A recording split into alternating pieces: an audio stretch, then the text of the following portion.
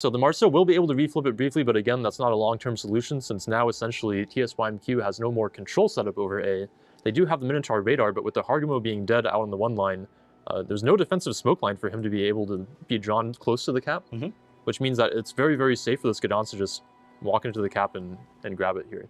Absolutely. And at that point, the Marceau can't really come back into the cap because the Salem here on the one line will basically be able to stop him in combination with the Gdansk after he moves off the cap, and of course the Vermont as well. How do you feel about the Napoli pick on the 10 line? I think he did his job in terms of the rain ships did not ever push through C. Right. So he was the sole defender of C and he did his job. Unfortunately, having a Napoli not really being utilized after being in a restricted pool, it's a bit unfortunate, but yeah, keep in mind, again, for our viewers, the restrictions mean that if you take a Napoli, there is a sizable selection of ships that you will not be able to take in that max of 3 restriction pool since it is lumped in there with them, which means that usually when you bring a ship which is restricted, you do want to be able to get some use out of it. So in this case, I feel like while the Napoli does its job very successfully of stopping rain from pushing through the sea cap, they don't really need to do that. And when you're using a restriction ship, you usually want to get some kind of active use out of it, I feel like. Absolutely. So in Rain's case, opting to take the San Martin instead for the 10 line, which isn't restricted, kind of freed up their composition for a few more powerful picks, I think, around the A cap. Yes. And again, we can see at the end here, all Rain really has to do is just kind of keep the stranglehold going. At this point, TSYMQ has to make some desperation plays. We can see those 2 battleships go through the middle of the map, but they aren't able to finish off Dastard Schlieffen before the game ends. Right, so let's go on to map 2 of Rain versus TSYMQ, which is Loop. All right, this is one of the more interesting maps in the tournament.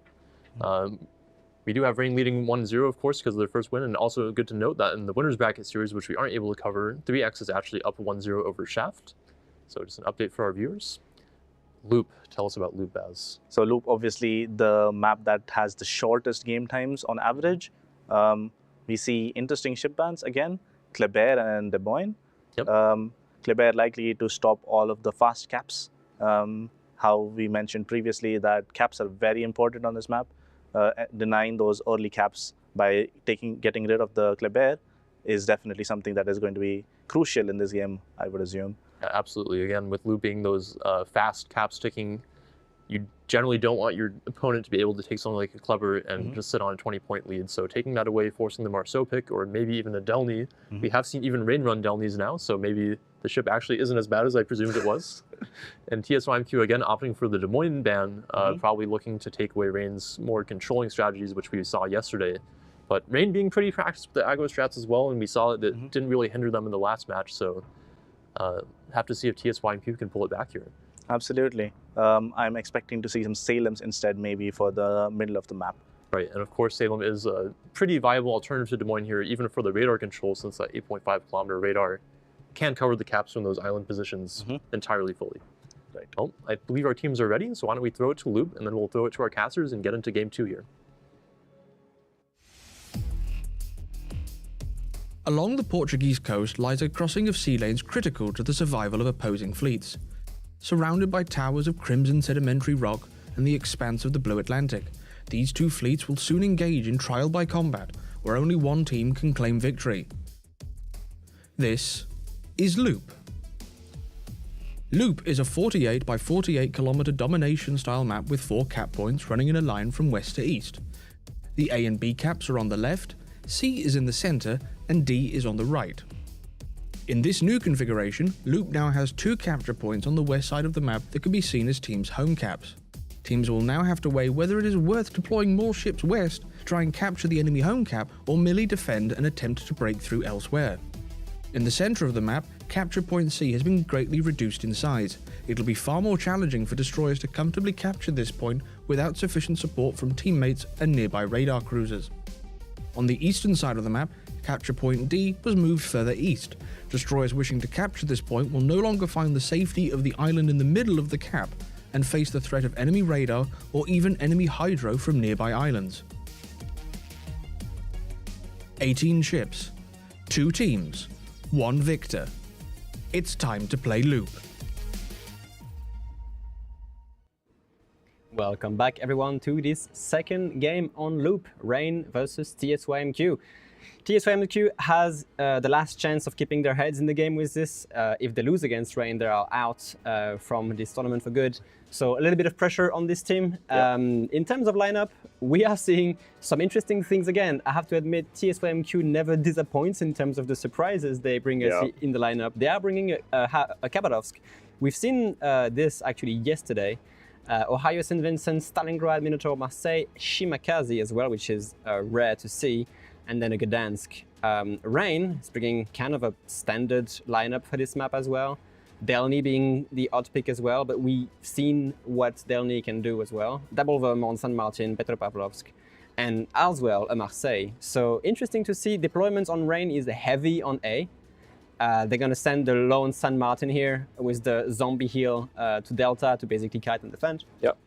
And TSYMQ, on the other hand, sent a very heavy force over to that decap, which is so far away from the rest of the game, right? So they're using the fast rotation speed of the Kaba and Marseille, hopefully to get a nice big force onto that decap, cap it nice and early, and then hopefully get back into the game. We've seen Rain do the exact same thing the last time, putting a Delny in there. We're going to see probably a salvo on the Stalingrad from Gunnerduster here. I don't think he has the angle to fire before Stalingrad gets to cover, but Bison, at least Rain, has been sending a Delny in the exact same position previously. Lots of radars being burned early right now.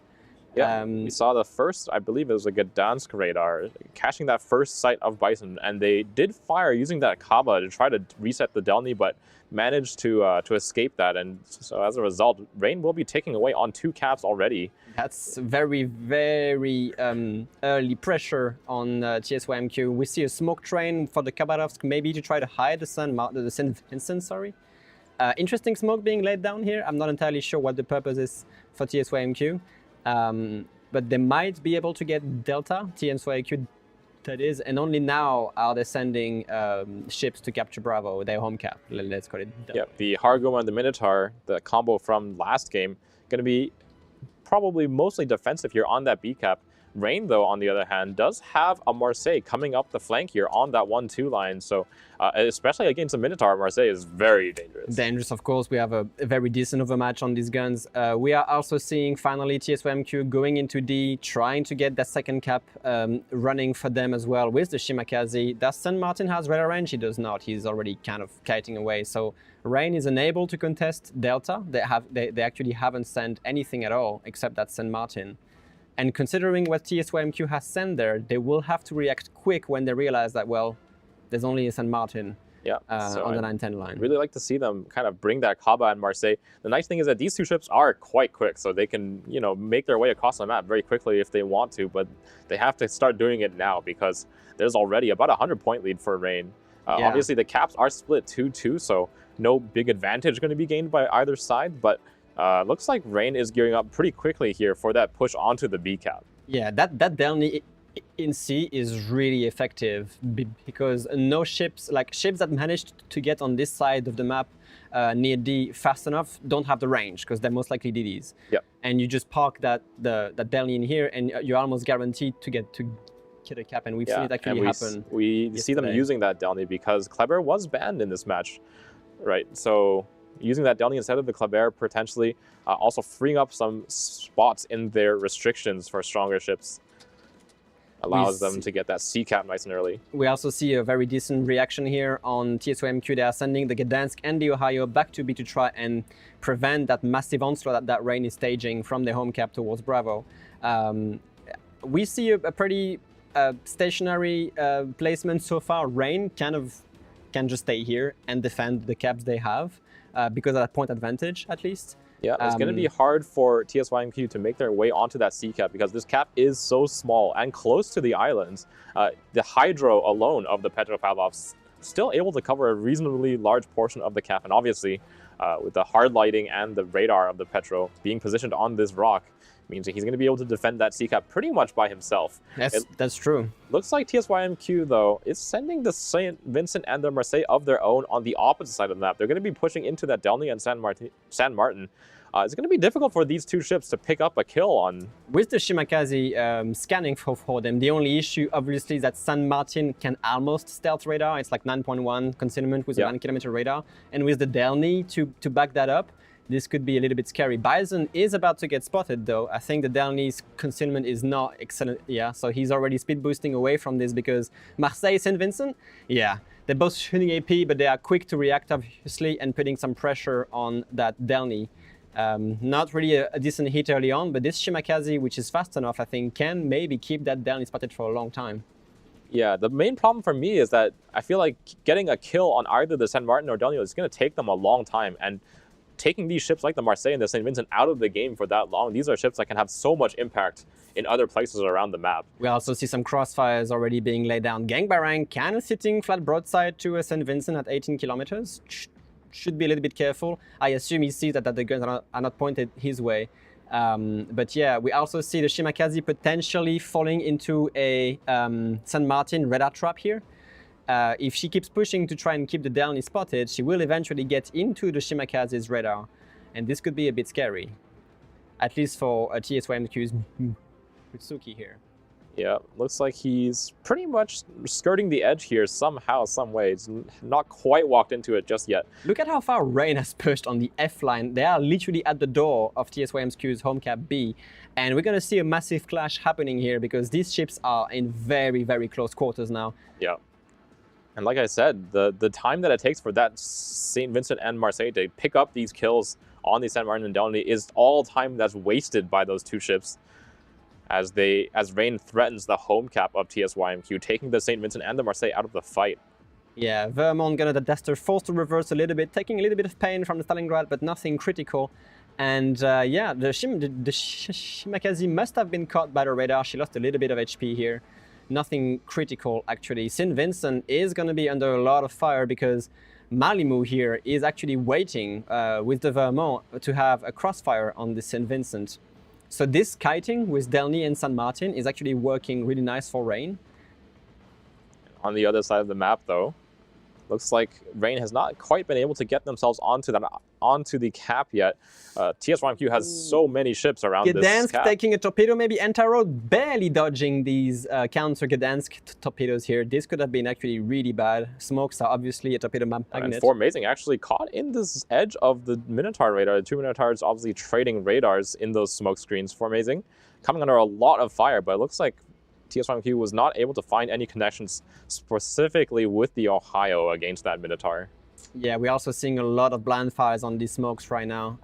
They can defend the home cap right now, but it doesn't change the fact that Rain still has that 100-point lead and is getting very close to 1,000. 3 minutes like this of a stalemate without any kills or cap, and we're going to see a fairly, I don't want to say boring, but a fairly simple Rain win.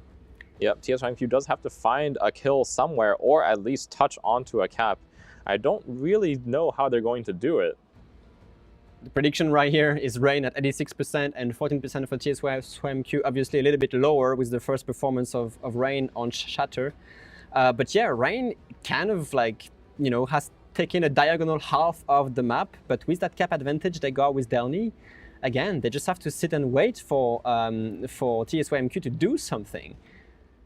It might look a little bit, you know, unappealing in terms of gameplay and action, but that's all that Rain has to do to win. And I think that like at this level of play for a tournament, you just take the win. You don't try anything. Yeah, taking risks is definitely not necessary if you're in the lead like this. Looks like Antaro's Gdansk going to be spotted for a split second here, and Kaba and Ohio can put out a lot of damage, so he's got to be a little bit careful. We'll duck behind the island, so he'll be safe there.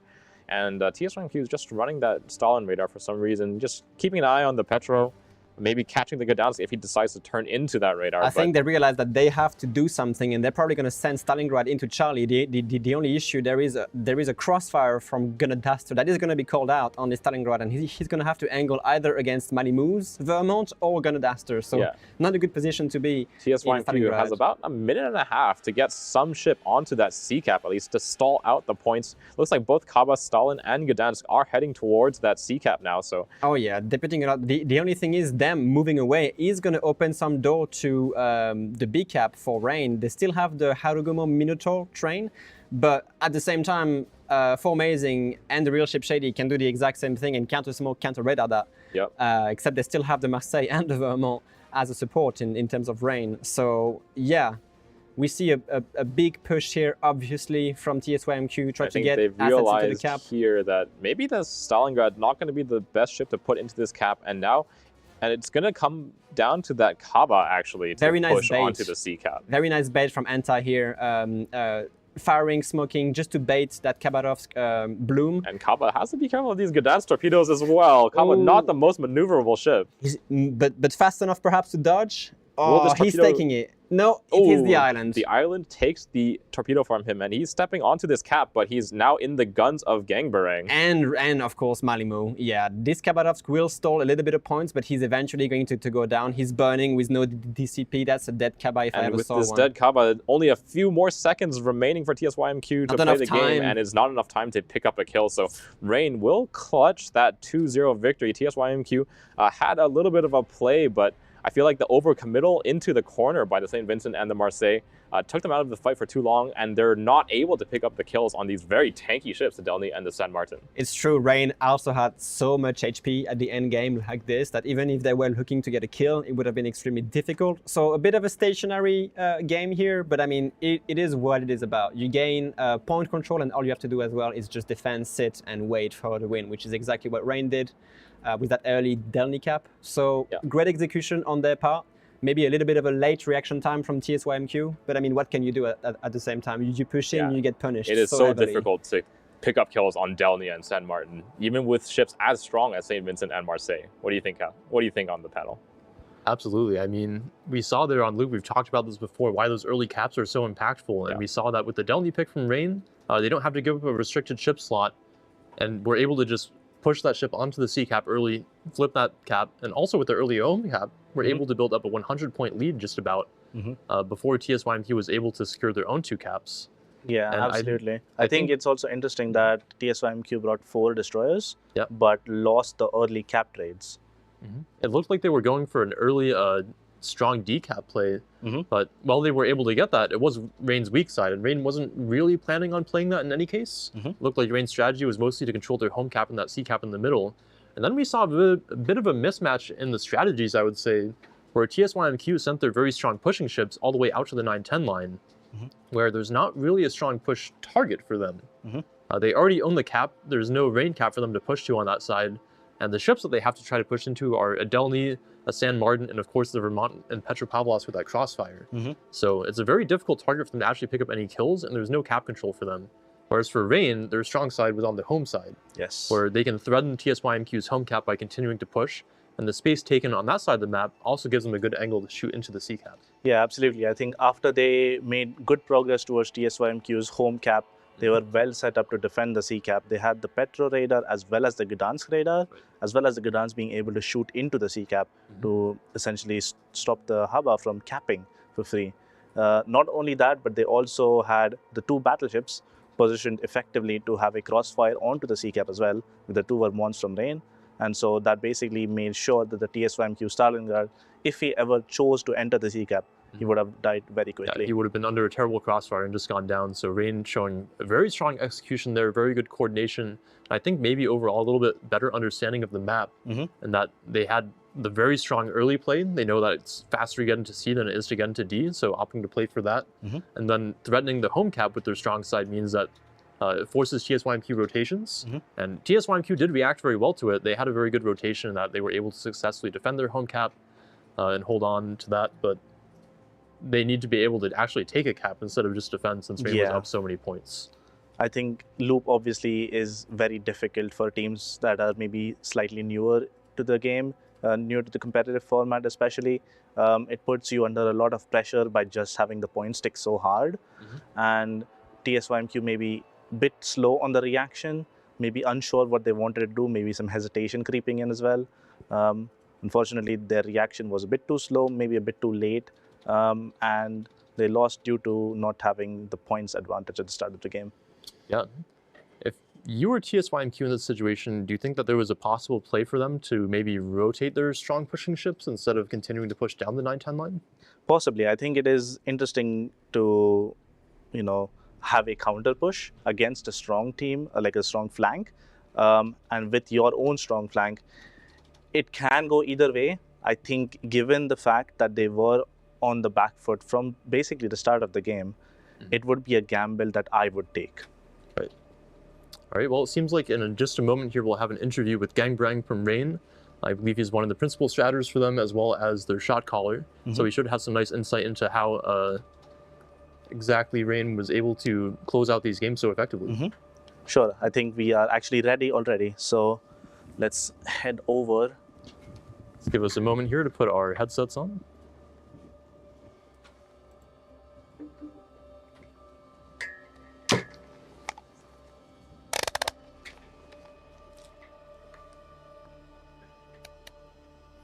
Hello. Hello. Hello, Gangbrang. Hello, Gangbrang. How are you? I'm fine. How are you guys, Shu? We are very good, thank you. Thank So, you. how are you feeling after your first two games of the day here? Decently fine. I mean, I must say that the first game was like the weirdest I probably ever played in COTS, but yeah. Well, it went very well for you guys. Were you, I guess, going into these games, did you feel like you had very effective prep for it? Yeah, for sure. I mean, there's like now lots of replays and stuff from both teams. So they probably prepped, we prepped, and in the end it worked out fine. The only thing is like that the Chinese people or teams kind of switch their gameplay coming over to Inters, which is a bit weird. Like they play more control than what they usually do. But yeah, I think it's decently easy to analyze them. Yeah, absolutely. I think last COTS we saw that they were favoring very aggressive pushing strategies, which didn't work out too well for them. This time, switched to more control strategies. Did that play into how you approach the pick ban and the map picks in particular for the series? Oh, for sure. Like, I still knew, like, they, for example, ban a lot of Des Moines, so I didn't ban it myself. I banned Kleber instead. Not because I don't like to play against Kleb, but mostly because if you ban Kleb and you want to have a fast destroyer, you have to go into the Marceau, which then removes your radar DD, like a Dansko Ragnar, which is essentially more impactful if you go for control, but yeah. Absolutely. And I think for the second map here, Loop, the Delny pick is something that we've ragged on a little bit in the past, but pretty good effect here with your pick here. Is this mostly because of the fact that it isn't restricted and you don't have to give up another ship slot for it? I mean, it's just shove something into the middle cap early that has survivability, and it's fast. And Swift and Silence Delny is nearly as fast as the French, while it gets heals and plating. So, yeah, it's just like get the mid cap as fast as possible because of the 4 cap layout and how it works. I mean, the last game was like extremely weird to probably watch. Nothing happened. It's just like, in my opinion, a fundamental flaw with the 4 cap layouts, especially Loop. People have figured out too much how to play it. So these games are happening more and more often, these stalemates. Yeah, and like first game, I would like to say that it is essentially, I don't know if people noticed it, it's like 3x versus us in the EU finals. It's an exact rematch. The only thing that was different was they picked a Shimmer instead of a Daring. So it was like really just the weirdest thing I've ever seen. It was like both teams running the exact same thing. Yeah. Yeah, I actually called out on it during the analysis where you guys deployed exactly the same as you did against 3x, and 3x, the Petro having gone into the A cap, the same thing happened here. No, like everything was the same, really. I mean, actually they played a Colbert instead of a Salem. So in my opinion, they definitely made the strat of 3x 10 times worse, because the Colbert is worse than the Salem in that region, and the Shima doesn't do as well as the Daring over there, doesn't have the repurposability either, especially because of the snails. So I don't know why they did it. I mean, it just was a worse strat in my opinion, objectively, but still it was the weirdest thing to play. Because like after 1.5 minutes or so, when the smoke popped on A, and I even said like it could be anywhere, after the smoke popped on A, it was like, yeah, they played the exact same. They shoved the Petro in, and voila, they just shoved it in. Yep, well, it definitely seemed like you guys were very well prepared for that, and pretty flawless coordination and execution in your game, so congratulations to you for picking up the first series here. And I guess last question from me is, how are you feeling for your chances for the next game? I mean, like, I think there's a common trend in internationals, like Shaft makes a lot of first places in the groups, or very high placings, like last time, this time, and we always make the fucking gauntlet run through the lower bracket. This seems to be our thing. So yeah, maybe you see us in the final again and we have like a random 6-hour, 7-hour day of playing World of Warships. Well, you guys are certainly used to it. Any questions here, Bats? No, absolutely not. You guys played very well. I hope to see similar things in the next game from you, and have a good game. Thank you very much, and see you maybe later. All right. Hope Thank to you see you very later, much. gang. Bye.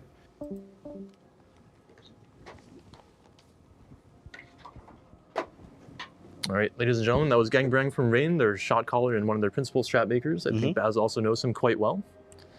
Absolutely, yeah. I believe 3x versus Shaft is actually going to game 3, so Shaft managing to take a game over 3x there. Will we be able to watch that game, producer? We are already ready to You're already ready? cast it if, Awesome. if possible. The teams are getting ready right now, but yes, surprisingly, it seems that Shaft, he's bringing 3x into a proper best of 3. So the map is going to be Warrior's Path, and maybe we can jump on this, see Sure. the ship bans or the map picks they've been doing. So the first map they played was Sleeping Giant. Both teams banned Des Moines. The second map was Northern Waters. The bans were Ragnar and Stalingrad. And now the third map, the decider of the series, is going to be Warrior's Path, with the banned ships being Moskva and Minotaur. The Minotaur ban, how do you feel about that? Interesting. I think this could be a an interesting strat. It was banned by 3x, so maybe they're forcing Shaft to play a Des Moines, and I'm predicting potentially a Incomp. Ooh, Yeah. So incomparable. yeah, Incomparable is a battleship, obviously very fast, has overmatch, and is very stealthy. Right, I believe they can seal something like 10.6, which actually outspots Des Moines. Exactly. So if it's possible for them to do this strat, it would probably revolve around having a Des Moines near the eastern side cap on the island and having a Incomparable pushing the border of the map and essentially just taking him out. It also could revolve around having a Preußen in the middle of the map, essentially nullifying those two island positions. Right, and especially with the Minotaur ban here, forcing Shaft to potentially take Des Moines, it maybe also forces them to take less ships like, say, the Marceau, the Gdansk, the Ragnar, which share that restriction pool with the Des Moines. And how about the Moskva ban? I think that is definitely a targeted ban from Shaft. 3x obviously really enjoy using Moskva. It is obviously a really good ship, but 3x have previously used it to great effect. And if there is a ship that we consistently see from 3x on almost all maps, it would be a Moskva. Yeah, indeed, and it has that 12-kilometer long-duration radar, and usually on Warrior's Path, we see it used to great effect in the middle of the map, able to provide coverage over not only B, but also oftentimes those side caps as well. And the long range, the good ballistics, the good out-damage output, definitely one of the mainstays of competitive. Do we have teams ready? Okay, so for this map, we can take a look at also the team stats here. See, 3x, of course, likes to ban Clever. We see this a lot from them, in that, especially playing versus Rain, it was their undoing in the grand finals, where Rain was able to use these Clevers to great effect. Shaft banning out Des Moines most of the time. Kind of interesting to see in this map now, with Des Moines being open. And then, of course, most pick ships being Hargumos. Talk about the Hargumo, Baz. Hargumo, obviously, I think it is now established as the best smoking destroyer for competitive. Has a really long smoke deployment time, as well as the duration of the smoke itself is quite long as well. Not only that, but it also brings significant gun power to the equation. Right. And so having a Harugumo over, for example, maybe a Gearing, maybe a legendary mod Yu Yang, this will provide the extra DPM that may be the deciding factor in a duel. Right, and of course, even though the torpedo output isn't as good as the Gearing, for example, it does have that torpedo reload booster, which for key moments like torping an enemy smoke can give you 12 torpedoes in total, which is quite a lot with those IGN high alpha torps. So just all around a very strong destroyer, while it does suffer in the concealment department against something like a Gearing, that's usually not too necessary given the fact that you're usually playing with a radar cruiser. So you'll usually see something like the Harugumo smoking a radar cruiser, and then a third destroyer that actually acts as the spotting capping destroyer, such as the Daring. Highest ship appearance being the Harugumo, of course, also not surprising, since both these teams like to use that as their smoke destroyers. Ragnar and St. Vincent. Vincent, again, not surprising. Ragnar in particular is interesting for this map in particular. Warrior's Path, the middle cap, you'll see quite often being contested by a Ragnar or a Daring, maybe even both. And so for this map in particular, I'm expecting to see Ragnar middle play from 3X since it's not banned. Yeah, and especially with Minotaur being banned, forcing Des Moines into that same pool as Ragnar, we might see something like only 1 or 2 Des Moines plus the Ragnar. And of course, no Gdansk, I believe you picked the Ragnar.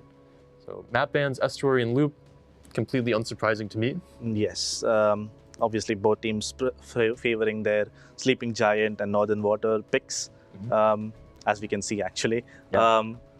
And them not really having to play those maps, not really being forced onto them. And the bans just make sense. They prefer the more consistent maps. Yeah, and I would say that one of the keys to 3X's in particular's performance has been their consistent preparation and ability to really understand and know maps and just consistently practice basically all the possible options. So new maps such as Estuary or Loop that play a little bit differently, that they might not be as comfortable on, generally a good idea to ban out. But I would expect them to be fully prepared for those maps as well. But absolutely. Always with these teams, it's a question of, are they prepared for it, or are they just intending to not play them ever, so they wouldn't prepare for it at all? And if they are preparing for it, is it a matter of them just saving their strats? Right. Yeah, so for those maps like Northern Waters and Sleeping Giant that have been in the pool for a very long time, these are maps that the teams understand how to play just from years of playing them. Even with the changed cap layouts, they're quite familiar to them. And then when you get maps like Estuary or Loop that are new, it's usually a question of, if you have a strat that's prepared for it, that you think is very strong, it can usually be a good idea to actually still ban out the map and save it for later. Yeah. So not surprising to see that in either case. This is definitely a thing that quite a lot of the top teams do, where they have a very specific and very strong strat, which you can only play once, because it will be something that catches the enemy team off guard. And once it's shown, people will be able to analyze it, maybe able to study it multiple times. Obviously, people are able to watch Twitch VODs and prepare a counter strat. As soon as they see that lineup in game, they'll realize that this is what's happening and then react accordingly. Most teams will have studied more than enough of these VODs to know exactly what's going on before they have actually seen the ships deploy. Right, and for maybe a specific example, Rain on Loop with that Delnian middle, do you think that was something that you would expect 3X, for example, to be able to strat against and be able to actually prevent Rain from doing that? Yeah, definitely. I think 3X and Rain are very well versed in this format, and they will have studied each other and know everything that goes on. And as a result, it is usually when these two teams clash, you see completely new strats. All right, well, I think our teams are ready here. Remember, the loser of this series will go down to the loser's bracket to face Rain.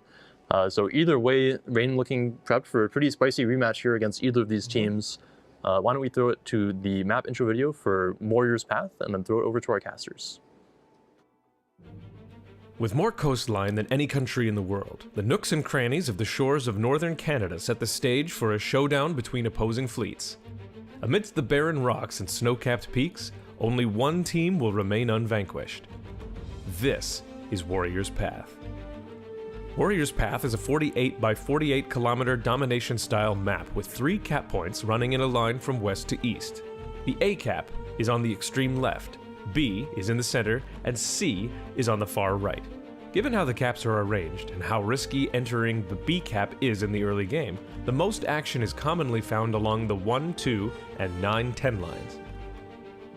To the west, Cap A now no longer can be safely controlled with radars from nearby islands. Teams will have to rely on smokescreens and additional fire support to gain the upper hand in the battle for this capture point. Capture Area B is a difficult and challenging place to be in the early goings of a game. While the capture point was moved to a more central position, nearby islands still provide plenty of cover for radar cruisers, making this point exceptionally challenging to capture. Off to the east, the C cap offers solid cover for cruisers along the northwestern and southwestern edges, but precious little cover inside the cap itself. The long, narrow channel to the east that connects C to B is a frequent place to see pushes occur in the mid to late game, depending on the board positions of each team. Warrior's Path has a long and storied history within the tournament, having produced many close and competitive games. It begs the question, what memorable plays and matches will result this time around? 18 ships, 2 teams, 1 victor. It's time to play Warrior's Path.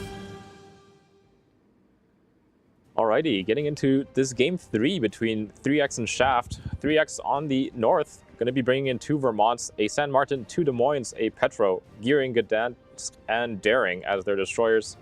Over in the south side, Montana and Vermont, the two battleships, San Martin, Des Moines, Petropavlovsk, and Stalingrad as the cruisers, Gearing, Delny, and Gdansk, the three destroyers. So suddenly, as we reach the international playoffs, Delny is in every game. I was about to say, this is interesting to see this destroyer getting so popular, and to a good effect actually. But a bit of an interlude, an interesting interlude here. We are watching this last game of best of three, Shaft versus 3X. Shaft managing to beating 3X on that northern water map on the previous matchup, apparently in a very dramatic fashion. It's a shame we couldn't cast this, but so be it. And yeah, 3X sending a daring already pretty close to Bravo. In terms of deployments right now, Shaft doesn't look like they want to put anything in B except maybe radar coverage with this Petropavlovsk. What do you think about the initial deployment on Shaft's side here? I'm kind of liking what Shaft is doing with the Gdansk Delny. These two destroyers can get out onto the flank really quickly. And like we saw from Rain earlier, that Delny giving them that early kind of spotting and cap tick can mean a lot.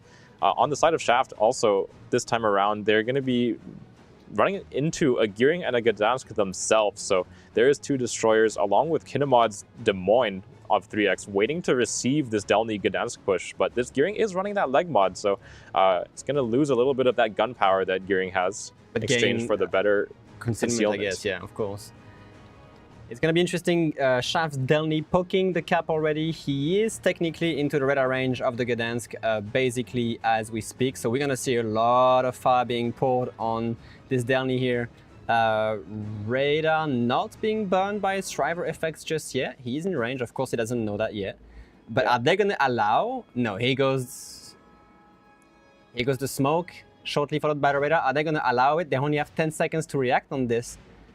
Looks like they're just choosing to use that hard light instead. Gdansk running into the Delny face first. He's going to face the return fire from Gdansk and Delny, but in this case, I think I favor 3X's trades here because they have a Des Moines. They have a real close. Oh, Gearing from 3X is getting absolutely caught by Gdansk torpedoes and dying instantly. That is the first kill bagged by Shaft and losing their smoke on this A-cap. That is really, really rough for 3X. And there are Gdansk torpedoes into the Gdansk smoke as well, so Des Moines does have to kind of give up the chase here. He's not going to be able to get his radar over those two destroyers. So while the cap goes uncontested so far, I feel like Shaft got the way better result. They picked up that destroyer using those Delny torpedoes, I believe. No, these were Gdansk torps. Gdansk really fast. Madisco, though, in the Gdansk himself, has to be careful here. Is he going to take... I mean, even if he takes one, he will survive, unlike Gearing, who took like 2 or 3. So, yeah. Oh, but St. Martin, on the other hand, is he going to be able to avoid that one? Yeah, he does. So. Okay. Shaft not going to take any torpedoes in return, and they have a very large destroyer HP advantage. So it looks like they're going to be able to take that A-cap in short time, as long as the Des Moines is forced away here. We're seeing, of course, 3X trying to get that first kill back in their favor in a way, trying to get a cap instantly contested by the Petropavlovsk radar here, pushing this daring away, and some crossfires as well coming in from Shaft Stalingrad. Shaft having a very big upper hand on this initial engagement here, knocking some HP off of daring and preventing 3X from getting close to any caps right now. This is really, really well played. Yeah, I think Shaft has off to a very, very strong start here. A huge lead going into the kind of first cap contest of the game.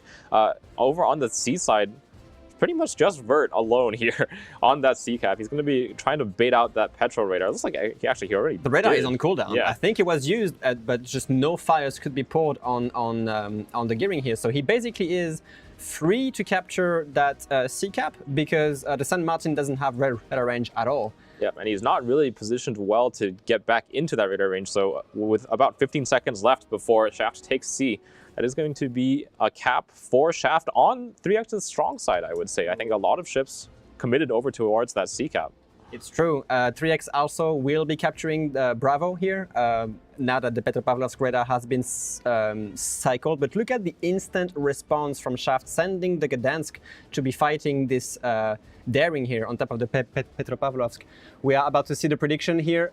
Actually very close to a tie. 3X 58% maintaining that, you know, preferential advantage, but Shaft getting a whooping 42% prediction. This could be like they've showed apparently really good gameplay against 3X, so it seems that the predictions are slightly more lenient towards Shaft at this point. Yeah, I think Shaft throughout the tournament has actually really leveled up their level of play. I think the fact that they are only the #3 team from EU is nothing to scoff at, considering the level of play coming from the #1 and #2 teams, obviously, Rain and 3X, the ones who finished above Shaft in the regionals. And look at this, that Des Moines caught a little bit off guard here. He only has Gdansk smoke to work with now. The gearing going down is actually going to be very detrimental to 3X on the A cap. The Des Moines from Kinemod has radar on cooldown. Delny, of course, from Shaft is not really interested so far on capturing A. They have the point advantage with that early gearing kill. But meanwhile, Shaft is sending the Gdansk into Bravo. The only question is, who is going to be here to contest this? Des Moines obviously with the radar. Yeah, Des Moines does have radar cover, but he does not have an angle to fire at the Gdansk himself, so that reset is going to have to come from the daring, I believe. But even touching the cap for a few seconds still extend ever so slightly that point advantage Shaft has, which is putting even more pressure right now. So that Des Moines radar is on. As I said before, that daring starting to put in some damage onto the Gdansk. Obviously, Gdansk does not have a heal or that French saturation, so this damage sticks. And with point pretty well placed here on his Des Moines. And some additional salvos coming in from Petropavlovsk and Vermont here, trying to get as much damage as possible on this Gdansk, maintaining the only point they have right now. Actually, we see a bit of a push coming out in the rocks between B and C. No Name Lords Petro. Kind of a strange position, I would say. Especially with El Snackman in the Vermont here, this could be really dangerous. No Name Lords knows this because Vermont is spotted, but this could be a bit of a precarious spot for him. He has to reverse deny that firing angle from the Vermont. Why do you think he took the western side of the rock, or the eastern side of the rock here instead of the west? I'm not sure. Maybe he wants to get a little bit more angles on the right side of Bravo, because if you put Petropavlovsk here, you sort of have to push a little bit to have like the far side of the cap covered. That position allows him maybe to cover a wider area of B, but also put him at risk of this Vermont. It looks like even El Snackman is staging for a push in the Vermont on this B cap. We're also seeing from Shaft a gearing Des Moines smoke train against St. Martin here. Of course, a gearing can just angle against St. Martin and survive a long time, while a Zil here will be pouring a lot of fire on this. Only question is, does he want to risk that crossfire from basically Blood Legend and El Snackman? This could go both ways on this smoke train push here. Yeah, I feel like in this kind of situation, again, this is the San Martin kiting we're talking about. As long as he can get consistent damage output, or consistent shell hits even, against another ship, he really difficult for the side of Shaft to pick up this kill. It looks like Vert does a walk into that radar just slightly here, so he's going to start laying that smoke screen, but because he's slowed down by the radar, this is going to be a very small smoke. I'm sorry to interrupt, but Kinemod suffering heavily from this early gearing kill, not having any backup smoke except from Striver here. Striver, which also has to try and get that cap control. Kinemod under tremendous amount of fire, he is detected and losing a lot of HP. That one last shell hits the bow and actually sets him ablaze, blooming him again for another 10 seconds before he can actually go dark again. We might see even some more Montana salvo coming in from deepest dungeon at 23 kilometers. Is this going to land on Des Moines or on the Vermont? Let's take a look here. Only 15,000 HP remaining on this Des Moines. Kimilele in the San Martin is going to be the one contributing the majority of the damage on him, but looks like he's a little bit scared of the threat of Silverblade's Vermont, so he's gonna stop firing at the Des Moines for now. I feel like they've pushed away the Des Moines far enough that they can take, finally, this A-cap. I don't think they will be able to, because Striver, even if he's at an HP disadvantage, is going to be radared by... Striver will be able to radar Edusco here. He's barely going out of his radar range, which is the only hope they have on contesting it. And that's it. Shaft will be able to get A for free, which is going to put even more pressure on 3X now, because the point difference is going to start ticking very, very quickly.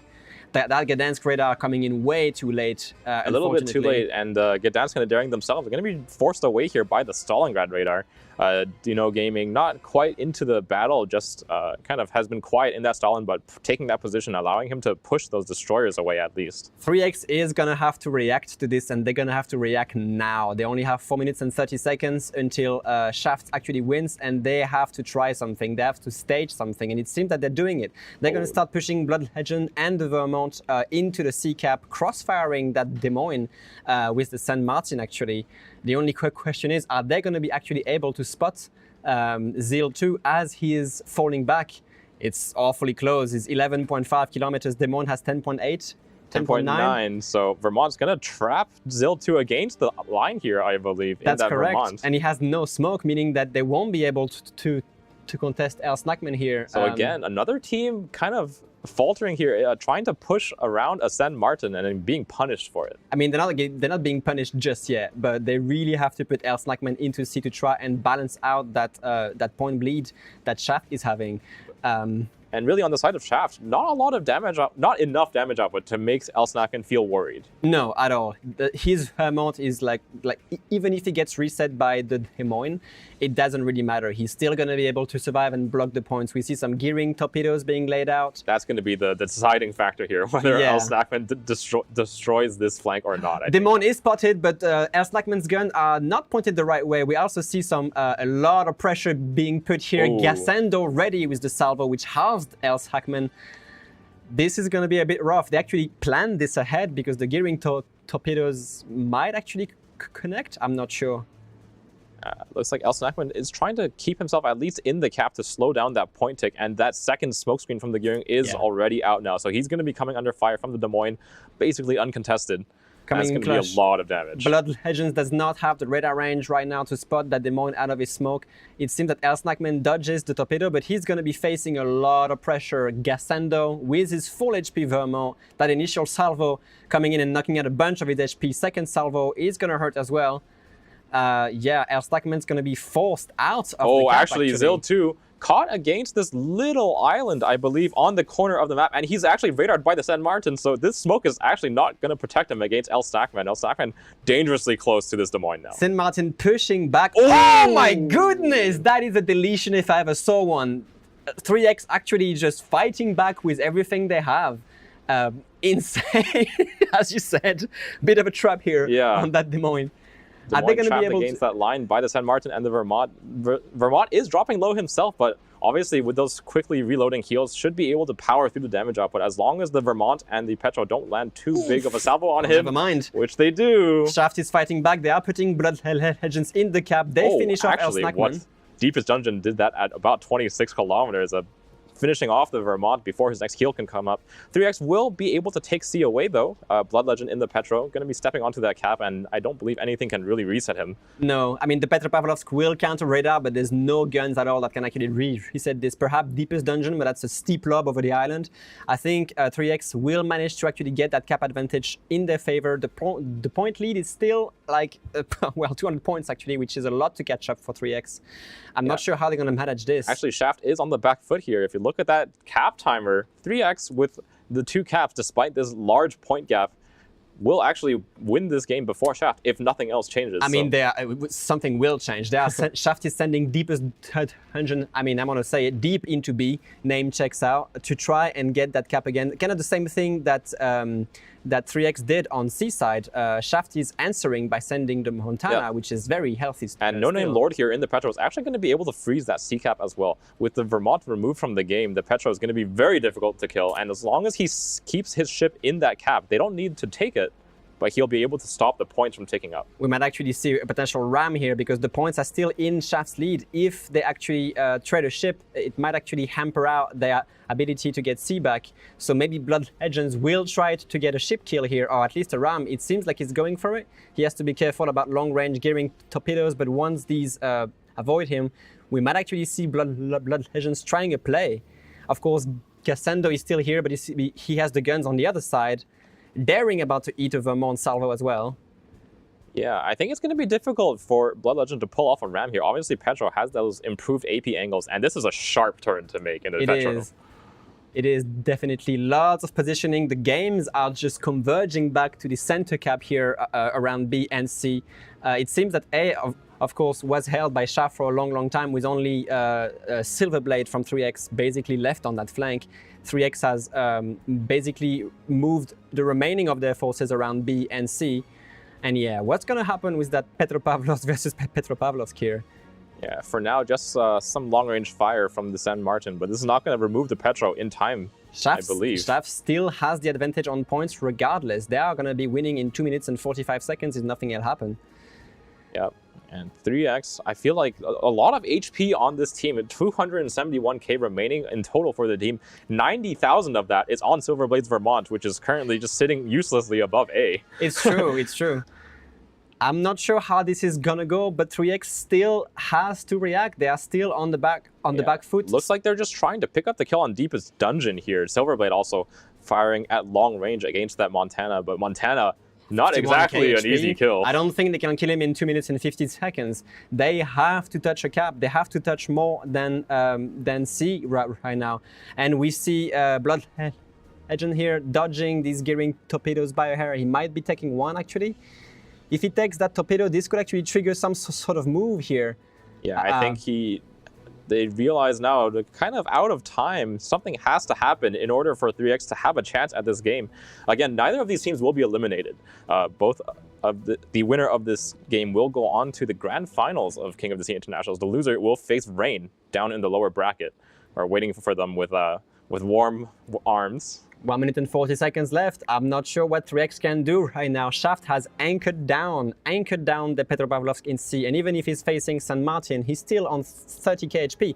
We see Striver in the Gdansk rotating, maybe attempting some sort of a rush on the Petropavlovsk, but there's only 1 minute and 20 seconds left. And there's only 8,000 HP left on the Gdansk too. This is not a lot of HP. Gassando will one-shot this. Yeah. Guaranteed. But I mean, 3X has to try something anyway at this point. They are forced. They don't have time anymore. They simply don't have time. They have to make something happen.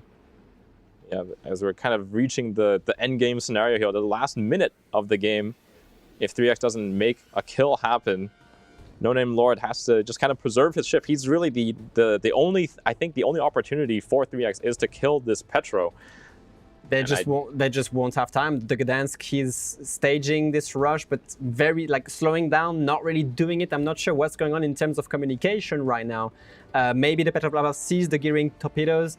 He's gonna take another one, perhaps.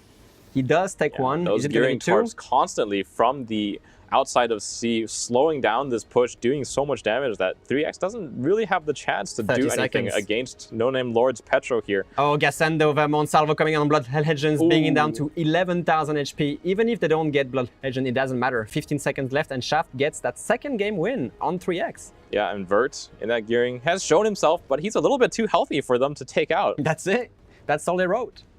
And I think as a little bit of an upset here, Shaft is going to take the first series of the day against 3X. They're going to move on to the grand final, so Shaft is guaranteed themselves at least a second place finish here in King of the Sea Internationals. A big chunk of money, as well as a lot of pride, beating both 3X in the Internationals and a place in the grand finals. I'm sure they're really happy about this, definitely, especially on a best of 3, which is much less forgiving than a best of 5 in a way. So really well done for Shaft on locking down 3X into this kind of war of attrition, kind of stalemate around the caps and the point lead. And we saw that early torpedo kill. Yes. That really changed the tides of the game. Really 3X playing from behind the entire time. And while they managed to pick up a lot of points despite the loss of their destroyer, couldn't finish out the game. All right, let's send it to the studio for analysis then. Yeah. Thank you, gentlemen. Quite an upset there in our second, I guess technically it's a concurrent series with the one that we watched, but it's a second series that we managed to cast today. Extraordinarily surprising to me. Yeah, absolutely. Shaft clearly playing really well today. We saw some amazing stuff out of them previously, yesterday, even in the European tournament. And yeah, I think we have to talk about the gearing kill at the start. Yeah. Was that luck, or do you think it was predicted? Well, I think with torpedoes, there's always an element of luck in that you can't really exactly know and can't predict how exactly people will move, but you can just do the best prediction that you have, and in this case, it was enough to catch that gearing out. And again, with the Gdansk torps, they reload relatively quickly. They're very fast. So the gearing getting caught out there, maybe not just giving them enough respect that early in the game, which he probably should have. Yeah, absolutely. Clearly, him dying was a big setback for 3X. They lost their smoke destroyer. I think they just basically had no plays left on that flank after he died, which is quite unfortunate. And after that, Shuff being on the cap lead, a point lead, they just sat on it for almost the entirety of the game. Yeah, and it's very difficult at this level of play to come back from losing a ship for essentially free, especially that early. And doubly so when it's your smoke destroyer, which is pretty necessary for your radar cruisers to be able to play into the enemy setup. But even given that, I think we saw a decent reaction from 3X. Obviously, playing 8v9 is not the position you want to be in, but their reactions were good. The Gdansk kind of tried to take over the role of the gearing and did a pretty admirable job of actually smoking up the DM while continuing to play for the cap control. And we saw that even though Shaft was able to pick up that early kill, they weren't able to convert it into actually taking the A cap until much later. So obviously the gearing dying was a big factor. We can also talk about the fact that Shaft actually chose to push through the C cap, trying to catch the San Martin from 3X out. 3X obviously reacts to this by rotating the Vermont and the Petropavlovsk over to try and push C and maybe catch the Des Moines out. They did actually end up doing so, and they caught the Des Moines in the smoke with the San Martin radar, and they did kill him. However, they traded their own Vermont for it. Yeah, definitely not probably what they needed to do there. Or well, they did need to actually do that to have a chance of coming back, but losing the Vermont was definitely that is the main question here is, was the trade worthwhile for 3X? And the answer to that question, given the fact that we now know the outcome, would be to not trade. Obviously, given that the fact that it was a Vermont salvo that devastated him, maybe there was no other way to kill the Des Moines, but it's a difficult call to make during the game, and even after the game's over, it's a difficult call to make if it was a good or a bad trade for them. And I think that's definitely a series of plays that we have to break down a little bit more, where we saw that after losing their gearing on A, 3X kind of reacted by realizing that they didn't really have a way to cap C since they didn't have a destroyer over there. So what they wanted to do was rotate their assets over the Petropavlovsk and the Vermont over closer to B to have the Petropavlovsk radar and the Des Moines radar over it to kind of more solidly lock that down, and then maybe try to move the daring closer to A and see if they could get actual something done there, since it was Shaft's weaker side with the San Martin. But ultimately, we did see that Shaft reacted to this by pushing the DM up the 10 line. We have seen that San Martins are very difficult to push into. It's usually not the kill that you want to be looking for, since its job is to not die. Yes. And then 3X, after seeing that push was happening, basically I think saw their opportunity back into the game, and that if they had pushed the Vermont straight at it, they might have been able to catch it out earlier. I think we saw that Snackman was a little bit hesitant to actually run straight at the DM smoke. Which is fair. That's a very difficult choice to make, and kind of opted to stay more towards the side of the cap, which gave the DM a little bit more time to run away. And ultimately, I think that extra time in killing the DM let Shaft take enough HP off of him that it ended up being a 1-for-1 trade, which is definitely in Shaft's favor. Yes, definitely.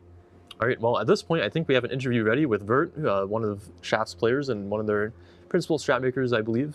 I don't know the EU players too well, so maybe you have more insight into that, but let's take a quick chat with him. Yes, let's do that.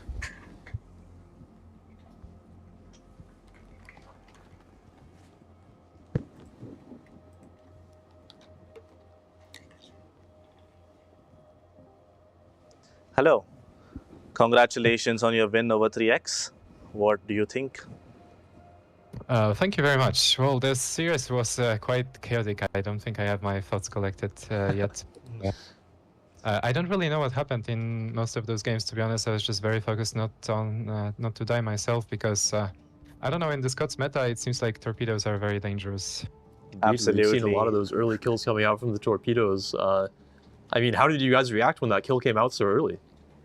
Oh, there was a lot of shouting. Obviously, people were very excited because it's game 3. It's a best of 1 for grand final in internationals. I mean, it's just sheer luck. I don't want to take away anything from my teammates, but it's just what this game is. Sometimes you get a kill like that. Sometimes you die to that, right? So this time, luck was on our side. Absolutely, and we've seen, I think, a pretty phenomenal level of play from Shaft throughout the tournament so far. And I think actually a very marked improvement from your previous runs through COTS, which have been very good, but second place in the grand finals guaranteed is quite impressive. Was there anything different you guys did prep-wise this time that you think contributed to your success? I wouldn't really say so. To be honest, in Shaft, we usually have a history of kind of improving as the tournament goes. Our first trainings are always a gigantic mess, and we lose to teams that we are on paper much stronger than. But then as we get more and more experience, as we get a better understanding of the meta, we are able to come up with more solid strategies and then also work on executing them properly. I feel like in EU in general, when it comes to top 3 teams right now, it is somewhat close. There are definitely some differences, but it's like basically anyone can beat anyone at that point, and sometimes it can come down to Torp RNG. Also, this winners bracket final was only best of 3, not best of 5, so there is a little bit more variance, and grand final will be a huge challenge. All right, well, 3X will be going down to face Rain in the losers bracket. I think you've had some pretty strong performances against both of these teams, but is there one that you would prefer to see emerge to face you in the grand finals again? I actually don't know who you'd prefer to face. I guess Rain, just because the games against Rain seems to be always down to the wire. Like basically up to the last second, you weren't really sure who was gonna win. We had a lot of fun with them in regionals, and the group stage games yesterday were also pretty close in general. So I would love to face Rain, but I don't know if they're the favorites in losers bracket. I feel like 3X is a very strong team, and they still have what it takes to win the losers bracket final. So I have no idea who I'll be facing, to be honest. I'll definitely be watching. All right. Any further questions, Bess? No, absolutely not. Amazing performance throughout. I'm hoping to see your performance continue and maybe even get better, as you said. Congrats, obviously, on making it to the grand finals in the international stage. And yeah. All right, Vert, thank you very much for chatting with us, and take some well-deserved rest before the grand finals, and we'll hope to see you there. Thank you very much. Love your casting, guys. Keep up the good work. Thank Bye-bye. you. Bye. Thank you. Bye-bye.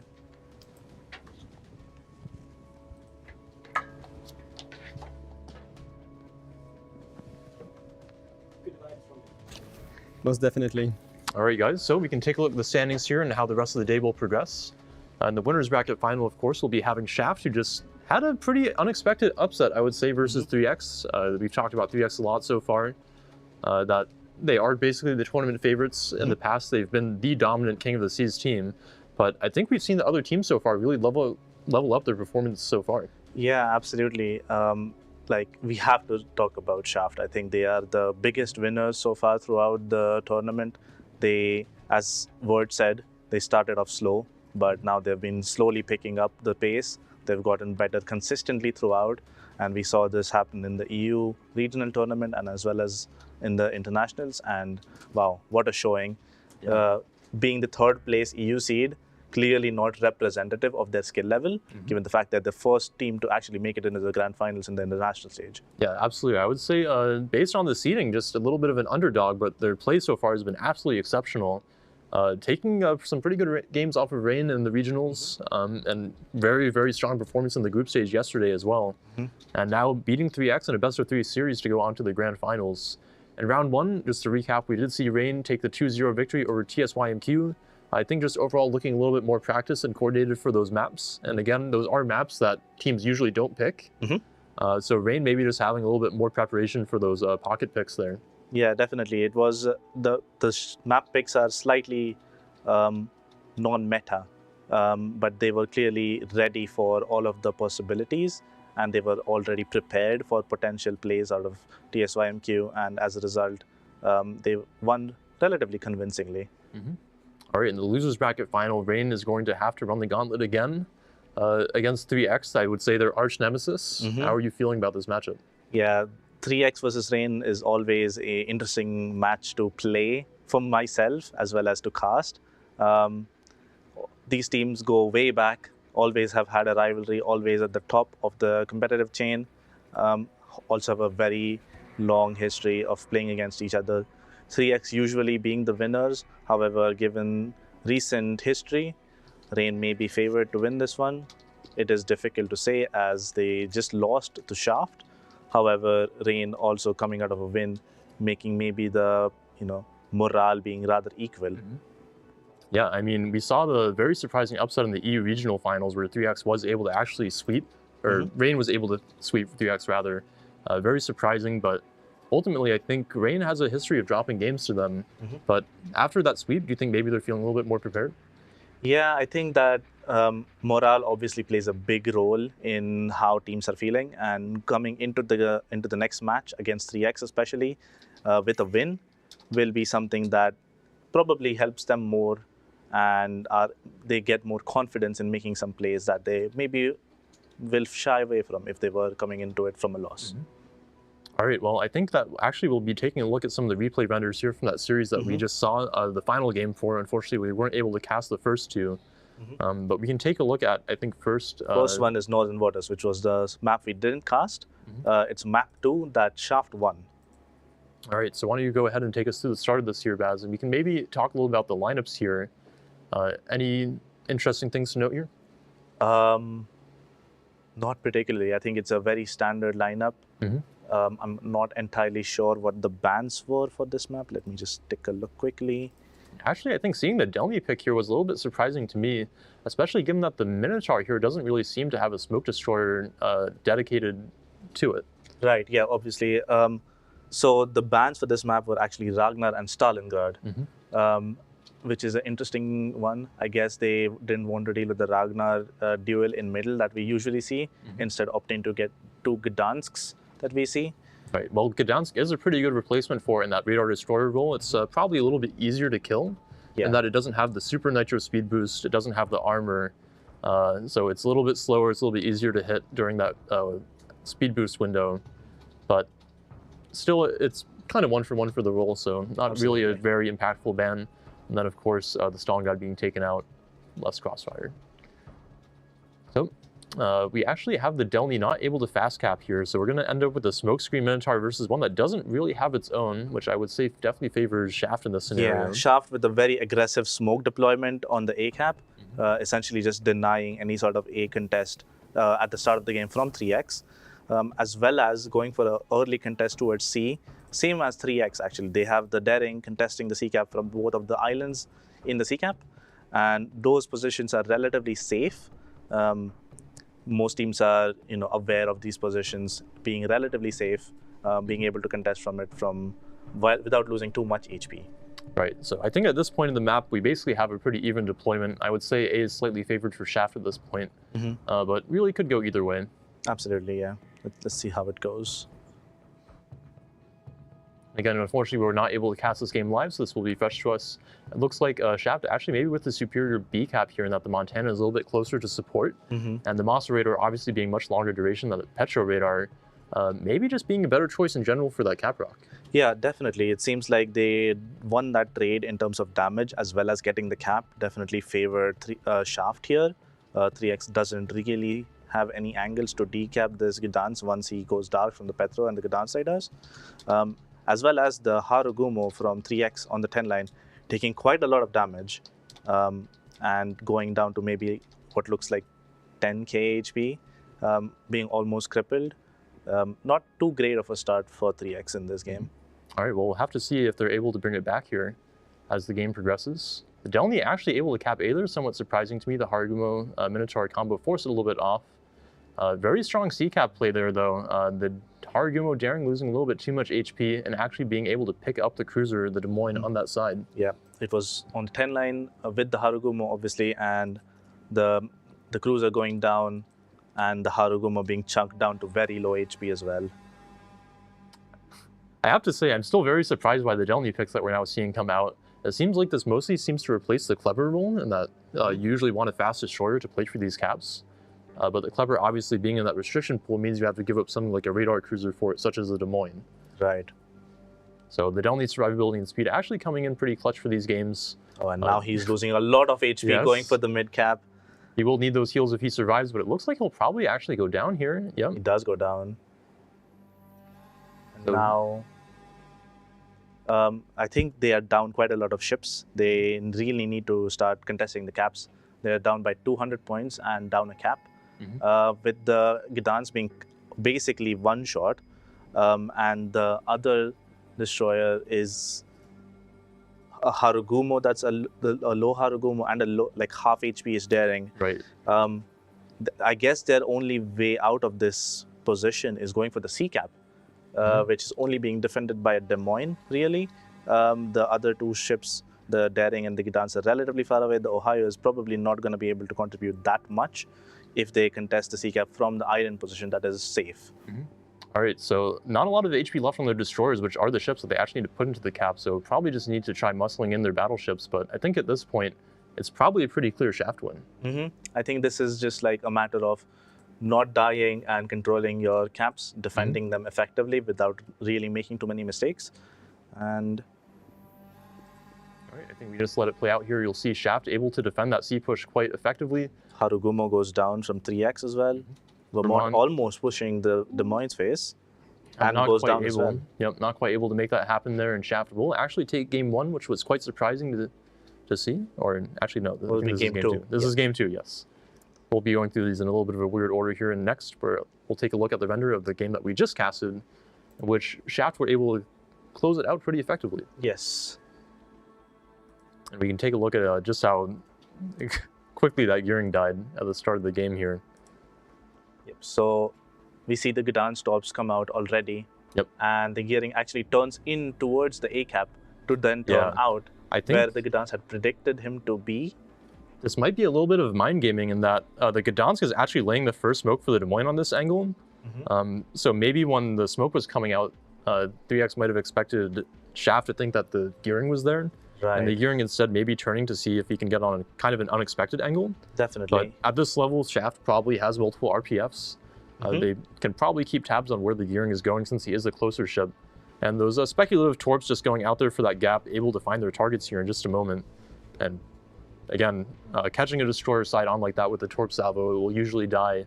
And that's quite a disaster for 3X at the start of this game. Absolutely, yeah. It's a difficult one, obviously, for 3X losing smoke destroyers so early into the game, 3 minutes and 30 seconds into the game. Very difficult to come back from that. They basically had lost the A cap already because of that. Yeah, and 3X is one of the top teams, I would say probably generally regarded as the top team in Warships competitive at the moment. So they do have a pretty good reaction to this. Obviously, playing 8v9 is extraordinarily hard to get at this level of play where Shaft will be able to kind of keep that advantage going. But 3X reacts by keeping the Gdansk paired with the Des Moines around A. You'll see him lay smoke screens for that Des Moines as well as try to use his radar to keep Shaft off of A. And indeed, the Delny San Martin isn't really a good pair of ships to actually convert the cap. So even though they have the early kill there, they're not really able to convert that into a cap lead. But on the other hand, the San Martin, Petro, Vermont on this side for 3X is not able to keep the gearing off the cap since they only have the one radar and no destroyer of their own. Yes. So in this case, Shaft reacts very well by recognizing that there's no destroyer there. They can use the gearing to cap, and then from there just play out the points advantage. 3X does manage to pick up the B cap there again, only the one Petro radar. And we can see the reaction here from 3X as they realize kind of maybe what they have to do. Since they don't have a destroyer over really anywhere near to see, this Petro will just want to reposition onto this side, double up his radar with the Des Moines to keep its Gdansk off. And then at this point, 3X will probably be looking for a play on the A side. Yes. And again, that series of events that we talked about a little bit earlier where Shaft sees or probably recognizes that the Petro is going to rotate and looks for the smoke push here on the 10 line to put a little bit of pressure onto 3X. Generally, when you're up points, you do want to kind of make your opponent push into you, but it's always a good idea to keep them on their feet. Apply a little bit of pressure so that they maybe have some less time to think. Absolutely. But in this case, 3X, very smart with the calls. They'll recognize this push and actually try to do something about it in just a moment. Yeah, we see the Vermont turning around and counter-pushing towards the C-cap slowly. Yep, and this is definitely the critical moment of the game, I would say, where 3X did go for an A play where the Gdansk tried to reverse into A, but there are too many assets here with the Gdansk rotation from Shaft to actually allow 3X to successfully play that cap. So at this point, I would say really the only chance 3X has back in this game is catching out this smoke push before it can move too far back down. Yes. And in this case, I feel like probably if Snackman's Vermont had been able to just run straight at them, again, we can see that the smoke was positioned very aggressively up here and is no longer available for the Des Moines. So if he had pushed a little bit more aggressively and actually caught this Des Moines before he got further down, I would say they would maybe be able to pick that up without losing the Vermont in return. Yeah, absolutely. I think that is the key decision here that the Vermont likely had to make by himself to make sure that he kills the Des Moines without dying. And if that was the case, they would have likely gotten the C cap a lot earlier, and they would have been able to maybe push through. Obviously, they were down by about 150 points, as we can see here. Yeah. So it would have still required them to get a kill to make sure that they were in a winning position. However, given the fact that the Shaft, Vermont, and Petropavlos were basically stuck on the 6-7 line, it is likely that they would have been able to convert those kills if they didn't trade the Vermont for the Des Moines. Right, and I would say the key aspect here is that while the Petro and Vermont can shoot through this gap here, they need to catch, or 3X rather, needs to catch this Des Moines before it gets too far down here, because after it gets down a little bit, they have to push far enough that the Petro and Vermont will be able to shoot them. And in return, that's pretty much what we'll see happen here. The Vermont steps onto C-cap, goes for the DM. With the San Martin radar, they're actually able to catch it out, but again, the Vermont and Petro can just put enough damage in return that the Vermont will go down. And at this point, do you feel like there's any actions the X could have taken after this trade? I think after this trade happened, it is too difficult for them to come back. They would have essentially needed to kill a ship outright and then be able to step on the A cap. And that is a difficult task given the fact that Shaft has been preparing for this eventuality and have set up their ships in a way that they will never lose the A cap, really. Right. And of course, Vermont and Petro, two of the tankiest ships in the game, and those probably won't be going down to just a Gdansk and a Des Moines. So at this point, it's pretty hard for 3X to make any plays back, and we'll see that the game pretty much just slowly progresses here, where Shaft will be able to just freeze those caps and sit on the point lead until the game closes out. Any last thoughts for this game? I think this was overall just well played by Shaft. They got an early kill, obviously very impactful, and then they realized what they had to do. And I didn't see any mistakes come out of Shaft especially. And they just played to their strengths and won out the game based on having a point lead and a cap lead. Yeah, absolutely very clean play for them. I would say the only tricky situation for them maybe being that smoke Des Moines overextension, but they reacted very well by moving that Vermont and Petro up to get the crossfire on the Vermont and trade it out. So that allowed them to keep their lead and close out the series. For our last render, we can take a look at the first game that was played in this series on Sleeping Giant. This one, I believe, did end up going to 3X, so Shaft in the bit of a reverse sweep in a best of 3. We can see exactly how 3X plays this map here, taking the Bourgogne and Montana, actually. Kind of interesting ship picks here. And, sorry, my bad. Do you want to break down the initial deployments here for us? Sure. So we can see Shaft playing way aggressively towards the C cap, whereas 3X is actually playing for the A cap and the C cap. I think the Shaft deployment actually favors the B cap and the C cap at the same time. Right. They would be playing for the B cap at the start with the Stalingrad radar helping out the B cap at the start, and then the Moscow would end up in a position where he's also able to help out with the radar on the B cap. Right. We have seen this on this map before, where having these two 12-kilometer radars essentially allows you to entirely lock down the B cap. We can see 3X going for a somewhat similar deployment here. The Moscow will probably end up on the rock, comboing its radar with the Stalingrad. And again, a kind of interesting play here with the Minotaur not having a dedicated smoke for it, just the clever fast capping A. So the Minotaur mainly meant to be using that radar, I would say, in a very defensive role, just to preserve the A cap lead. Yeah, something to note here, obviously, is that both teams banned Des Moines, which is why we see the Bourgogne pick from both both teams. All right, let's progress the map a little bit here.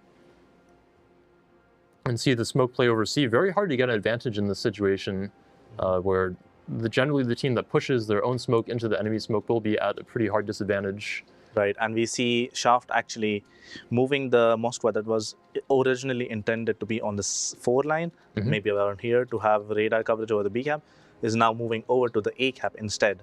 Yeah. And given the fact that there's only 3X ships behind the A cap, this is something that they can definitely flip. Yep. I guess they realized that the B cap would be too difficult to take, given the fact that 3X has also set up their Moskva and the Stalingrad in a similar positions to the Shaft team, where they have 2 radars over the B cap, and timing those radars well It is a difficult cap to take. You would lose a lot of HP, and realistically is not something worth going for at the start of the game. Yeah, especially with how long that monster radar is, it's generally not feasible to contest into that. So a good rotation from them here. But 3X building up an almost 150 point lead off that early cap with the Clever, showing why it can be worth to bring that French destroyer even with the restrictions. Absolutely. So at this point, really what 3X has to do is just defend this A cap, trade out the HP, and then look for a conversion somewhere else. And the Gdansk going for B there. The Masa was moved away. It does go into the Thunderdome. We've talked about the Thunderdome before. Do you feel like this is a decent play for Shaft at this stage of the game? I think this is a difficult call to make. I think he was likely forced into going there because the Minotaur on the one line was constantly farming him, as well as the Montana shooting him all the time. He was probably trying to make a play to push forward with the help of his Napoli. However, he was forced to go in there just to not die. All right, well, at this point, it looks like Shaft is really just struggling in the HP trades. 3X able to just kind of dominate those off the early point lead, reacting very well to Shaft's push and trading out the ships. And also very dominant smoke play on C here, bringing that Minotaur down. Pretty hard for Shaft to come back from the game at that stage. Absolutely, that was, once they were up on ships, up on caps, they just held on. Shaft didn't really seem to have a play back into the game. Tough loss. Yeah, we've definitely seen these early leads be so impactful in the series, not only today, but yesterday and also in the regionals, where once a team is up a ship kill or even a substantial cap lead, the team that is forced to make the play into the enemy team generally suffers at this level of play. Absolutely. So it seems like we are going to go into a short break, and we'll be back. We'll have about a 10-minute break, and then we'll be back with the next series, the losers bracket final versus Rain versus 3X. Yeah, should be fun. See you guys then.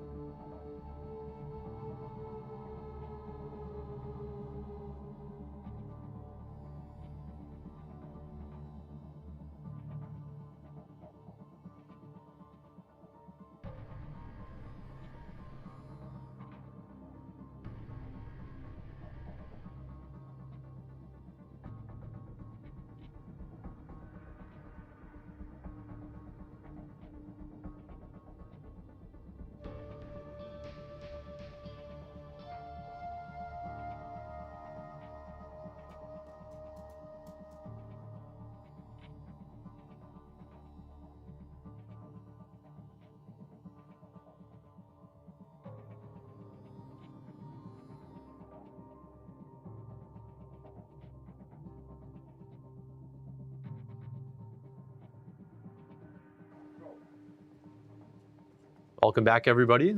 I hope you enjoyed the break because we have some exciting games coming up for you with the repeat of the EU Regional Grand Finals, Rain versus 3X. Yep, the lower bracket final here. Two teams who have a lot of history against each other, playing against each other.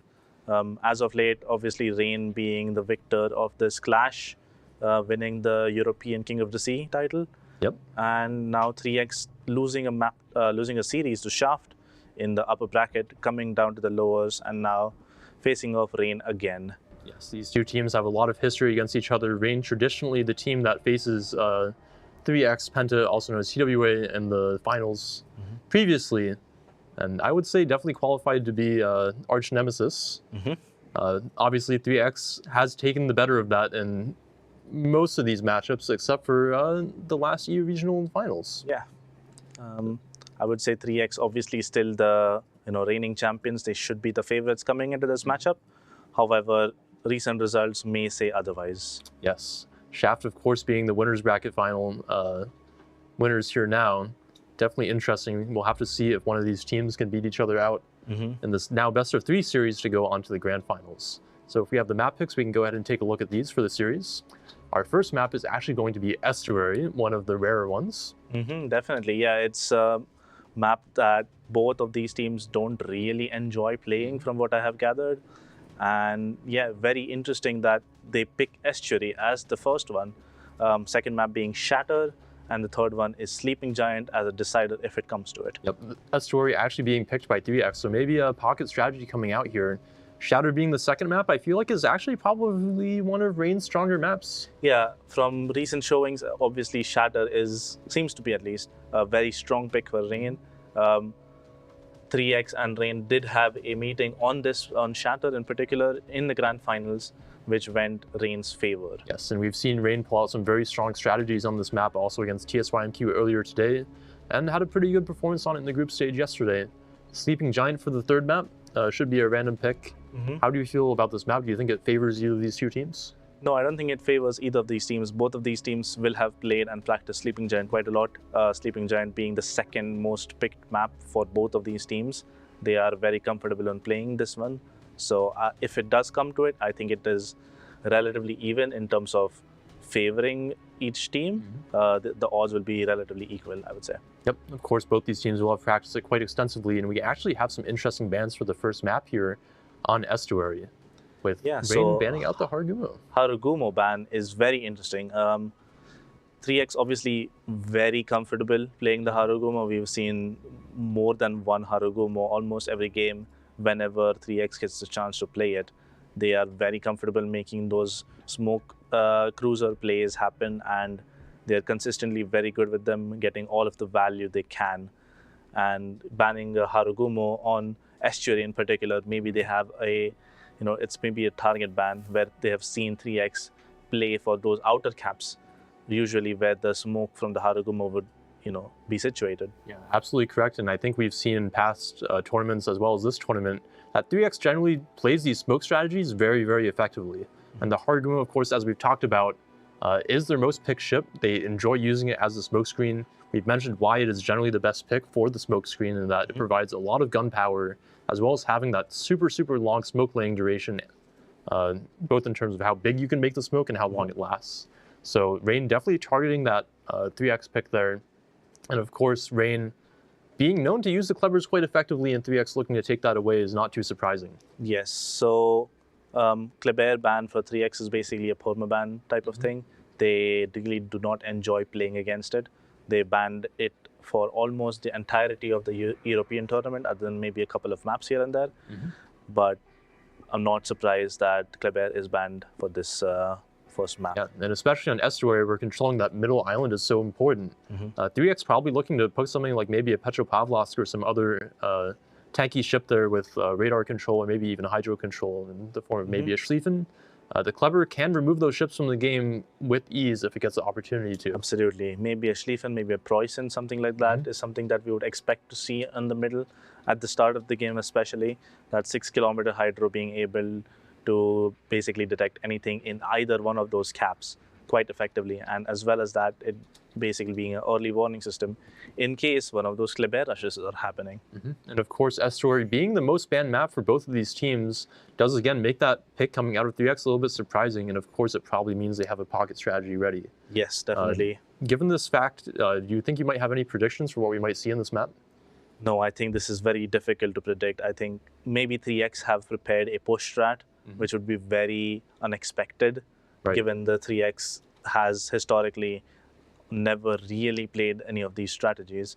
So if they do end up doing such a thing, it would likely catch Rain out. Right. I think the dynamic that we've seen in times past is that 3X is generally the most well-practiced, most prepared team, playing what is generally considered the optimal control strategies, while other teams such as Rain sometimes look to surprise them with an unexpected aggro strategy or something of the sort. So we'll have to see what the pocket strategy they have in mind is for Estuary. I'm quite excited myself. Absolutely. This has to be one of the best matches that we see today. And I'm really looking forward to seeing this map in particular, as well as the whole series. All right, well, let's get ready to get into it because the teams are ready. We'll introduce you guys to the map and then get right into the series. The picturesque waterfalls and broken cliffs of these narrow straits fuse to create a grinder that does not distinguish between meat and steel. Soon, seagulls, dolphins, and whales alike will find their lives interrupted by deafening explosions and brilliant flashes of light as two fleets do battle. This is Estuary. Estuary is a 42 by 42 kilometer domination style map with 4 cap points splitting the map into north and south. A cap is to the left, B cap is to the left center, C cap is to the right center, and D cap is to the right. The A cap in the west provides a natural playground for maneuverable and quick-firing ships. Large islands to the north and south provide natural cover for radar cruisers, and an island in the center provides a safe haven for bold destroyer captains. The small B and C caps lie in the middle of the map and provide valuable resources to the fleet bold enough to take them. A large island between them guarantees protection for radar cruisers, ensuring a high cost for any attempts at capture. The D cap in the east is rather easy to enter and leave, as there are few islands to restrict movement. Smoke screens will have to provide cover for teams as they attempt to capture this key area. Teams on Estuary will look to take advantage of the diagonal firing angles provided by the narrow islands and areas of flat land. Experienced captains will know not to expose their broadsides while sitting near low-lying settlements, and will look to take advantage of gaps in the mountainous terrain to land unexpected salvos on enemy ships. 18 ships, 2 teams, 1 victor. It's time to play Estuary. Alrighty, getting into this game between Rain and 3X, a matchup we usually see in Grand Finals situations, but this time it is going to be the fight to get into the Grand Finals for one of these teams, and the loser will be going down to 3rd place in the International King of the Sea tournament. On the Rain side, 2 Vermonts, 2 Des Moines, a Petro, 2 Gearings, a Daring, and a Gdansk on that side, spawning in the north. In the south side, Ohio and Schlieffen, the 2 battleships, Des Moines, Petro, and Minotaur, their cruisers, Gearing, 2 Darings, and a Gdansk, their 4 destroyers. So relatively standard comps coming out of both teams. Definitely, yes. I mean, we already see some pretty interesting play here with Rain sending the Daring. Usually, you're going to see like a Petropavlovsk. Schlieffen, obviously, from 3X is going to come and contest. And Taro here could be in a little bit of trouble because if he gets caught like this, he's going to basically have a lot of ships from 3X able to get an angle on him. So a lot of pressure is going to be put on Enta at the beginning of this game. We already see some info radar being used by Luca here to obviously spot Schlieffen, which is, I guess, what expected for most of it. We also see Congo lines being sent from Don't Flashbang Babies here towards this B cap. Already a lot of things happening right now. Yeah, how do you think about the Schlieffen versus Petra on the mid? Which ship do you favor? I mean, considering Schlieffen just got hit for 20,000 hit points by Malimu, it's a great start. I think Rain is going to put a lot of effort trying to contest that specific Schlieffen position. I don't think Lulu here will have the range on his Des he might have actually, but Bison might smoke him up to just put a lot of pressure on this Schlieffen. They're gonna want to put him out of this spot as soon as possible. We already see torpedoes being traded here. No hydro being run on 3X. They know that they can actually clear the island before torpedoes arrive. But we're also gonna see some action happening at A here pretty soon.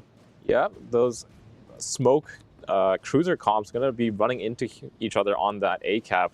It's very difficult for either team to contest here because there's a lot of kind of island cover for those cruisers. Ooh, but Marcelo in the daring, caught by this Des Moines radar, accelerating as hard as he can outside of this radar from Lulu Snail here. Lulu is not running hydroacoustic. Careful, because he's already eating daring torpedoes. Not a great start from him, not putting this hydroacoustic up, especially when you're in smoke and caught by these daring torpedoes. Yeah, and he has to realize there's another set of 10 torpedoes coming his way. These would have been the ones fired by the gearing instead. He's still not using hydroacoustic. Still has not put his hydro up. Does he has leg mod? He does have legendary mod. But yeah, basically Lulu here and Bison are going to be basically on kiting duty because there's a lot of ships pushing into D. 3X is sending Des Moines, Petropavlovsk, daring gearing combo to try and secure that delta cap very early. Yeah, 3X has actually chosen to bring their Petro over to the side of the map here, giving them that second radar as well as a longer coverage of hydro, although it appears that both their Des Moines and Petro are actually running their hydro at the same time, so a little bit of overlap there, but choosing to put their Schlieffen on that middle island instead of the Petra opens up another radar cruiser to play on the flanks, and that gives them this decap early on. It's true. I mean, not that much pressure actually put on this Schlieffen, but on the other hand now, 3X is going to start finding some angles to try to farm this Petropavlovsk as well from rain. It seems that Gangbarang has taken a little bit of a hit here, might have been caught in either Gdansk or Minotaur's radar, but he is now able to capture A. Kind of unscathed. He will only have to dodge some daring torpedoes, but he should be fine. Meanwhile, 3X has got the cap advantage on Delta. Considering the amount of ships they have there, it makes kind of sense actually. Lulu briefly spotted here, spotted again actually by this gearing. He's going to try to find some island cover, but they're going to be looking for some crossfires. Very good damage output onto Lulu in this short, brief moment of the spotting, but he is going to be able to tuck himself behind this island and escape that line of sight from the gearing. Remember, he took a torpedo as well, which is not ideal in that situation. And from this position here, I think he's going to be able to start threatening El Snackman's Schlieffen position once they can kind of get a little bit more consistent spotting on him. That's true. He does have the shell arcs to lob over this island, of course. We can see prediction today. Actually, impressive prediction. 61% in favor of rain and only 39% in favor of 3X. I assume that people have seen 3X kind of falter in this few last game, and they are putting a little bit of faith into rain, which I assume is what they need as well to beat this Nemesis team of them. Yeah, given their previous performances and kind of the track record between these two teams, it looks like 3X's kind of aura of invincibility has been shattered now. Yes, most definitely. It seems Anta took a little bit of a hit here trying to get into C, but now I'm not sure what they can bring to actually prevent Rain from capturing Charlie. If Rain managed to capture Charlie, it's going to start putting a lot of pressure on 3X because they're going to have to put their assets.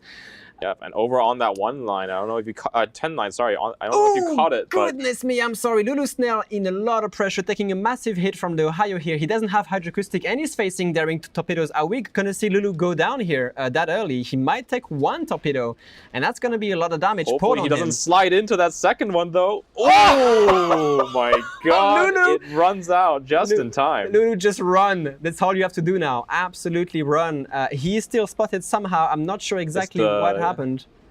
They're going to put a lot of pressure on him now. They're going to have to bag Lulu Snail very early. And he's firing back, so he knows his time is up. No. Tries to get a little bit of damage onto Marcelo's daring, but he's not going to find its mark. Over on the 10 line, though, Vile and Kinemod did appear to have taken a torpedo hit or two. Vile down to half of his HP, but they have a very strong hold over this D-cap now. They Let's do. see how they decide to play onto the rest of the map, though, because Rain has taken away that C-cap. Look at the daring reversing to get to... this is some weird stuff happening here. The Schlieffen is out of sonar, and we're going to see Enta with the daring reversing and trying to get some Congo line torpedoes.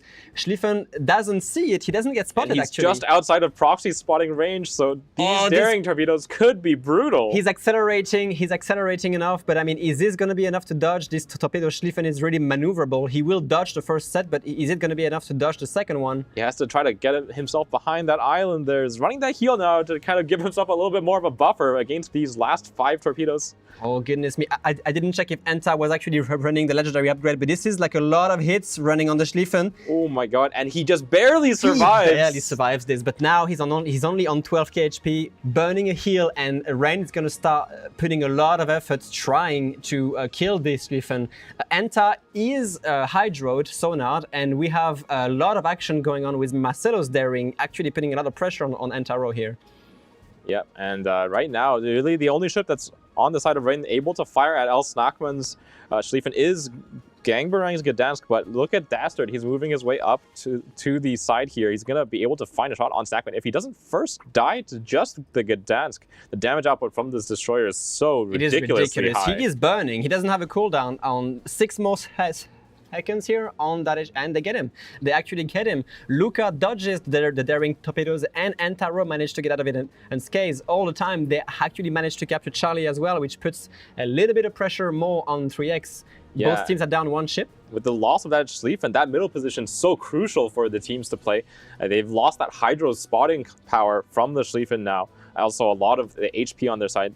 Currently, Lucar is under a lot of threat, though. A daring on each side. A Petro also coming up into the gap between the middle islands. So there's a lot of damage output going onto this Petro. It is, and Malimo is not in any position to help. They might actually be able to bag Lucar. Daring is just able to farm him. He's only have to worry about a Petro Pavlovsk back turret. It's not really that big of a deal. The only issue is Malimo... Oh. Lucar is being forced forwards by these 2 ships, and he's going straight into a conga line of torpedoes from the other side. That should be the death of the Petro here. That is exceptional timing on these daring torpedoes from Don Flashbang Babies. Actually trading that Schlieffen for this Petropavlovsk. Malimu also taking torpedoes from the Gearing and the Demon, who has managed to go literally into Rain spawn here. Oh my but god. Blood taking as well some Gearing torpedoes. A lot of torpedoes being traded today, as yeah, you it's can a see. torpedo tennis. Both teams just eating them on both sides. This is really interesting here. Malimu in the Vermont is going to start pushing against Blood Legends here, perhaps trying to emphasize that HP loss from Blood Legends to try and get that kill done. Meanwhile, 3X obviously trying to get that C-cap. They've pushed Vermont, Daring, and the Petropavlovsk into it. It's like Silverblades Ohio are going to be making its way onto this middle cap as well. How do you think these 2 battleships match up? Vermont versus Ohio at close quarters. Vermont has maybe a little bit better of that main gun power. Yeah, but Malimu is unable to push Marcelo. Marcelo in the daring is actually going to go for a rush. We see some early Petropavlovsk radar here to try and get Entaro. Sorry, I am reading this wrong. I think 3X is going to try to capture Charlie with the daring, and then they're going to send him to try to contest Malimu. I don't think it's going to be a face-off versus Vermont and Ohio, because Malimu will lose that if he tries to get angles on Silverblade here. Yep, and right now, Malimu just has to tank the fire from Kinemod. There's nothing his team can really do to push this Des Moines away, so... Ooh, Gunner Duster turning out of these incoming Gdansk torpedoes. These are really fast. They don't do that much damage, but they can hit Gunner Duster really, really hard here. I don't think... He must be seeing the torpedoes now. He's about to take maybe 3, 4? It looks like Gdansk torps. It looks like 3, which is like actually not that bad. Yeah, the European torpedoes obviously very quick, but they don't have as much damage. Will force a DCP at least out of that Vermont, so if they can light a fire or 2, that could be nice, and Stryver is going for that now. Malimu under tremendous pressure here. He's running DCP because he took more Gearing torpedoes, but that Kinemod Gearing, the Demon Gearing smoke here being ridiculously rough for Malimu. He's even pushing into daring torpedoes now. I think he's just trying to get an angle on whatever's going on, but they are going to lose Malimu. He's going to take these daring torpedoes 100%. Yep, Daring's torps in the water, and Malimu will not actually get sight of anything in time. No. Down he will go, and he doesn't even get a single shot out. Gangbarang's radar was not ready for him to at least take a single shot. Obviously, that's all the time you have during the Gdansk radar. Losing Lulu here at D was really, really rough for Rain because it basically cascaded into them losing Malimu. They allowed basically Kinemod and Vilex here behind them, and even though they sent Daring and Gearing, or I remember it being maybe Gdansk to try and counter this, it's still really, really hard to pull off. Gearing torpedoes going towards Vilex here. He's turning into them. He's not really paying attention because he doesn't see them yet. Is he going to be able to dodge this? Oh no, those Gearing torpedoes so stealthy. Oh, that is ridiculous. Is he going to take one? That's going to be a kill if he does. And Yes. he And takes the torpedo. Bison will trade away the Gearing. Kinemot has thankfully had his buddy spot them with his face, so Otherwise, he's going to be safe. That's one way to put it. If there's one way to spot torpedoes is by eating them as well. So actually a decent trade here. Rain is still on the very back foot with a ship disadvantage. And I don't know what just happened, but I saw a white bar going to Fort Mazing's Des Moines. Oh, What is no! going on here More now? torpedoes! That is really, really sad. Over pushing that Gearing Des Moines. And now Rain being caught, the real ship Shady being caught in this Minotaur radar. Gonna have to turn away from so much focus fire here.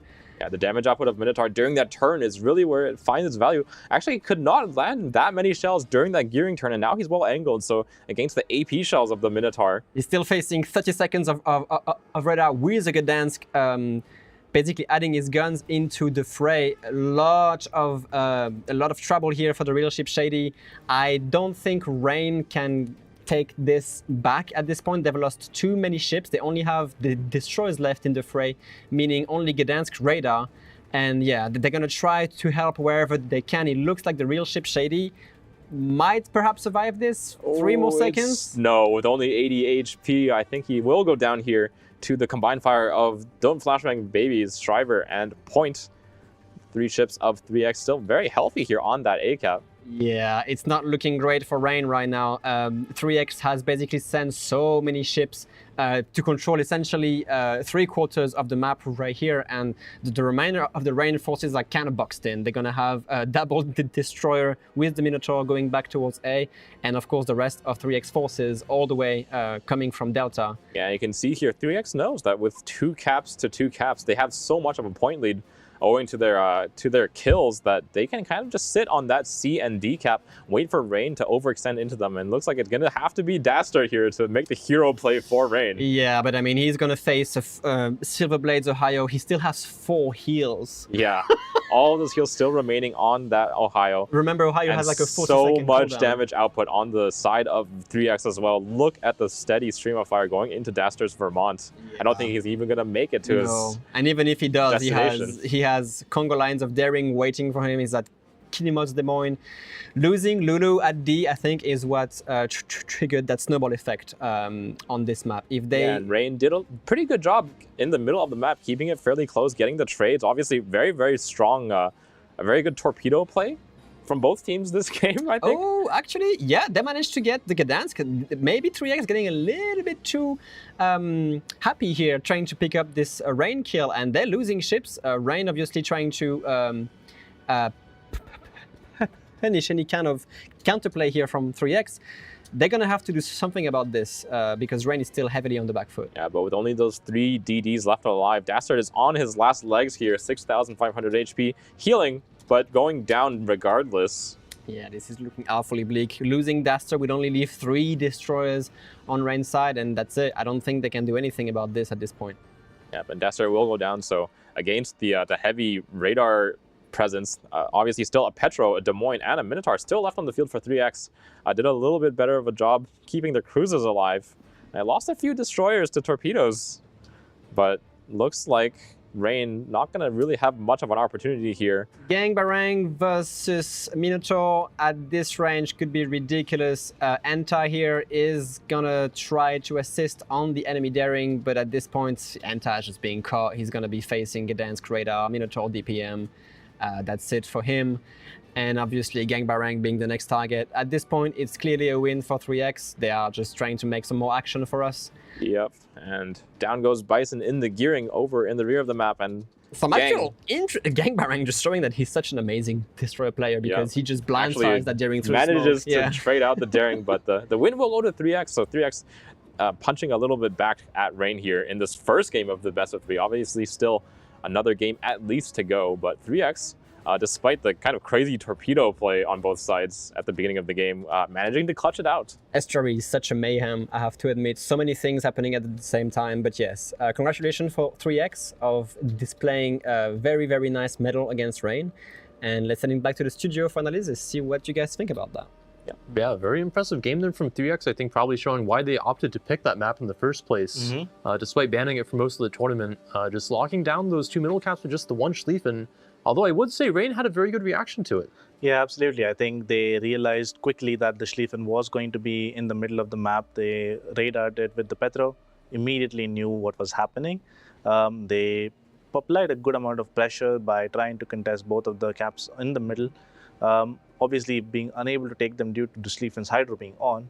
But we saw later on in the game when the Schlieffen's hydro did go down, Rain's daring and Taro actually reversing and sending some single file torps towards the Schlieffen, landing I think 4 torps, making him critically low and actually getting the kill as well later on. Yeah, Rain definitely looking for that pick. I think at the start I would have favored 3X's deployment since they only devoted that 1 ship to locking both of those caps. It did give them stronger plays on the side caps. They were able to lock both those, obviously, and Rain only devoting really 2 ships to that D cap at the far east kind of came back to bite them. But they did have a very strong timing into that Schlieffen that they knew when the Hydra would go down, and as soon as it did, they were ready to pick that ship. And that worked quite well for them, but the vital mistake on the east side of the map. Yeah, eating the torps and then unfortunately getting caught by the daring in the Des Moines eventually led to the Des Moines going down. And after that happened, Rain didn't really have a way back into the game. Yeah, and it looked like Lulu probably, after he got onto the rock there, was looking for a way out since eventually 3X would have been able to push behind him with that smoke screen. But unfortunately, he just chose the wrong time, right into those torpedoes as well as a battleship salvo. And at that point, after he goes down, Rain doesn't have any heavy assets in the area to really stop 3X from controlling the east side of the map.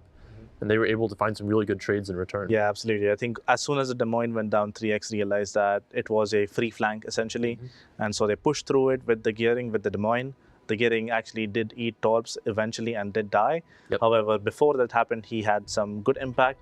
He sent torps out to the Vermont on reload, hit like a few torps, pushed his damage con, and then had the Des Moines that he had smoked up previously farm him for a lot of damage. Eventually, the Vermont having to, yield under that pressure, have to push towards the middle of the map where the daring was already ready for him to do such a thing and eat torps and die. We did see that the Gdansk of Rain was able to rotate back towards the middle of the map to maybe try to meet this push from 3X on the east side. But unfortunately, when he arrived and used his radar, the Vermont guns from Malamu weren't actually trained in the direction of the smokescreen. So he wasn't able to get a shot off during that. It's really only about 7 or 8 seconds of team spotting with that short duration Gdansk radar. And he just got farmed down, so very unfortunate for him. Before we start moving on to the render, I just want to remind everybody in chat that the Vermont camo, the COTS Vermont camo, will not actually be added into the game until the next patch, which is this week, so you don't have to wait long. But if you complete the mission already, don't worry that you didn't receive anything. The Vermont camo is coming. It will be next patch. We will be able to see who has completed the mission and credit that camo to you. So don't worry, it will be in your port this week. So for this game, obviously we saw that critical mistake from Rain on the 9-10 line, losing the Des Moines. They had some pretty good reactions. Do you feel like maybe they could have rotated some more things from the west side of the map? As we take a look at the render here? Let's take a look at the render and see if they can actually have a way back into the game. So again, keep in mind that this is 3X's map pick, so their strategy here probably should be favored for them, both teams bringing in Petropavlovsk. But critically here, 3X opting to take this middle section of the map, which is very key for controlling these 2 maps with only the 1 Schlieffen. Yeah, absolutely. Schlieffen Hydro is 6 kilometers, and you are able to essentially deny both the B and the C cap with 1 ship. Right. However, once that Hydro does go on cooldown, you no longer have that information. You no longer see what is happening on the other side of the island. Right. it is essentially a short window here for 3X to have that spotting over both those caps, a few minutes on the Hydro. And then we can see matching up on the caps here, Rain going for a very late deployment onto the 9-10 line here with just the gearing in Des Moines, whereas 3X has a total of 4 ships on this side, will be their strong side. But in return for Rain having a very weak side on D, they actually don't have more ships at A. We can see that these 3 ships on 3X are actually pretty well positioned to be able to play for this cap. Absolutely. Against the 3 ships of Rain here. I think this was due to the fact that Rain committed 2 ships towards the middle of the map where 3X only had 1. In addition to that, obviously, the 2 Vermonts from Rain are relatively centrally positioned on the 4 and the 7 line, not having as much impact as they would want to likely onto the flanks. So the cruisers get a bit more freedom in terms of what they can do. Obviously, 3X's battleships are also positioned centrally. However, there are more forces devoted to the flanks. Right. And that definitely gives 3X an advantage in the early game here. And we can see as the game develops that Rain will have to react to that Schlieffen and try to get out of the game. Unfortunately, the daring being devoted to mid doesn't allow him to get an early cap. And the cap lead does go over to 3X as they push through the 9-10 line here and manage to pick up that Des Moines. So at this stage of the game, that death is pretty key. And Rain has to react here during the Schlieffen downtime to try to trade that out. Yeah, absolutely. So the daring obviously realizing the fact that the Schlieffen no longer has Hydro and there is no real way of spotting him while he's making this play. So he was relatively safe. Obviously, he would have been hard spotted by the Schlieffen himself if he didn't smoke. So he smokes while reversing and gets his torps off while dodging all the spotting because the Petro Pavlos from 3X, who was inside the decab, is a bit too far to radar the smoke. Right, and we'll see that in order to actually pick up the Schlieffen, I believe the Gdansk and Vermont of Rain will have to look for the angle here. The Schlieffen obviously will be pushed forward by those daring torpedoes and go down. So at this point, I would say that trading a Schlieffen for the Des Moines is probably okay for Rain, especially given that they do control the C cap. So at this point, what do you think 3X's strongest play was here in terms of being able to actually close out the game? I think the play, definitely what they did during the game was the strongest play, given the fact that they have broken through the decap, they have absolute control over the decap, and they have essentially entered Rain spawn with a hard spot on the Vermont of Rain. They were basically able to just farm him out, make sure that he gets enough pressure that he doesn't really make any crazy plays. And while doing so, they also went and sent their ships into the sea cap down here. And so they were able to flip the sea cap in their favor while also pressuring the Vermont and maybe making him a viable kill. Right, we can see that a lot of pressure is being applied to this Rain's Vermont and mid, just from the fact that this gearing Des Moines now has free smoke play since the Rain Des Moines is dead.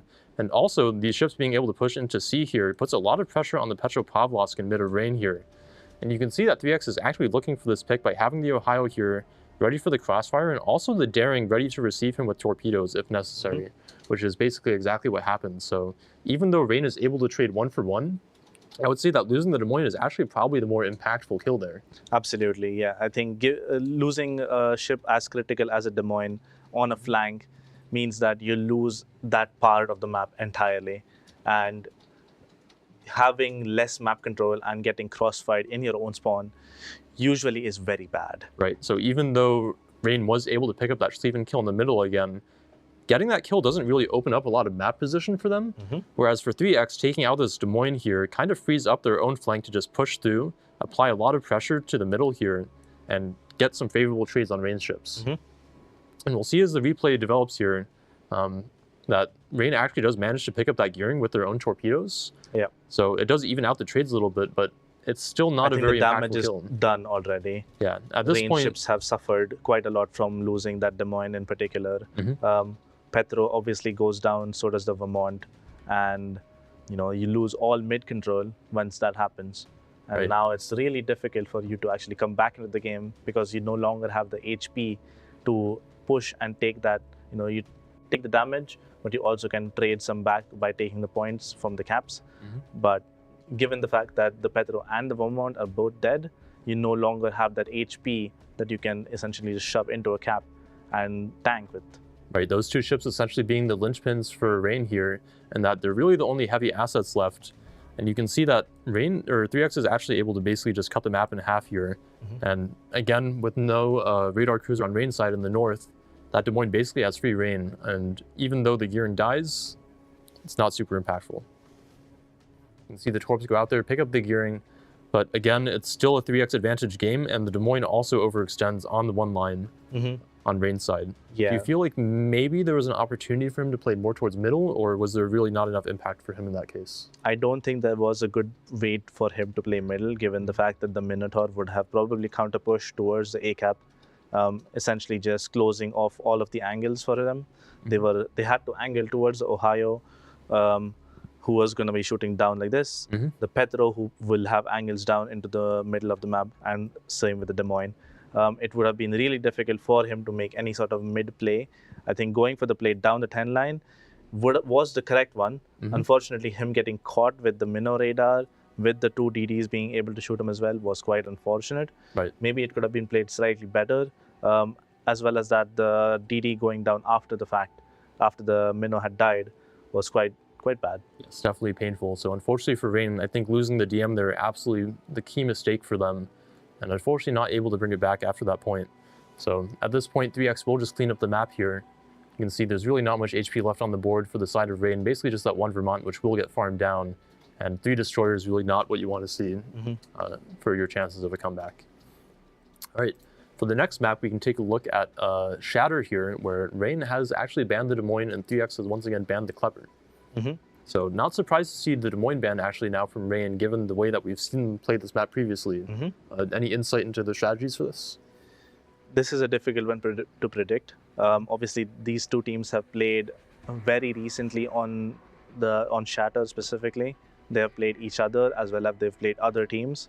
So there will have been more than enough previous games that they will have studied, and they should know each other's strats quite well. Right, and Reign actually did pick up a game on Shatter versus 3X in the grand finals, if I believe, of EU regionals. Correct. So you have to believe that they have a strategy here in mind to not have a repeat of that. Yes, so I would hope that both of these teams have a strat that has been prepared previously, that they have practiced, which hasn't been shown yet in this tournament, or maybe in the European tournament as well, and they will be able to pull it out. Essentially, not knowing the enemy team's strat will be a big deciding factor who wins this match. Absolutely, and Reign now on match point to show whether or not they advance into the grand finals or take 3rd place instead. So I believe the teams are ready. We can see who takes this high stakes match in this series. Let's go to the Shatter intro. The picturesque coastlines of the maritime provinces of eastern Canada form the backdrop for a titanic clash of opposing fleets.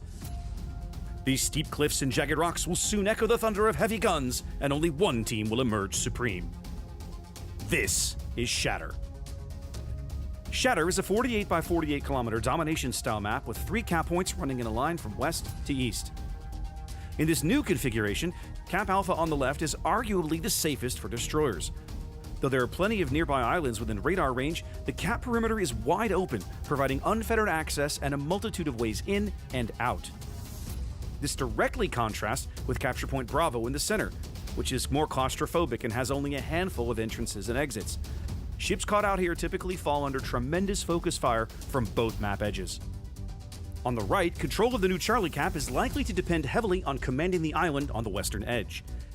Expect teams to deploy ships both south of this island and to the 9-10 line on the extreme eastern edge as they vie for dominance. 18 ships, 2 teams, 1 victor. It's time to play Shatter. All right, welcome into Game 2 between Reign and 3X. On the side of Reign, Kremlin and Schlieffen, their 2 battleships. Petro, Minnow, Marseille, and Napoli, their 4 cruisers. Haragumo, Daring, and Gdansk, their 3 destroyers. But I'm a little bit more excited about what 3X has brought. Poison and St. Vincent, their 2 battleships. 2 Stalingrads, a Minotaur, and 3 Marseilles. Only 1 destroyer on 3X's side. Sol Ragnar as their single destroyer. There is no French word for Blitzkrieg. But I assume that they kind of want to appropriate this to these 3 super heavy cruisers. I think it's called Marseille. It's called Marseille, yeah, let's just call it that way. And they're actually going to send, what, the triple Marseille, are they going to stay together or are they going to split? It looks like they are splitting. They're sending 2 on C side here and only 1 on the A side. And 3X, a team that's classically known for just kind of playing it safe and standard. this time they're going to be the ones breaking out the crazy strat on this crazy map. I think they just saved a specific new unseen before strategy just for us today. Might be the case, so let's pay attention. They're also bringing double Stalingrad, which you don't really see that often. Yeah, that's true. So very interesting to see Napoli as well being played from Rain. But the one DD pick is actually what could go against 3x here. Yeah, for sure. Losing all of those destroyers. Obviously, number one, no smoke Harugumos or gearings means that you cannot run your cruisers around in the open water safely. And number two is like you just cannot get onto the caps very quickly with only a single Ragnar. We've also seen the impact of torpedoes. Yes, for sure. This weekend, and essentially 3x will have the Minotaur as their sole DD. Like the Minotaur will have to act. St. Vincent's got some torpedoes. Fair enough if you put it that way.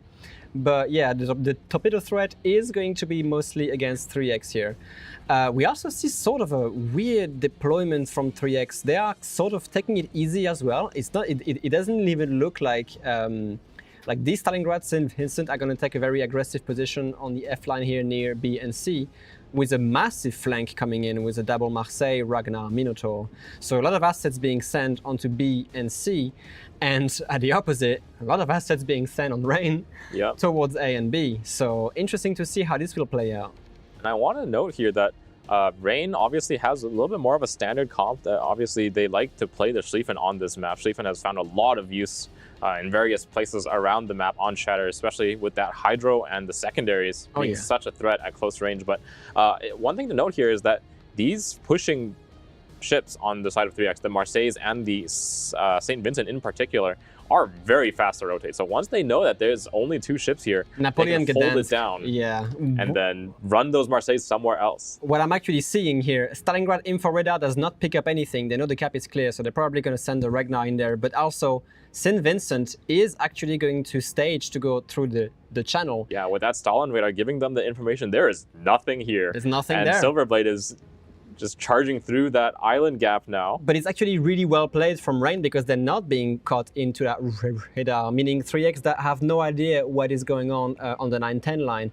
Napoli and Gdansk on Rain side are going to be under a lot of pressure because they're going to be crossfired between a double Marseille and a St. Vincent with a Stalingrad in the middle providing supporting fire. So Lulu and Gangbarang are going to be sweating a little bit. Yeah, and I think to note here, Marseille, one of the few cruisers that can actually put out pretty consistent and high damage output onto the ship, onto the Napoli. Napoli, obviously, we all know and love its armor scheme, but Marseille having those larger guns, as well as the very high alpha, allowing it to kind of punish the Napoli in between those smoke screens. Also, we see some triggered discipline on 3x. They know they have full radar coverage on B, but they know that they also have nobody with guns that have an angle on the cap. So Rain is going to pick up that early cap, which is also a pretty important one because it is the center one. But it's like such an interesting strat from 3x. They are literally just taking so much ground right now. And Gangbarang and Lulu are gonna get caught eventually. I'm not sure exactly when, but Lulu will be spotted by this Ragnar eventually. It's gonna happen quite soon. And there's gonna be, here we go. And there's gonna be a lot of fire starting to pour towards him. Yep, and with Kinemod's hard spotted as well by this Gdansk, we should see the two Marseilles start to open up. Games on Napoli, and he immediately smokes. He does not want any of this. He doesn't want, he doesn't. So now it's going to be a matter of just running. It looks like the St. Vincent didn't get the angle, so he actually cannot get that crossfire going. But with the Ragnar, actually kind of sort of, if I can show the map here, the Ragnar is going to sort of cut their retreat and keep them spotted. This is going to be really painful for them. C-cap being taken by Aiken Litung in Stalingrad here. And yeah, right now, so far, this massive deployment on Rain's side on the A-cap still hasn't really bared his fruits. They have the same thing. They're going to have like a kiting Marseille. They don't know it's there yet. And they're going to have to start sending ships into A quite soon here. Yep, so it looks like it's going to be 4 Amazing's Minotaur. I think they've kind of realized that there's really not a lot of a 3x presence over on A. Obviously, there's very few radars, actually. Just the Minotaur actually, there's 4 radars. But Lulu. It's all positioned in a pretty decent spot. Here we go. Is Lulu going to be able to survive this? That is going to be a tremendous amount of fire being poured on him. Oh, I'm sorry. I'm tracking the wrong target here. not the planes I want to see, but the actual ship. Lulu perma spotted here by the Ragnar. Even the Ragnar's going to start engaging, so he's going to be in a world of trouble. Yep, St. Vincent and Stalingrad also putting in that long-range fire, but it's really just going to be these two Marseilles pumping in the damage into the Napoli. Looks like Gang is going to try to smoke the Napoli away. Starts laying it now, and it's going to try to pull it at least further off of But the corner. Minotaur radar is right there. 3x with the Minotaur radar is going to keep him spotted the entire time as well, which is really, really bad. It's going to be a matter of how long Lulu can survive here, but because the longer he survives, the more time he's actually going to save for the rest of his team. Yeah, and Rain is taking away on 2 caps, right? The Daring and Taro did pick up B cap earlier on in the game, with A cap taking away as well. Rain is building the lead as long as Lulu lives. That's true. I mean, at the same time, Lulu is providing a lot of information right now on his team. That they know right now that they basically have double And Marseille. Lulu is doing a lot of damage himself, actually. While he is starting to drop down here, but all of this damage on the Ragnar is basically just from this Napoli. It is true, yeah, and he's gonna start adding up to it. Like how many heals that he has? He has his next heal in 30 seconds, meaning that they probably I don't think he's going to make it towards that next heal, but about 9,000 HP remaining and burning on a fire right now. Long-range shots also coming in from that Stalin. That's it for him, Ooh, regardless of what the mark. happened. I mean, at least the Gdansk is able to get out of here and unscathed, which might actually be a problem for 3x because the Gdansk can stall pushes. It does have very usable torpedoes. It does have that smoke radar thing, and it's facing a Ragnar. And I think into a 1v1 fight here, especially the amount of damage the Ragnar has taken, this could go into Gangbang's favor. Lulu doing his best to delay the push and trade out a lot of HP actually on that Ragnar. Obviously, Ragnar does have heals, 2 remaining on that, but about 20,000 HP left on that ship. And then look at the line being set up here by Rain. I mean, on the other side of the map. We see, yeah, this is actually going to be very interesting because even though 3x has bagged the first kill, they are going to have to start pushing that advantage on the A, B, C lines to try and basically flank the entirety of Rain's team and also try to work on these caps. I'm just not really seeing a lot of answers on that massive double Marseille Minotaur Ragnar push. They have staged the Schlieffen here to try and assist. Yeah, but if Schlieffen shows himself against that, I don't think he's surviving for very long. No, he doesn't at all. Yeah, that double Marseille is ridiculously strong. So it's just a matter of if Rain can basically anchor down into B and prevent that rush that's about to happen. I think their answer is they're just going to have to take these fights into the close quarters. I think that's the best chance for Rain to kind of prevent this double Marseille from just running everything over, because that's when you get threats like the torpedoes and the secondaries into the fray. That's when you can start leveling out the trades against these Marseilles, because otherwise those Marseilles long-range damage output. That's true. We see the prediction here, 56% onto 3x, 44% onto Rain. I mean, for me, it sounds like a 50-50 as well, because while there's this massive push happening here from 3x, there is still the Kremlin from Malimo here, there is still the Petropavlov, the Marseille on the eye line.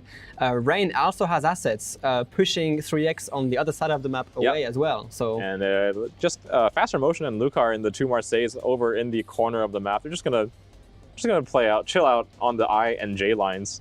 They've removed themselves from the game, and we see Rain setting up here to receive that push.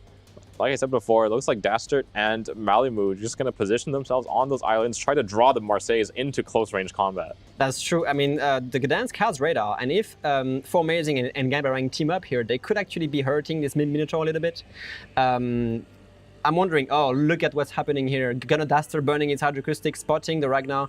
I'm not sure if anything actually has angle on him, but at least he's kind of stuck into this sonar for a long, long time, which is actually good information because Formazing here might actually try to engage this. Yep, that Minotaur, he has to be really careful though, because lots of overmatched ships on the side of 3x. Sure, the Marseille being a big issue, obviously. We actually see some instant answers here from Stalingrad and both Stalingrad. Stalingrad's opening up on Formazing, but he's actually managed to escape fairly safely. There, you can see he actually ran his heel expecting to take punishment, but... yes, it's kind of this scare thing happening here. We also see Blood Legends in the Stalingrad about to face off versus Gunner-Daster Schlieffen for the capture point of Bravo. Daring Enta not spotted. If Blood Legends decides to go forward, he will have to face Daring torpedoes here. We also see a Kremlin versus Preußen developing. The Kremlin is kind of staying in here, trying to get angles on the Marseille. And it seems Lucar has sort of traded negative net HP against faster motion here. Yeah, on faster the motion. Obviously, the kiting Marseille does have a little bit of an advantage in a straight damage trade. So he goes for amazing. He's about to have to broadside a double Marseille. The first salvos actually are high explosive, not armor piercings. And yeah, this is going to be a lot of pressure. Malimu being crossfired by Stalingrad. Amazing. In a blink of an eye, goes down to the 4 overmatched ships on the side of 3X. Stalingrad shells, Marseille shells, everything super deadly for that Minotaur. And he will go down. Gangbarang now on his lonesome here in the corner of the map. He is still being chased around by points. Minotaur radar is about half a kilometer in, and with that 15 seconds remaining, should be able to survive, but I don't know if he can get himself back into the game after this. This strat catching Rain completely off guard. They are unable to do anything about that ruthless push on double Marseille Minotaur. And with the loss of that Minnow, Rain's not going to be able to keep these 2 Marseilles off of the rear of Dastard. Yes. Schlieffen's position starting to become very, very, very dangerous. I mean, look at this. They basically spawn here, and they've literally sailed across the entire half of the map, and they are behind the initial spawn. This is looking like a exceptional pincer move right here on the rest of Reigns, and I don't know how Reigns can react to it. They have stalled B. They are slowly building this cap advantage. Maintaining, the cap advantage with Blood Legends parked into Bravo. I don't know what Ren can do at this point. And at this point, John the Ruthless and Kinemod's Marseilles are starting to build that angle. Dastard's going to be forced to walk kind of into the cap to keep himself out of the line of fire of these 2 Marseilles, but these 2 ships not slow to come around on his rear. Yeah, that's true. And now they are starting to push Malimu in the Kremlin. A lot of HP on this battleship. He's going to be facing a crossfire with Marseille AP, which could be a little bit rough for him. Of course, facing off El Snackman, Preußen in close quarter like this, Kremlin sort of have the advantage. Yeah, I feel like he definitely does, as well as the fact that Snackman's Preußen is not secondary built, which sometimes you see on those German battleships. So without the damage output of those secondaries, this matchup, Kremlin versus Preußen, is very one-sided. Goodness me, Schlieffen getting massacred by Stalingrad AP, and we're gonna see Gunnar going down here. He was threatening Stalingrad here, and Malimu is actually threatening Stalingrad too. They are pushing Entauro in the daring for a torpedo rush. They're just looking for blood right now. Rain is looking for kills because it's basically the only thing they can do at this point. Yep, and Taro just gonna be moving his way onto the bow of that Stalin. Plenty of HP remaining on this daring and no real threat to him if he takes this push. Look at the Marseille's crossfire as well on the Petropavlovsk. He's going for it. Stalingrad doesn't even have the guns pointed towards this because he's trying to get the broadside on the Kremlin. So we are actually going to see Blood Legend going down here by this daring rush. Yeah. It could be actually a bit problematic for them because it opens up Charlie. Antaro could actually go towards C without too much resistance once they get the Preußen out of the fight. But Daring is not the fastest destroyer, so with 3X kind of bearing down onto those Alpha and Bravo caps, him going to C might not even be enough. Yeah, we also see a face-off bow on St. Vincent versus Petropavlovsk versus Stalingrad. So Artorius here in a world of trouble. If he reverses, he even has to face broadside shots from the Marseille, who now are pushed all the way to the second line. Gangbarang obviously under tremendous pressure here, probably going to go down. This tactic is working flawlessly for 3X right now. Yep, and actually Bison's Haragumo now caught in that Ragnar radar, but don't think Flashbang Babies really wants to open up here. They will pick up Faster Motion's Marseille with that Kremlin push, but they will be able to trade away Malimu's Kremlin, and that is so much of Rain's pushing power gone. And Tauro surviving on no HP at all, actually landing all the torpedoes on Silverblade and making a trade happening here. Rain is trying to punish 3X for this, and now this Stalingrad versus Petropavlovsk method, of course. He's going to be able to trade away that Stalin. He's just going for the Preußen right now. We might see Artorius going down very soon here. Look at this Marseille push on the other side. Artorius go down probably from the Minotaur salvo. But at the same time, like, these Marseilles have basically been uncontested the whole time. They're going to put their nose into A. They do bag the Preußen here. Kill. So actually the points technically still in favor of Rain, but they have Gdansk, a Haragumo, and a Marseille left in the game. And a Stalingrad pushing into Bravo, which they cannot contest anymore. So, This looks like 3X just going to step onto both Alpha and Bravo. No HP or really utility left on the side of Rain to win this game. I mean, we might see Marseille from Lucar here just trying to get a play going at Charlie, flanking perhaps the Stalingrad, but there's just not enough time here. I feel like for him, rather than going for that C cap, I think he has to just kind of go and try to chase a kill. Yes, they have to go for kills, but I mean, they just cannot do anything at this point, unfortunately. Yeah, faster motions, Marseille, dead on that, dead on the kite. Took Lucar so far out of the fight, actually, that he is not in time to kind of bring his guns to bear on the rest of the map. Might be a silver lining here. These Harugumo torpedoes are looking great on the Marseille. The Marseille has no sonar, neither does the Minotaur, so I don't know. These are very powerful Japanese torpedoes. Could catch the Marseille off guard, and actually. Marseille is actually slowing down here, so... Slowing down, turning out. I mean, he's gonna take a couple. See if he can survive. I think Harugumo only needs like... I think he needs 3. Oh, goodness me. What can he do? Can he accelerate in time? Oh, is he gonna take... Oh, no. He's gonna go down from this. Harugumo is gonna... Oh my god, how did he survive? That's so easy. Oh, he actually has no DCP, so he's probably gonna flood out here. Bison. The heat is burning. He actually gets this. God. That is ridiculous. That is actually ridiculous because Marseille is gonna now start taking into the Charlie cap, probably trying to maintain this cap advantage. Can they actually win? They win in 2 minutes, 45 seconds on the point counter. But now that Lucar is contesting Charlie, Rain might actually win. Rain actually... If they run, they win. Yeah, Rain holds on to this win condition here. If Lucar can stay alive and stay on that C cap. I cannot believe this. All they have to do is run and capture Charlie, and that's it. And Rain Gang will actually win this. And Gang and Bison are out of there. They are running to the corner, down into the south. Lucar in the Marseille is going to park up against this island here. Probably his best bet. I don't think he's going to be making it away from that C cap once he has it. What a turn of events. 3X has a minute and a half to take out Lucar. I'm sorry, but this is impressive. I have to admit, Rain actually managed to get some crucial kills here that allows them to maintain that point advantage. And now that they've actually rotated the Marseille into Charlie, I don't know what's going to happen. 1 minute maybe could be played if Kinemod is actually fast enough to get there, but I don't think so. I think Rain wins this. Marseille, let's see. Lucar has his Hydro up for basically the remainder of the game. He'll see Kinemod coming on his rear. Actually, Anlitung is going to the rear as well. So as long as Lucar catches the edge of Kinemod on his rear, he's just going to accelerate forwards, and he's going to be perfectly fine. Even if Kinemod touches the cap, they don't have time to cap it anyway. Yes. So that's it. Rain actually wins this match. I think Rain, unless some egregious mistakes happen from Lucar, does actually... win this game against 3X. 3X looked so good in the push. They picked up so many early kills, but a crucial torpedo kill from Bison as well as Lucar's step onto the C cap. That is impressive. Never I would have expected 3X to actually lose that game. Basically outmaneuvered on their own tactics here, because I think they might have gotten a little bit too ecstatic about the tactics just working so nicely. They forgot about the caps. They forgot about the points. Forgot about the points. Rain taking away on 2 caps for the majority of the game, despite giving up the majority of the kills.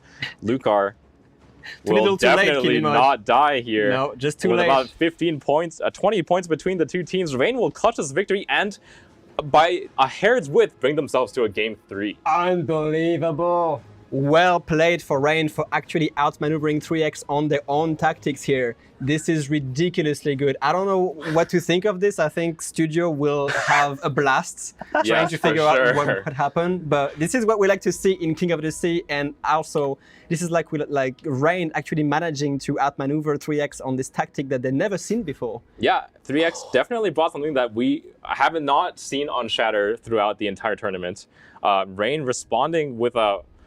And it looked like they were going to lose for the majority of the game. Really, really bad. Sure. And just at the very end of the game, clutch torpedoes from multiple Rain members, as well as the final cap take from Lucar. I have to admit, Baz, are you proud? Yes. Oh my god. What was that game? That has to be the best game of the tournament that we've seen so far, by far. Wow. I think loss of words. I don't even I'm know where to sorry. start with this. This was absolutely ridiculous. I mean, this is Rain's map pick. It's a map that they've practiced a lot. They've had some very impressive strategies for. 3X showing a strategy that is probably a one and done pocket strategy. How do you expect this? How do you react to this? Yeah, and we the saw triple Marseille pick. Whoa. and this is a strategy that we've never seen 3X try to execute, this kind of aggressive push strat. Again, we've talked about this. They tend to play these more controlling optimal strategies. But in this case, just absolutely going for the one destroyer lineup. They were up over 130,000 hit points at the start of the game, even before any trading happened. Just an absolute wall of push. And it looked pretty likely that they would have won that game with it. Yeah, given the start, especially, like we saw, obviously, they were going to make a push towards the eastern side of the map. And it was a double Marseille Minotaur Ragnar push with Stalin Crossfire. Yeah. So, as well as the Vincent, obviously, pushing through the channel. What a push from 3X. How do you deal with that as Rain? Yeah, and given the battleships, especially that Rain picked, the Schlieffen and the Kremlin, both of which are pretty short range, the fact that 3X ran up the 10 line meant that there was really no crossfire threat. So that Napoli basically just turned into a free kill for them. Absolutely. And we also saw that at the start of the game, of course, when you see this lineup, Rain doesn't know where the push is going to happen. And we saw that they were very slow to play on A, and they weren't sure if that 3X push would be on that side or not. So they didn't get that cap too early. And of course, the Napoli didn't quite run far enough before spotting the push and just ended up being that free kill for them. Yeah, wow. Obviously, the Napoli dying was something that was going to happen sooner or later, but the Gdansk smoking him up, I think, didn't really end up mattering that much. The Minotaur was aggressive enough. Yeah, the Minotaur radaring him inside the Gdansk smoke, so to make sure that he was perma-spotted for all of his teammates to basically kill him as fast as possible, because they were basically racing the clock to make sure that they got enough kills, because they realized that they were going to give up the 2 caps from the start of the game, essentially. And the win condition, let's say, for 3X was getting more kills and then essentially making sure that 3X Rain has no position to come back into the game. Unfortunately, I think it was slightly too slow, and reacted really well by pushing their own Marseille through the 3X spawn and killing the Marseille from 3X, who was kiting the entire game. And we also saw some heroic plays from Rain's Daring in middle and Taro, using only 3 torpedoes to finish off that Stalingrad and saving the other 7 for the St. Vincent and the second Stalingrad. Yeah, wow, that play honestly may have been the decider, in my opinion.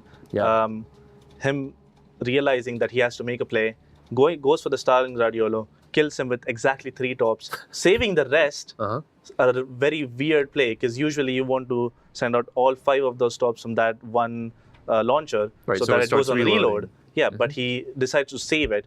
He only fires 3, kills the Stalingrad, turns around, and then goes for the Vincent and the other Stalingrad who are on the other side of the island, kills the Vincent, and with the last remaining torp, hits it on the Stalingrad and helps out the Petro to make that trade happen.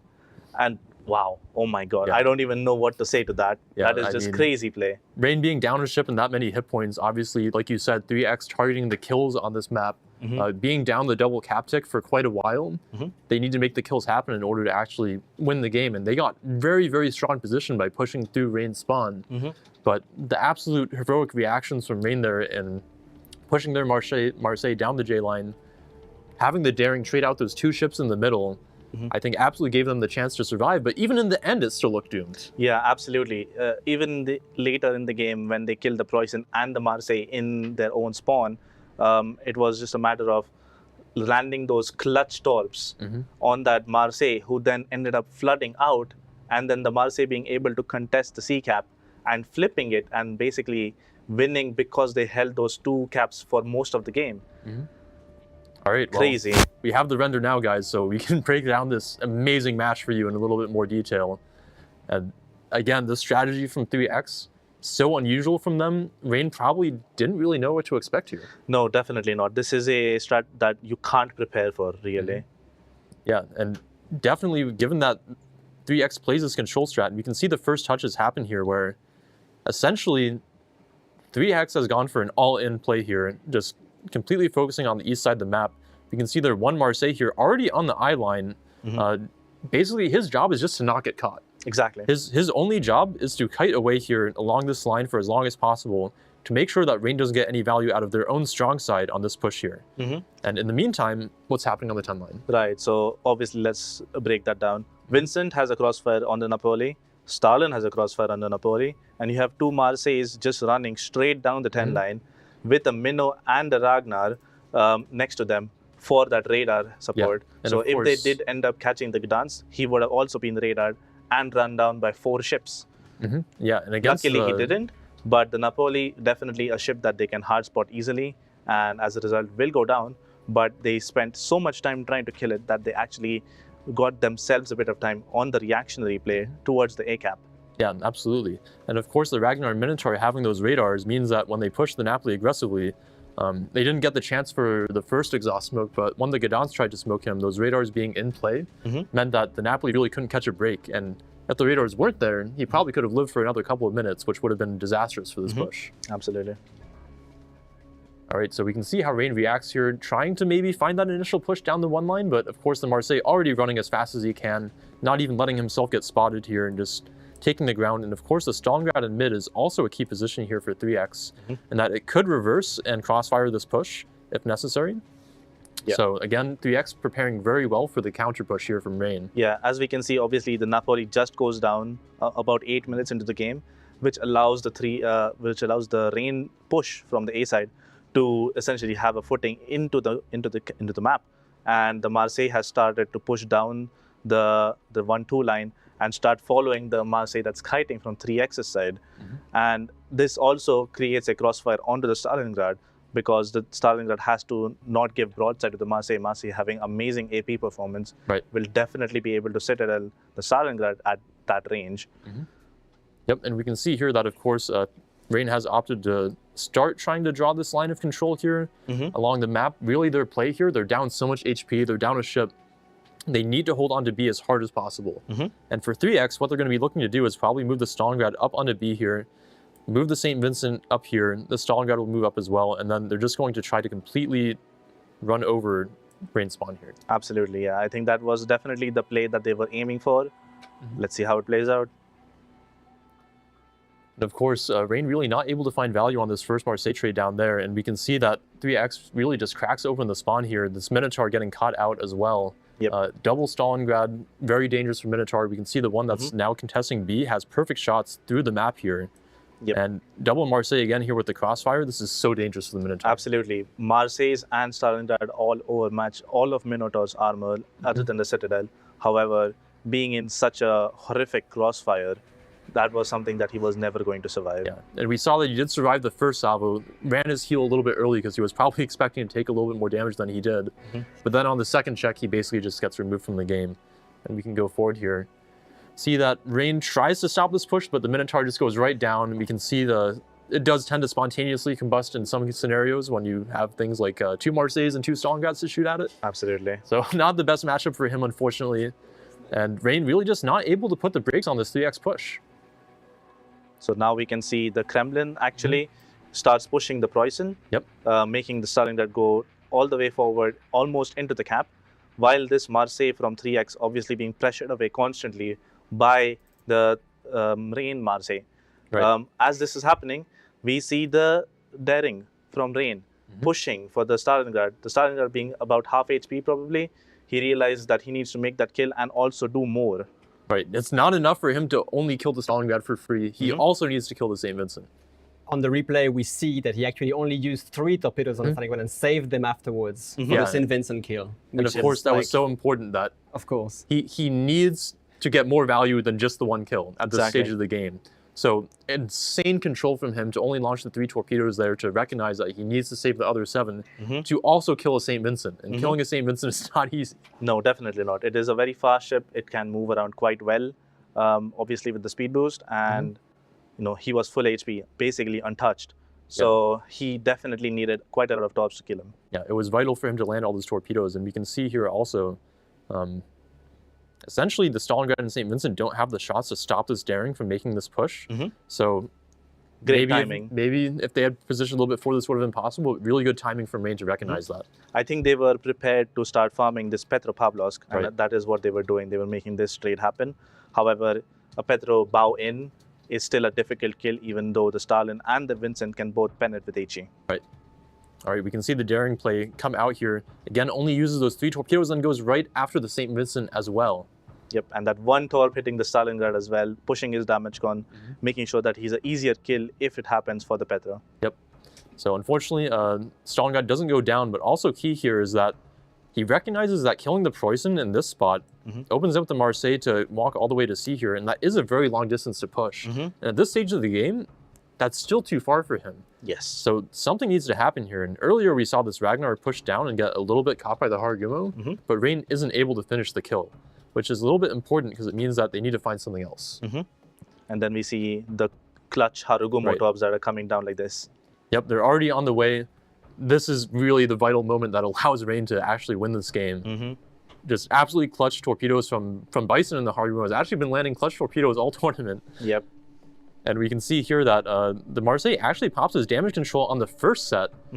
And he does survive the second set. He survives the second set initially, those 2 torpedoes, but because he uses damage control a little bit early, he dies. Yeah, and those points that he lost from dying was basically the deciding factor, because the Marseille from Rain would just contest and take the C cap, and because of that, they would win the game. Yeah, and again, because the push here takes so long, we can see their pathing was basically all the way around the map. The game goes to 20 minutes. Yep, and they won by less than a 20-point margin. Yeah, absolutely crazy game. All right, I think we're getting ready for the second game, so why don't we take a quick look at, sorry, the third game. Take a quick look at Sleeping Giant again, map that they're probably very familiar with. So we can take a look at the bans and then get right into it. 3X once again banning Kleber, Rain going for the Moscow ban. Interesting. This is, I mean, 3X is Porma ban, Kleber, not surprised that happened there. Moscow ban out of 3X, from Rain, sorry. Interesting. I would say this is likely due to the fact that they like playing the Moskva on the 4 line outside the Thunderdome, and it being a really strong position for a Moskva or a Stalingrad as well. Yeah, but I would say Moskva is definitely a favored one there due to the higher DPM. Absolutely. We've seen very commonly the Moskva on the 4 line and also a Stalingrad on the 7 line to provide that double 12-kilometer radar over the B cap. Rain looking to take the option away. Definitely. All right, well, I think our teams are ready. After that amazing game 2, hopefully, I don't think we'll be topping that, but hopefully we get another exciting game here on Sleeping Giant. Let's go over. Why don't we throw it away? A colossal battle between opposing fleets will soon unfold here amongst the waters of the East China Sea. The residents of these islands will shortly bear witness to the thunder and flash of combat, and only one team will sail away victorious. This is Sleeping Giant. Sleeping Giant is a 48 by 48 kilometer domination style map with 3 cap points running in a line from west to east. The A cap is on the left, B is in the center, and C is on the right. Cap A on the left is fraught with danger. Previously located in the Thunderdome, the new cap location has an island on the left side that provides limited protection for both teams, while on the right side, the Thunderdome can provide cover for radar cruisers. Any team looking to take the cap will now have to gain control of both sets of islands in order to hold it. In the center, capture area B is just as perilous, as it is now smaller than it used to be. Completely open with plenty of places for radar cruisers to hide nearby without being spotted, it's commonly left uncaptured until the mid and late game. Cap C on the right may be the most treacherous. Originally centered on the set of 4 islands to the left of the cap, which provided some cover for a daring destroyer player, the now wide open cap will be challenging for even the most skilled of teams to contest and hold, unless they gain control of the island chain near the center or the ocean of the 10 line. 18 ships, 2 teams, 1 victor. It's time to play Sleeping Giant. Alrighty, we're getting into game 3 here, the deciding game between 3X and Rain. After a banger of a second game, we're going into game 3 with maybe a little bit more conservative play coming out of 3X this time. Montana and Vermont, their 2 battleships, 2 Des Moines, a Petro, and the Minotaur, their 4 cruisers, Gearing, Daring, and a Gdansk, their 3 destroyers. In the south side, on Rain, 2 Vermonts, the battleships, 2 Des Moines, Petro, and 2 Des Moines and a Petro, their 3 cruisers. Shimakaze, Harugumo, Gearing, and Gdansk, their 4 destroyers. So Rain is really leaning into those torpedoes. Definitely. I mean, we've seen what Bison can do with torpedoes, so we'll see. Torpedoes being a massive factor. I did sort of say it at the beginning, with 3X not bringing a single torpedo destroyer, actually basically just bite them in the rear. After this, some early smoke being laid down here, probably some bait smoke from Bison here. I'm pretty sure that's just bait smoke to try and get some torpedoes wasted that way. Because the real actual smoke train is going to come from Harugumo and Lulu here with the Des Moines. We're seeing Gang Barang in the Gdansk staging a reverse push towards Charlie, daring there to contest him. And a lot of ships from 3X actually being put towards A, so remains to be seen. They're going to be matched by a pretty decent force from Rain as well. Gearing, Petro, Des Moines, and Vermont all making their way over. Malibu in the Vermont is going to be heading over pretty quickly towards it. Well, as quickly as a Vermont can go. Yes, towards that A. Never quick enough, I think. I assume if you use I forgot the name of the skill. I'm really sorry, chat. Brisk on Vermont, you can get decent speed on it. But which I assume, let me see. He is not running brisk, so he's lumbering his way over towards that A-cap. 24 knots it is. Striver, be careful please, do not take torpedoes, because these are Shimakaze torpedoes from Bison. He sees them, and he should be safe. Des Moines being spotted, not enough range on the radar. Bison is actually perfectly placed to perma-spot these Des Moines from 3X without suffering from that radar, potentially forcing the gearing here to lay down a smoke already. And speaking of torpedoes, on the other side, Lulu Snail's Hydro is up, so it should be able to provide that spotting for Slip Shady. Real Ship Shady dodging. He slowed down too early. He did not, just barely dodging away from that torpedo there. Harugumo hates torpedoes. This thing handles like a cruiser. It's not really great. We see a much more, I don't want to say passive, but a little bit more of a tamed approach on the deployment here. 3X has sort of learned their lesson from the last game, and they are potentially going to play for caps a bit more than kills. Yeah. So yeah, of course, long-range torpedoes being traded, being avoided, and so far, the team who potentially might get a cap early on is going to be 3X here, but that smoke from the gearing, I don't know what happened exactly. Actually not covering points Des Moines here, and Bison is still spotting this Des Moines. That is so he's going to be forced to reverse away from this. Point should have the opportunity to cross into the smoke here after he goes dark. Either reverse or try to go into that gearing smoke, which is going to be a complete death trap with the amount of torpedoes going from this. Shimakaze torpedoes, Harugumo torpedoes. So yeah, 3X point has to be a little bit careful here. Yeah, not quite able to make use of that gearing smoke to get out into position, and there's a flood of torpedoes waiting for him. Definitely. Lulu Snell with the radar coverage on the Gdansk here. He's pushing a little bit forward to get as much coverage as possible, burns the radar, spots S-River here, and he's going to start getting contested, obviously, preventing 3X from actually getting right that at the tail end of the smoke screen as well. So Ship Shady in the Harugumo, if he wants to, should be able to open fire as well, but looks like he doesn't want to. 3X about to take a torpedo here. He's trying to take it on the main belt instead. He's about to take two because of it. Oh my god, big damage onto points Des Moines. He got lucky because that second torpedo hit the island, otherwise he would have also aided that one. So yeah, this torpedo is working as intended actually. Yeah, I feel like the 3X player is going to have some sort of torpedo PTSD after this series. Most definitely. Not much happening right now. Formazing being actually spotted by Gdansk, the Daring here, taking a little bit of damage from that Montana salvo. Will take a bit of pain as well from the Minotaur. Has to be careful. Both teams getting a little sloppy with their smokes. I have to admit, yeah. Get back into cover before that Montana salvo comes back. Petropavlovsk also putting his guns into the play. Meanwhile, Rain is actually going to... Oh, El Snackman salvo, 24 kilometers away here. Does Formazing see it? Oh, it lands a little short. Formazing getting away with that turn. Lead was on point, though. Elevation, not so much. Yeah. Basti spotted here by this Petropavlovsk radar from Blood Hedgens. He is going to get contested, obviously, by long-range daring shots plus the Montana.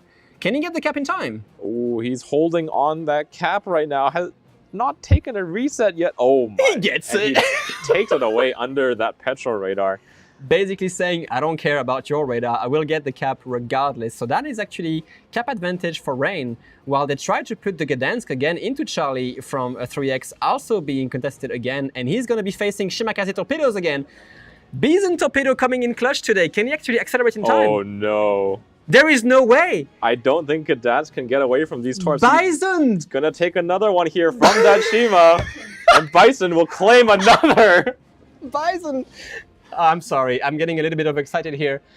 Prediction is actually 56% for 3X and 44% for Rain, but Rain not only gets the cap advantage, but also the kill advantage with the Shima Kamikaze torpedoes. What is going on with 3X eating all these torps today? I have no idea what is happening. Bison has somehow torped a destroyer or a cruiser out in every single game he's played. MVP for Rain today, I have to admit. So now we are going to see this gearing Des Moines on the back foot because they cannot put that gearing back into sea anymore. There's no way. Excellent play here from Rain, basically not really trying to go for the sea cap, but definitely contesting it very, very hard. And they know they have a much superior torpedo threat here. Haraguma and Shimakaze can put out so many torpedoes. Gdansk as well, joining in the fun probably.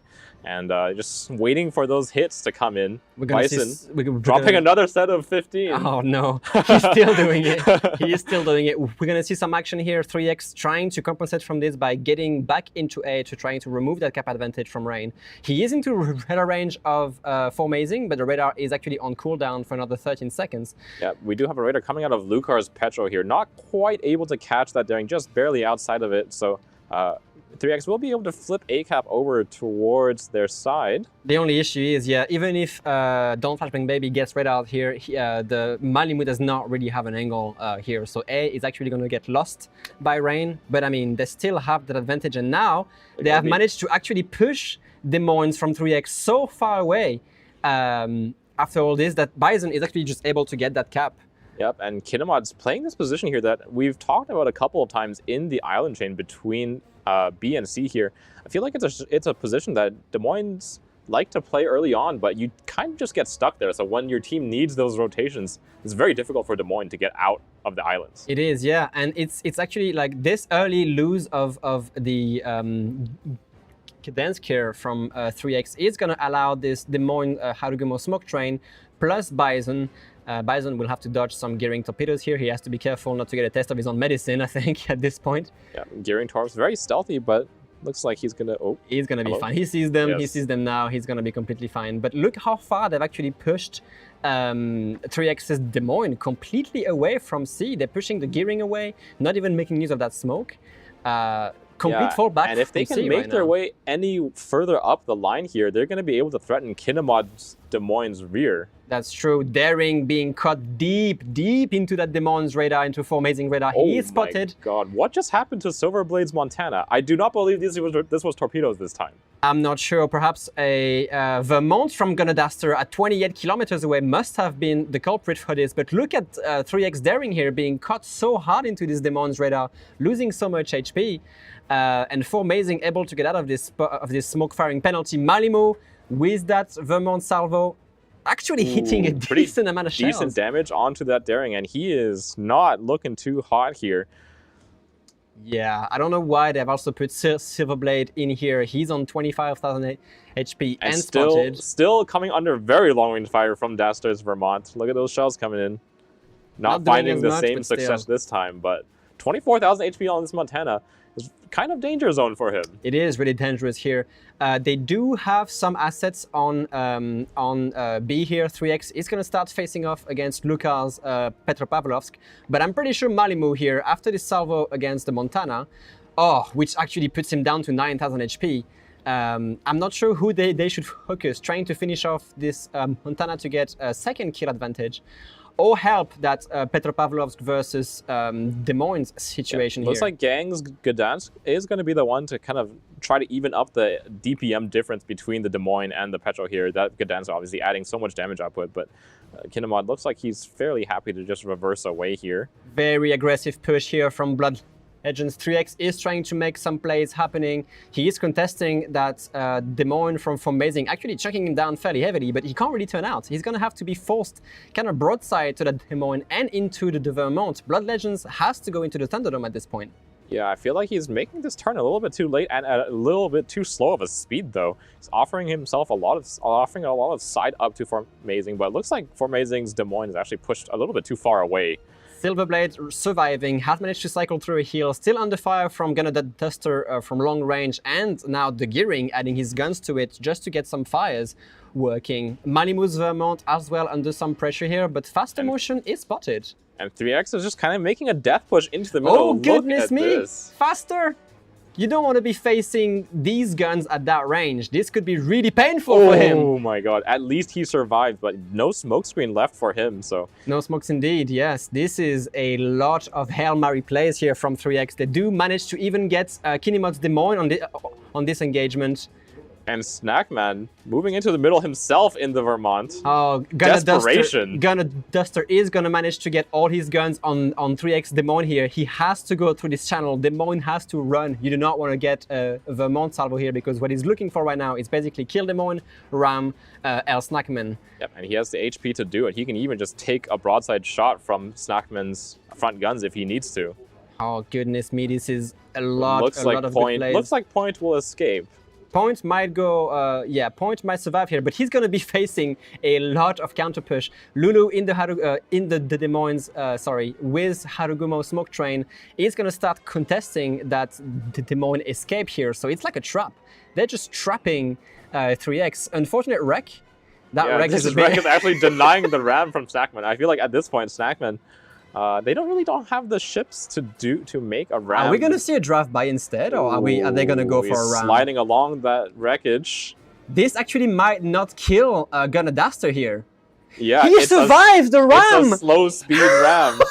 So Dastard will actually survive. It's a disaster all across the map for 3X. This is not going great for 3X at all right now. Rain just outplays every single move. Yes, 3X has the advantage on A right now, but I mean, at the same time...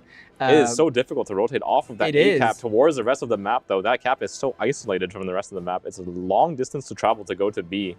The bot advantage is so far out for Rain that I'm not even sure 3X can do anything about this. Yeah, about 350 points in favor of Rain. Neither team has been able to take that B cap away yet, but Rain should be able to once Dastard cleans up Point here. Blood Legends, be careful. Don't reverse too much because you have another Vermont waiting for you. They're going to try to kill the Gunner Duster here, but Gunner is actually gunning for that Des Moines. They're sending the Harugumo to try and help this, but he doesn't even need to survive. He can just one-shot that Des Moines.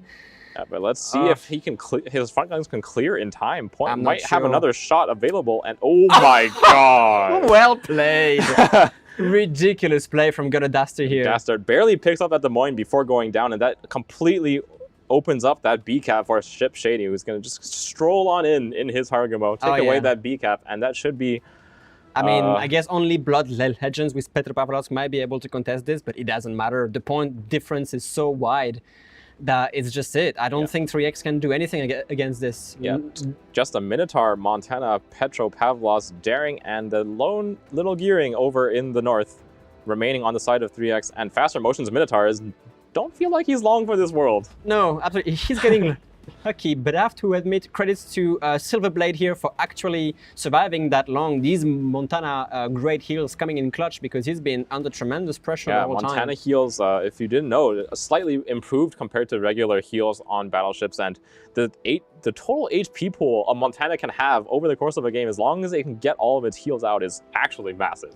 So Silverblade going to be back up to that 25,000 HP that he's been sitting at for basically the whole game. Yeah, still holding on to that A cap, but I think 3X has accepted the defeat. Losing his teammates left and right. Blood Legend going to be moving in towards that B cap is really the only thing he can do. 3X has accepted that defeat that Daring sort of offered themselves to it. They're just pushing out, essentially saying GG passively to Rain for this amazing display on completely throwing 3X off balance pretty much the whole game. Yeah, and Rain after that monstrously played game 2. I feel like 3X, after the loss of their destroyer again to torpedoes, Bison torpedoes, it's just so difficult to play from behind, especially against a team that's so evenly matched with you as Rain. It is, once that first ship advantage happens, 3X, it's going to be hard pressed for them to play this game.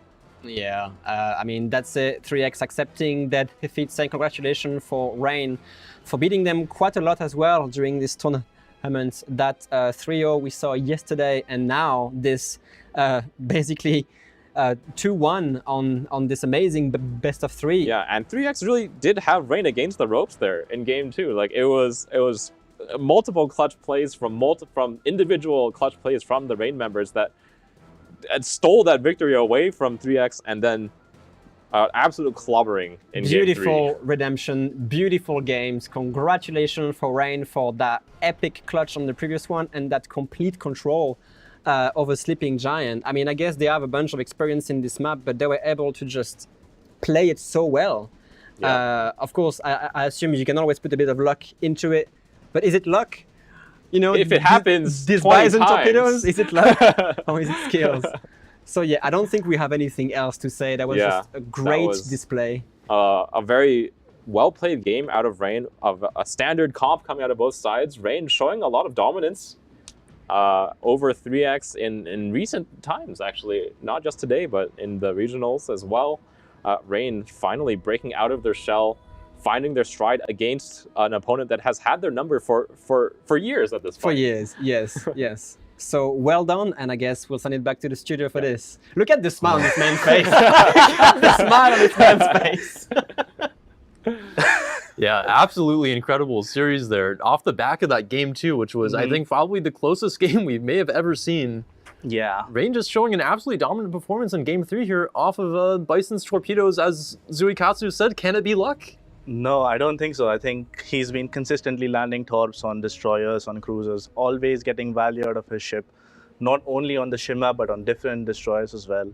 Consistently getting so much impact on the game.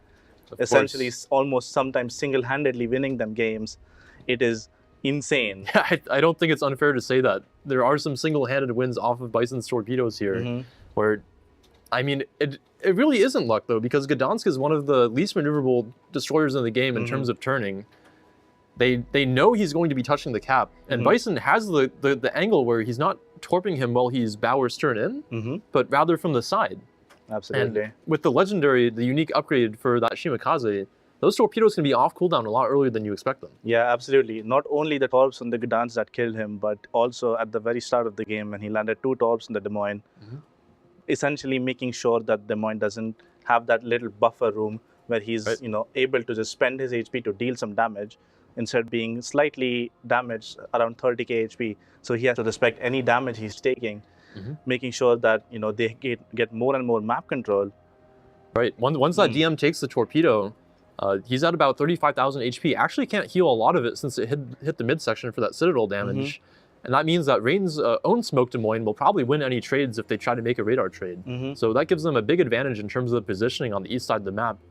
And then we also saw a lot of good play from Rain, I think, towards the west and the middle as well. Yeah, absolutely. I think they did see quite a lot of openings out of the ram that... Of course, when rams are low disaster. speed, they don't quite do full damage, so some funky ramming mechanics there. But yeah, what else did we see out of Rain in this game? No, obviously Rain played that exceptionally well. They went for the western cap immediately at the start of the game. They took it. Slight disrespect, sitting in the cap with the radar on, getting it through the radar anyway, not getting reset, giving them a slight point advantage from the start of the game, and then working with it. Some insane salvos across the map from the Vermont of Dastard, doing almost 50k as it was pointed out to us, and essentially making sure that Montana doesn't really get to play the game very much after that. We saw that 3X's reaction to losing their Gdansk on the east side of the map is oftentimes to just make an aggressive push on the other side of the map and try to get some value there. But the cross map, I think almost 26 kilometer shot from Dastard's Vermont there, doing a lot of Citadel damage to the Montana, basically shuts that push down in its tracks. Yeah, absolutely. And after he did that, he then pushes middle, the Vermont, the ram. Yeah. Oh my God. Yeah, trading 0 for 1 there on 3X's side is definitely not what they want to see at that stage of the game. Obviously, 3X wanted the ram. If it was a 1-for-1, it wouldn't have been the worst trade they had. But obviously, losing the Vermont, and then the Vermont from 3X lives, pushes forward, and then kills the Des Moines as a trade. At the last possible second, too, just shooting his guns right as he's about to die. And so much value out of one ship. Yeah, absolutely insane. Well, we have the render now, so why don't we go ahead, take a look at this, and really just show you guys this phenomenal game played out of Rain. Okay. Was the wrong one. Wrong link. I don't have the link. It's fine. You go. It's okay. So I'll take us through this map here. You can see off the start, Rain going for that unconventional Shimakaze pick a few times through this tournament. Laying the initial smoke screen here is actually important since it lets the Des Moines move up aggressively here without fear of being lit and also preserves the gearing smoke screen for later. It will attract the torpedoes, so this time Lulu does pop his Hydra a little bit earlier than he has in the past, which is important because it lets him live. But again, the Shimakaze, traditionally a very torpedo-focused destroyer, you don't see it very often in competitive. No. Yeah, obviously Shima is really good concealment, very high damage tops, but they're easy to detect overall. However, it is also a very fast destroyer, especially with Swift in Silence. It can go very quickly to the flank. Likely the reason why the Des Moines and the Gdansk maybe get caught out by those Torbs, maybe not expecting that angle of the Torbs coming into him. And of course, we can see that first torpedo salvo doesn't get any value, but the second salvo here on the Des Moines will get that one connection, take him down to about half HP, heals a little bit back. And then again, you can see how quickly these torpedoes reload with that unique upgrade. The Gdansk maybe not expecting this. No. And 3X knows that with the early cap going to Rain on the west, they kind of have to get the cap here in order to get something done. So the Gdansk, being a little bit overeager, trying to play the radar cooldown, takes that torpedo at a bad angle and just goes down. Yes. And at this point, Rain is up a ship. You can see the instant reaction from 3X. They're going to start pulling all their assets away from this cap, try to move towards controlling the west side of the map here, and go for an aggressive push on the A cap, which Rain, I think, understands is about to happen, and they react very well to it. And they instantly start pushing towards C and pressuring the Des Moines away. And we can see Dastard's Vermont also walks right up here, looks for the cross shots. You can actually see the shells landing right now. We'll bring that Montana down, and that basically stops the push in its tracks, because once that Montana is so low, what is the Minotaur going to do? Yeah, absolutely. It's a matter of time before he would have gone down, but he played it safe and sat on the island. All right, and as the game progresses here, you can see the Vermont, the Des Moines in mid taking a lot of fire. Once Rain is able to push this far up here and just shoot through these channels, the middle really isn't a safe place for 3X to play. So 3X is down a lot of HP, they're down position. See the Vermont takes a lot of farm as well, and that ram happens where Dastard is able to live through it due to the low speed. And at this point, there's really not a lot left for 3X to do. No, definitely not. This is a stranglehold by 3X, by Rain, obviously, on the game, but 3X doesn't really have a way back into the game. All of their ships are mostly focused around the A cap and low enough that they are going to die if they try to make a push. Yeah, so really Rain is set up here in a nice diagonal line, ready to receive them if anything were to happen. We can see the Vermont here, Dastard, push forward, get the trade on the Des Moines, and from here, that's basically the match all said and done. So very impressively played from Rain here in the last match. Probably a bit of a tilter for 3X after game 2, where it looked like they were basically 99% favored to win that game. Yeah. But Rain pulling it back and going to a very strong performance here in game 3. So I think we actually have Gangbrang to talk to, and he's probably feeling pretty good about this series. We can go ahead and get his thoughts. Let's hop on over to the interview.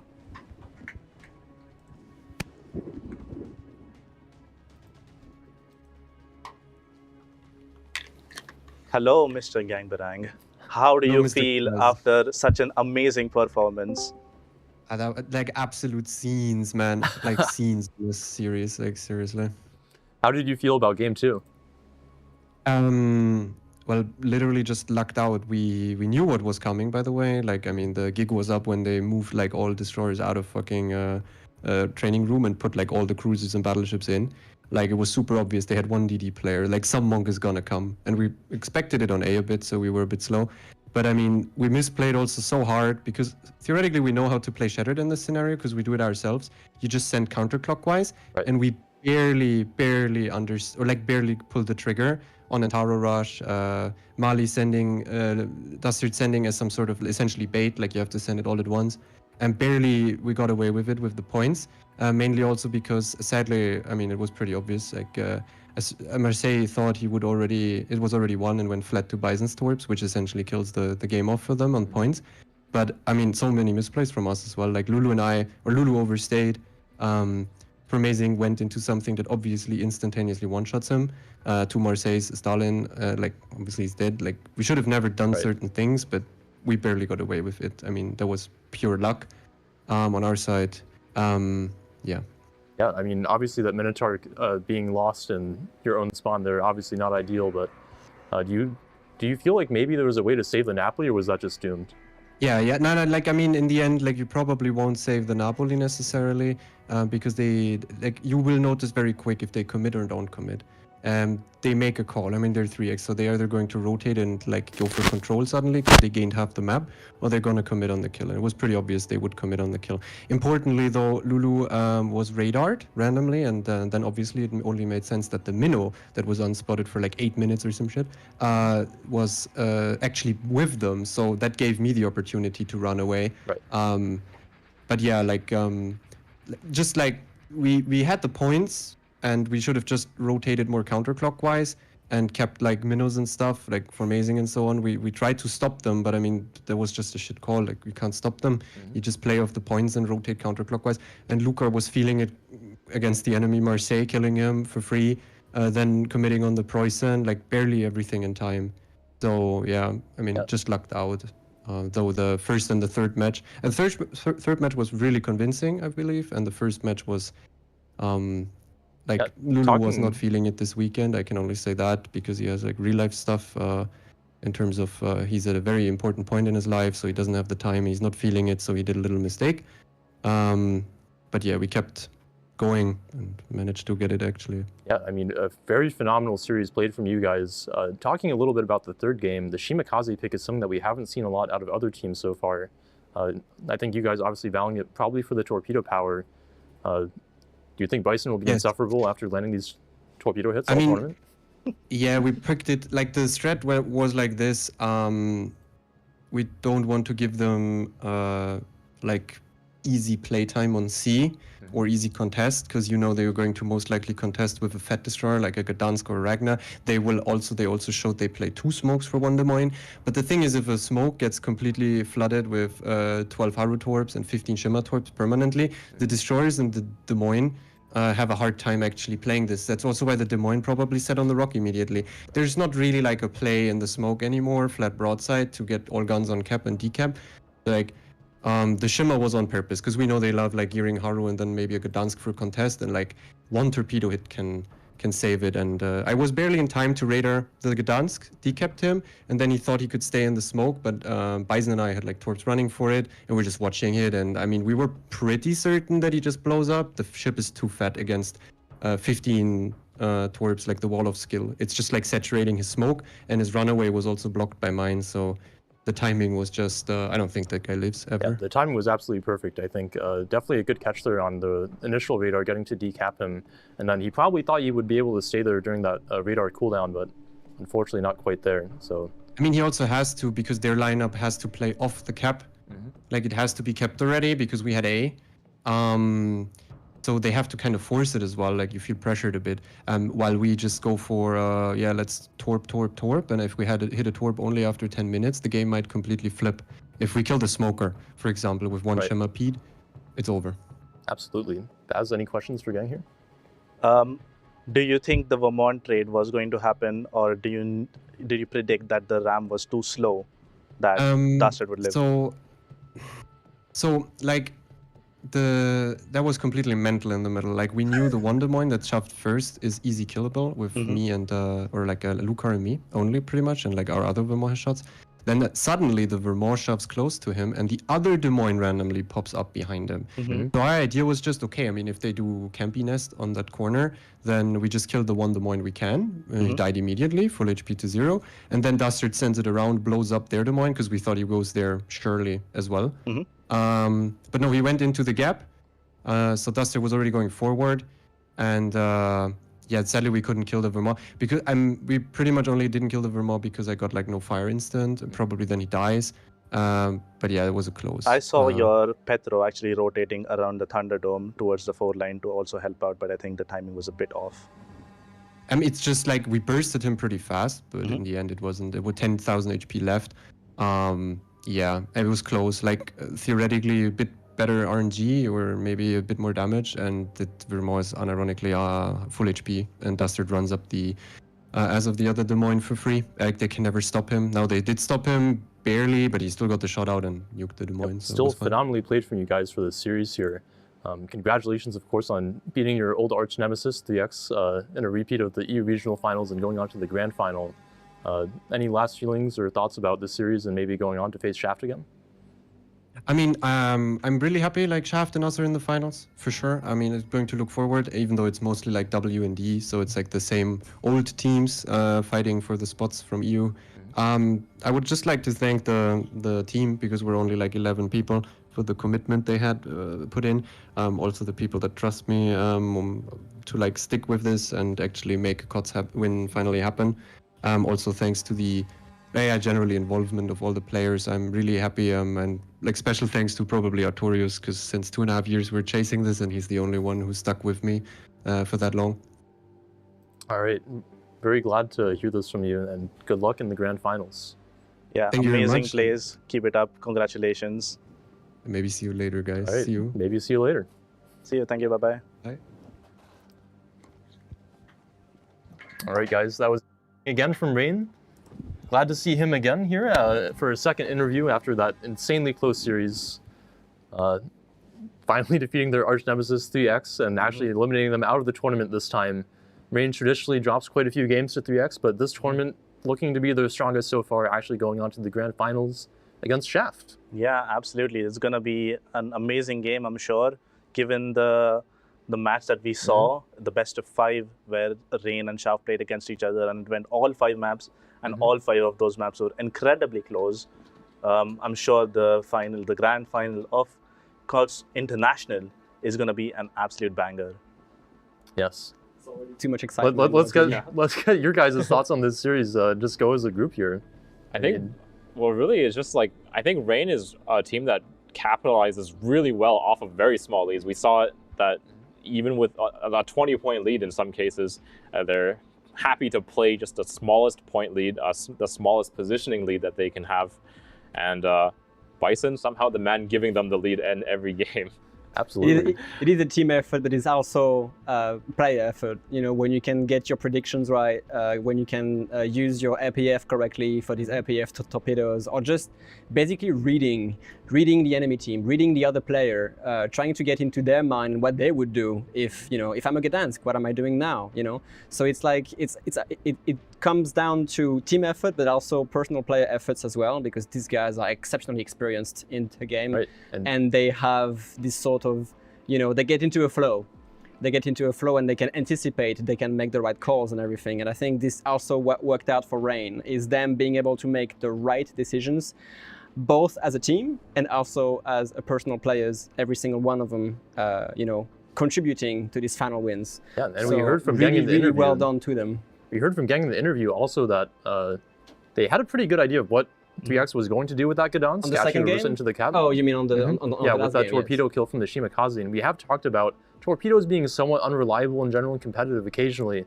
But when you know the angles, when you have a good idea of actually how the enemy is going to contest these cabs, they get a little bit more reliable, as we've seen all tournament long with Bison's torpedoes. When you also know your target, because Gang Barang was referring Ragnar and Gdansk as fat destroyers. Yeah, absolutely. It makes sense. These destroyers have very low turning circles, very poor rudder, compared to a ship like Yueyang or Gearing, or even Shimakaze, who are able to just weave, and turn very efficiently. Right. So it's knowing this that helps as well. Yeah, I think the radar play out of Rain especially, I think they've gotten a lot of value out of just pushing ships around. I think Rain doesn't tend to be a team that kind of like radars a ship and then kills it. Obviously, that a part of that is due to the fact that their opponents are steadily getting better and better.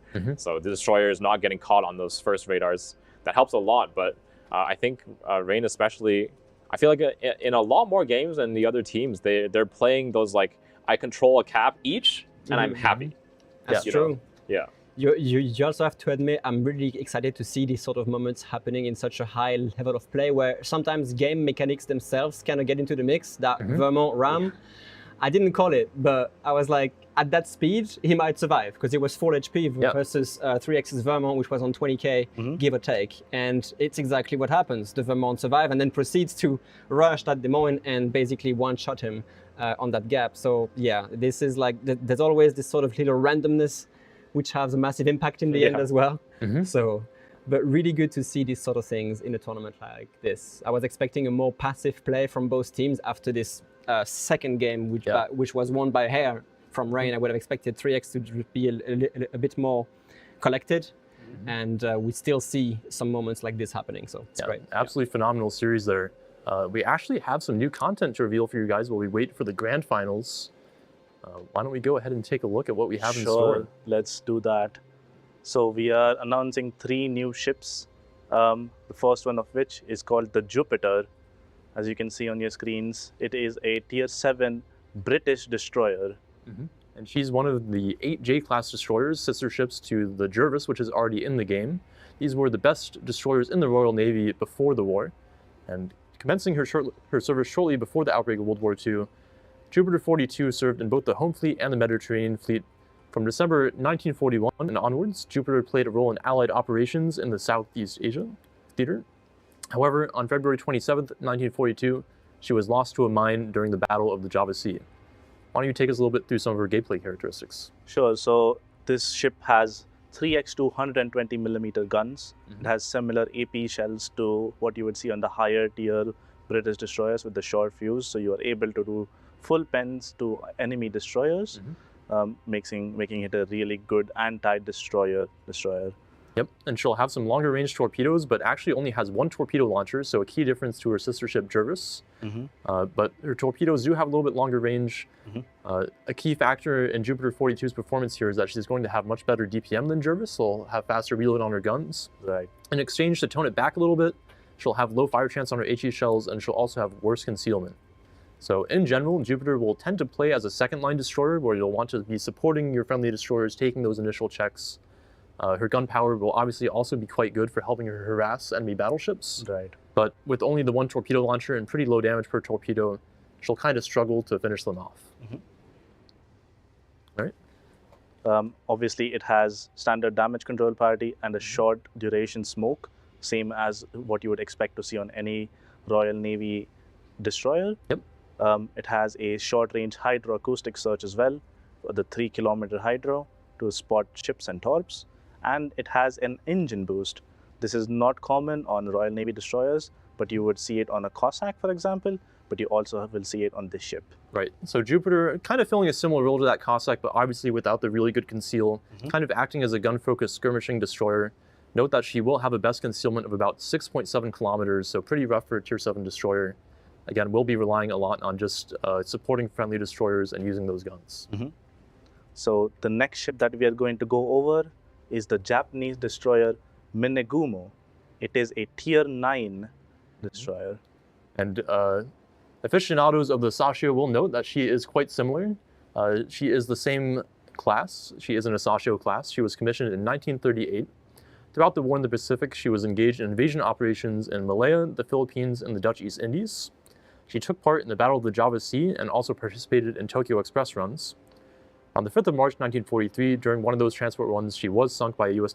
task force in the Blackett Strait. Why don't you talk to us about a little bit about her gameplay, Baz? Sure. So this is obviously one of those destroyers that is going to have amazing concealment. We believe it has around a 5.4 base concealment when you spec Concealment Expert and use the concealment module.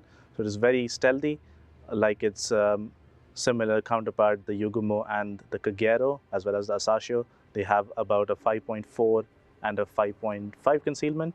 So around that range. It also has 2 different types of torps that you can switch between.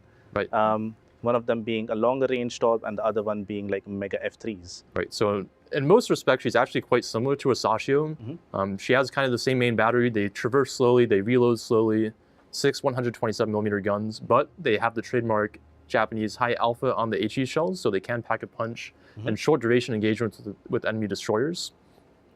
Captains will probably consider her main armament to be the torpedo battery, has 2 quadruple launchers, again similar to a Sashio and also Yugumo. And as Baz mentioned, she will be able to swap between 2 different varieties of torps. As you mentioned, one of those is a long-range, low-speed option, but the other one is probably the most interesting part of the ship, which will be an incredibly fast, hard-to-spot, high-damage torpedo option, but with a very short range. Yeah, absolutely. So the range on these torpedoes is 6.5 kilometers, which is actually one of the shortest torp range for a destroyer in World of Warships.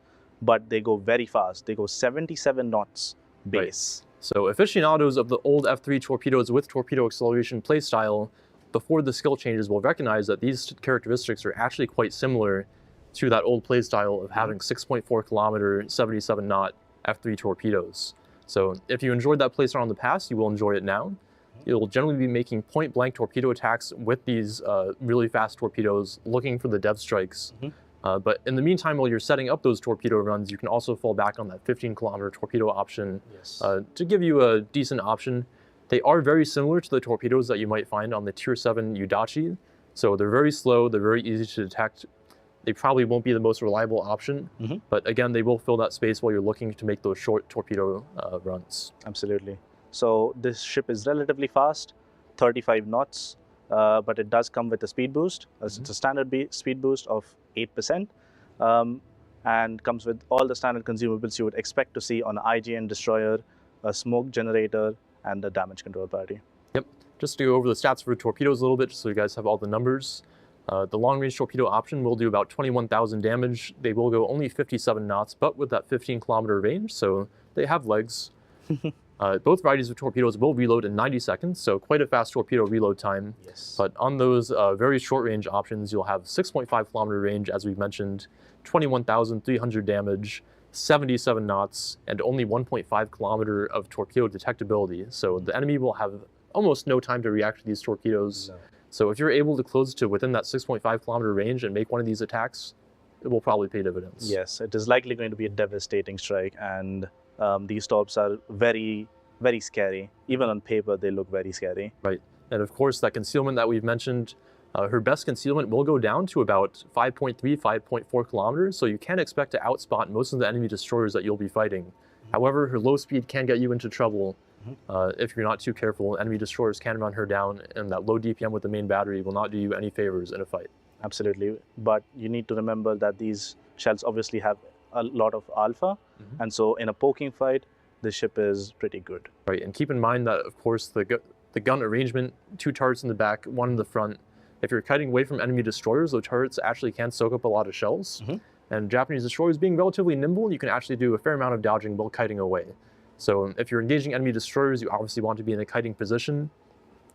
Use those rear turrets and that dodging to kind of even out the fight a little bit. Absolutely. The next ship that we are going to announce is the Italian battleship Sicilia. And this is an interesting one. Those with keen eyes will recognize her as a Colombo hull. For some historical background for the ship, she takes her name from the famous island in southern Italy, as well as a swift and mighty ironclad of the same name, which served in the Regia Marina at the turn of the 19th and 20th centuries. So in our game, Sicilia is represented as a sister ship to the Cristoforo Colombo. She shares the same main armament of 4 quadruple 381mm turrets. However, as key differences, Sicilia has a longer duration and quicker reloading exhaust smoke generator. She'll have better reload on her main battery, and the most important difference, her complement of secondary battery shells will fire SAP. Yeah, that is very interesting. So I'm sure everyone who's looking at the ship model right now will clearly see that it is in fact a Colombo-like hull. And the main guns specifically do not shoot SAP. Yes, this will be the main drawback. Yeah, the ship shoots AP and HE, while the secondaries are shooting SAP. The SAP that they are shooting is 90 millimeters or 152 millimeters, something that we have seen previously on Napoli. And I'm sure everyone knows how effective Napoli secondaries are. Yes, if you get into secondary range with the ship, it will pay off quite greatly for you. Absolutely. SAP secondaries do a ton of damage. You don't really need to care too much about where they hit on the enemy ship, and they just do a ton of damage. So to go over how you might play this ship, you'll want to factor in that she has a pretty high surface detection, so she's pretty easy to spot, which will make it a little bit difficult to get into range of those secondaries. So in the early game, you'll want to be a little bit more conservative and preserve your HP. Later on, you'll be able to use the ship's HP pool, her exhaust smoke to close in with the enemy, use those SAP secondaries, and just devastate. Note that since she has the improved exhaust smoke generator, you can stay dark for a little bit longer. So one of the things that we've seen a lot from the Napoli so far is that you can, for example, smoke and use your spotter plane while not using your main guns.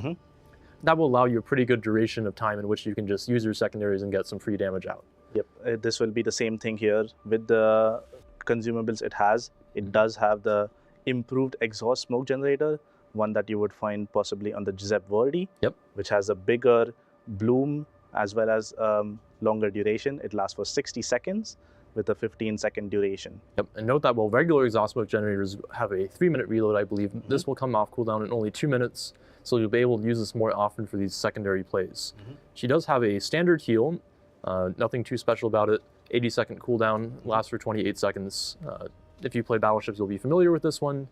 And of course, she has a choice between a fighter or a spotter aircraft, which will be vital for her playstyle. Yes, that will be very important when you're doing those smoke and push plays where you have to spot for yourself. And so you can pop the fighter or the spotter plane while you're pushing in the smoke, while you're stealth, but you can spot the enemy ship for yourself with the help of these planes. All right, so those are our 3 new ships. I will say I'm quite excited for the Minagumo myself because I enjoy a good F3 torpedo Yagumo, and that kind of turned up to 11. Sicilia, also for fans of the Napoli or the Giuseppe Verdi, is a kind of continuation of the SAP secondary playstyle, which can be very dangerous. Right. Some questions from chat. Is the Jupiter some sort of tier 7 Jutland? You could perhaps describe her that way. I wouldn't say she plays exactly the same way. You do have the improved AP characteristics, so she'll have the same improved ricochet angles as well. I believe they're about 60 to 67.5 degrees, so switching to the AP in a destroyer duel especially will be very important since her HE is a little bit weaker. But in that same kind of vein, you can expect to use that AP like you would in the Jolland or the Daring. So in that sense, yep. And it would also have significantly worse concealment in comparison to a Jutland. However, like Baz mentioned, the worse conceal means that you can't really play her in the same kind of cap contesting role or really expecting to be able to spot enemy destroyers too effectively. Especially ships like Haida, for example, at tier 7 will be able to outspot her by a very large margin, as well as most tier 8 destroyers, which you can probably expect to see pretty often. Absolutely. The next question from the chat is about the Minagumo. Can the Minagumo switch her torps in-game? Yes, this is actually one of the key factors that we should have mentioned while we went over this. You will not be choosing these in port, but actually you can switch between them in-game. So at the start of the game, when you're still looking for those close quarters opportunities, you can just keep your 15-kilometer torpedoes loaded and use those as your more of a reliable, safe option. But then when you have the opportunity to make these 6.5-kilometer attacks, you can switch quite quickly and have those torpedoes ready. Awesome. So does the Minagumo get deep water torpedoes? No, these will both be standard torpedo options. Again, if you're familiar with the Udachi, the 15-kilometer torpedo option is essentially the same as that ship, but just 2 tiers higher. So again, you generally don't want to be only relying on those 15-kilometer torpedoes, since if you play it that way, you'll generally be kind of a worse, higher tier Udachi. Right. And the main flavor of the ship, the main game impact will come from making these short torpedo runs with those standard F3-like torpedoes. I see. So going off of the fact that we're getting Minagumo, will we get Harukaze next? Wait and see. Unfortunately, I don't think we can actually give you guys any teasers as to that just yet. But when there's an announcement, there will be an announcement. All right. So why don't we take a look maybe at the final prizes, since we'll be going into the grand finals. We can take a look at what the teams have earned so far. Since we did just see 3X get eliminated, we can go over what Shaft and Arena will be playing for. 3X has just secured themselves that third place, $7,500. The other teams that we've seen eliminated so far did get that $5,000 fourth place prize, the $3,000 fifth through sixth, and the $2,000 seventh through eighth.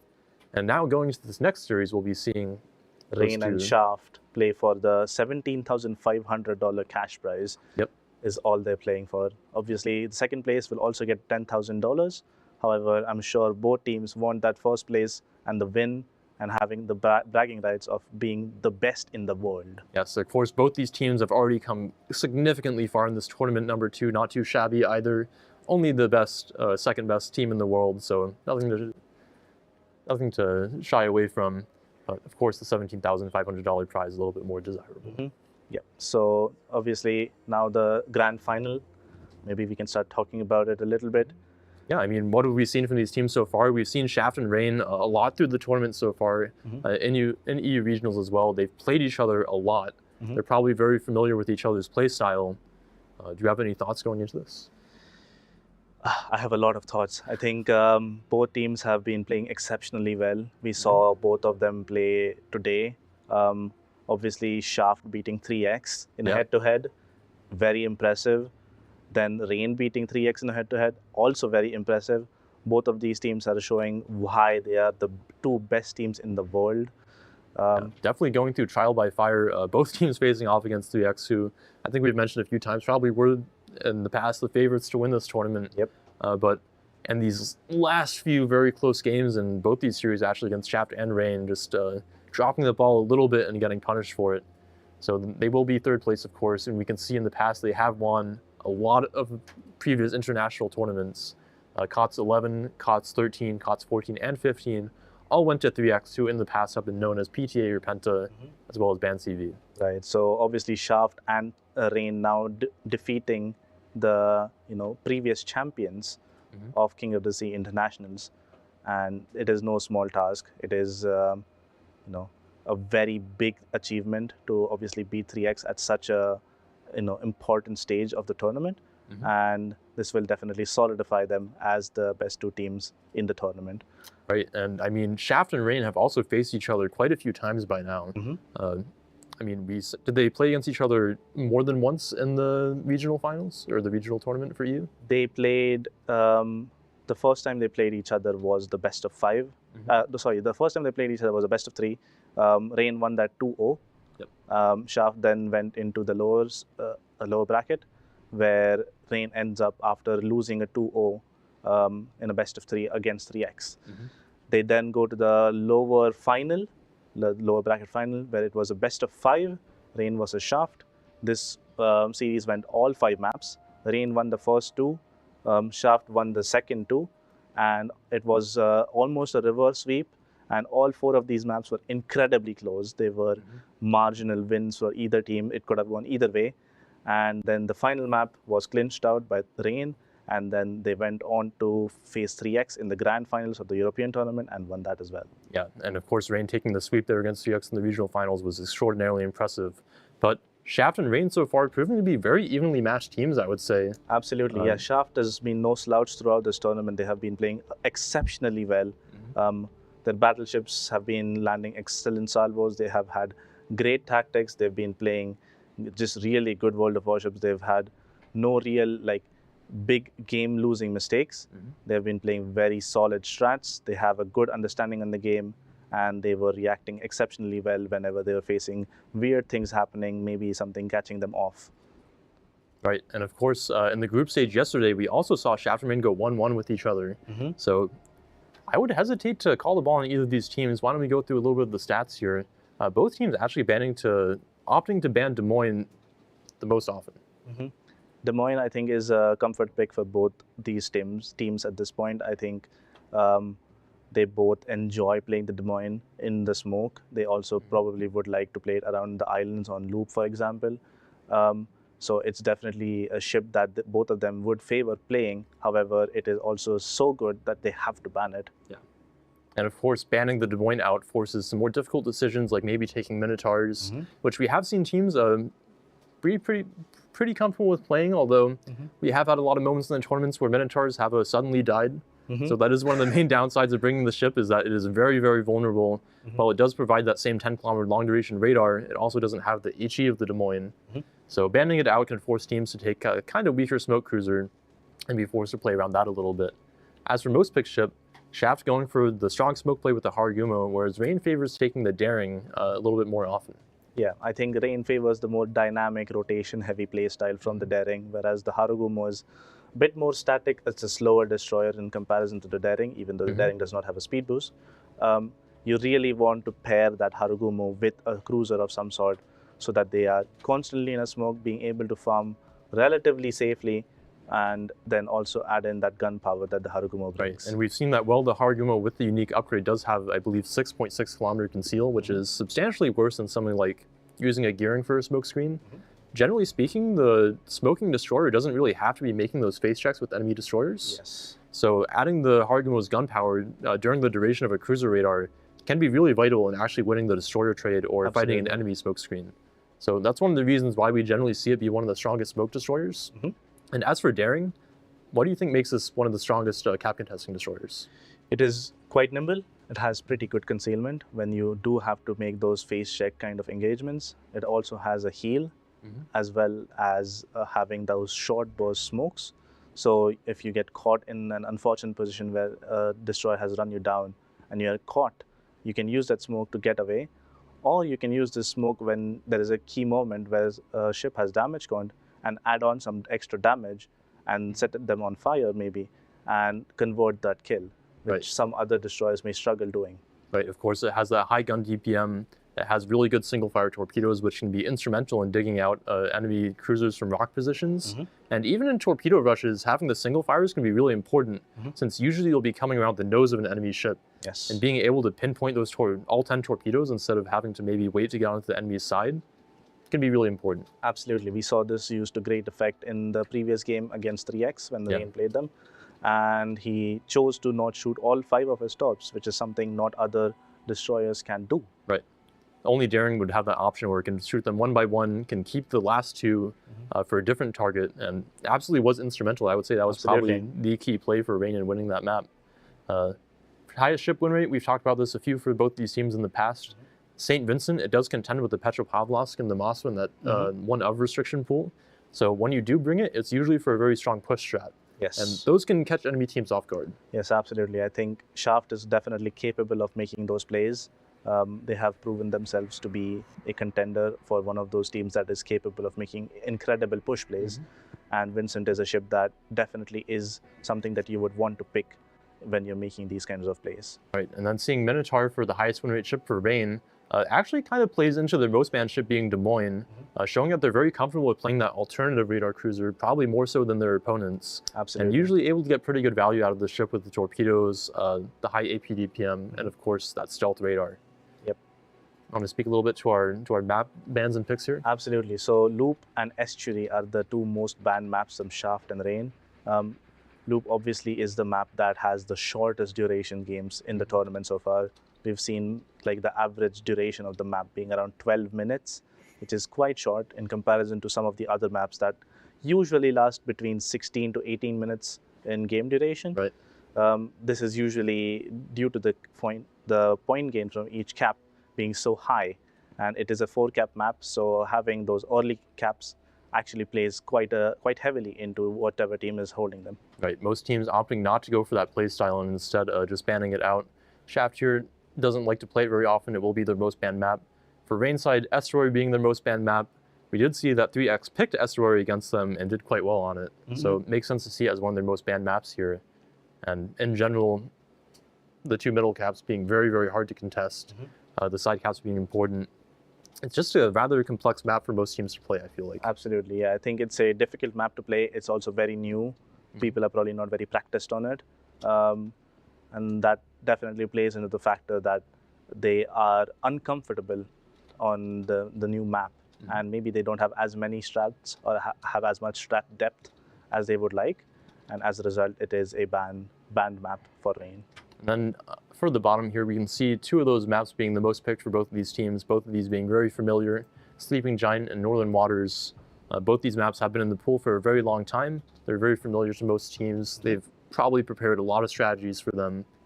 And in general, these do act as comfort picks for most teams. Absolutely. So it seems like we have the pick bans done for this match. It is going to be a best of 5. So let's take a look at the maps that have been selected for this best of 5.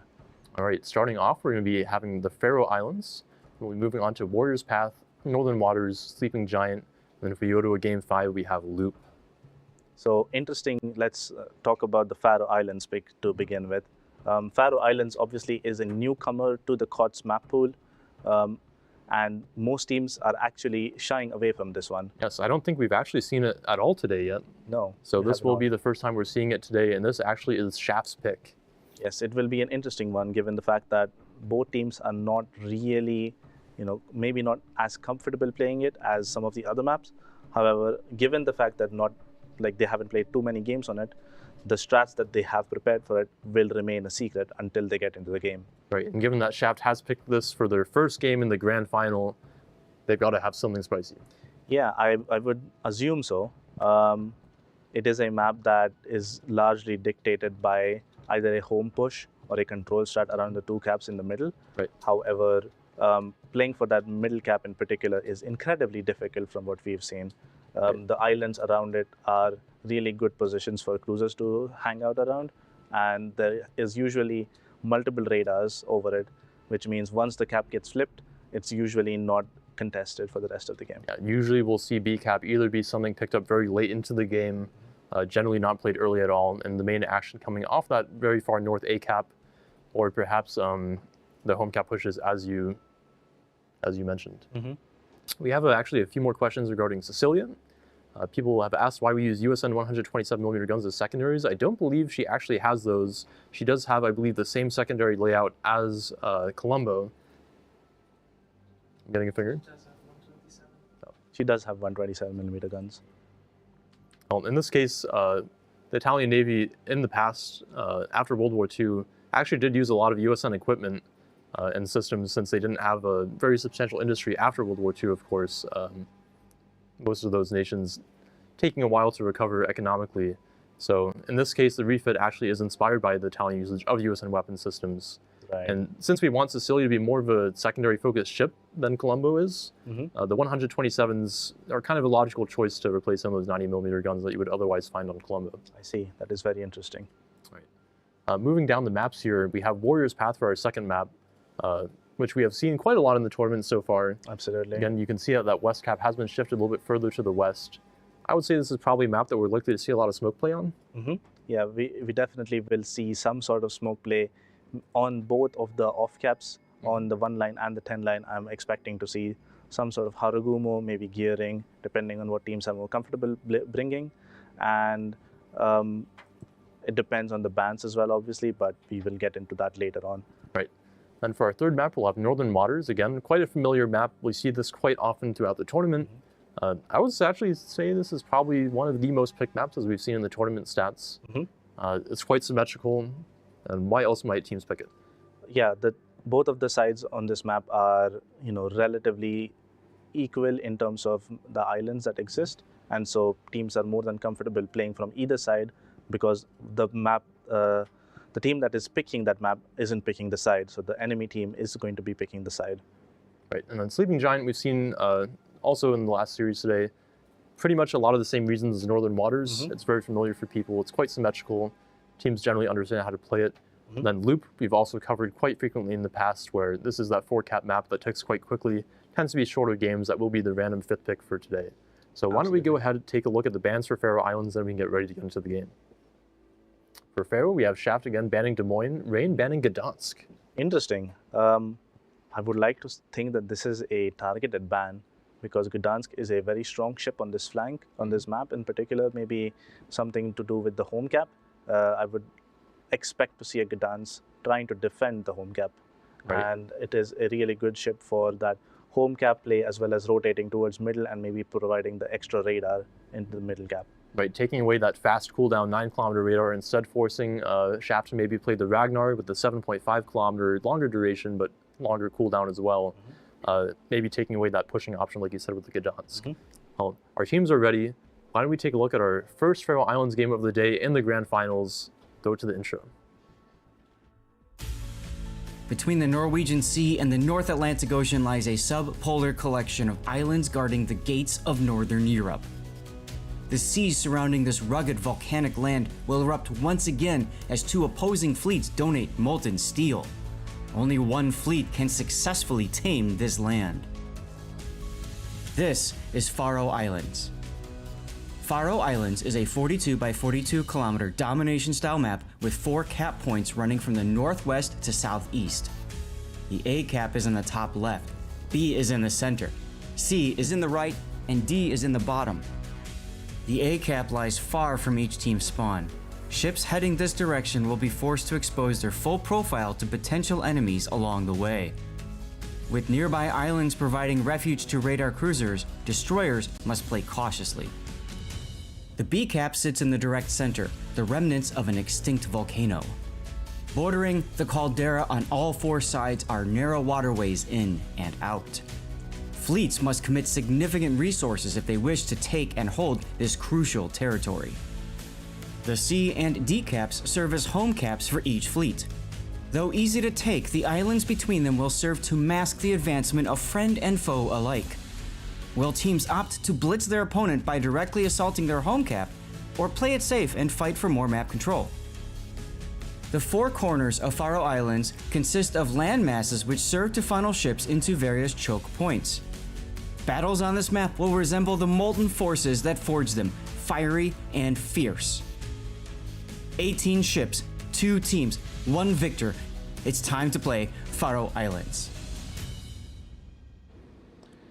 Alrighty, welcome to our grand finals between Rain and Shaft. On the northeastern side, it is going to be Shaft spawning in with a Montana and a Vermont, San Martin, Petro, Stalin, and Minotaur as their cruisers, gearing Delny and Ragnar as their destroyers.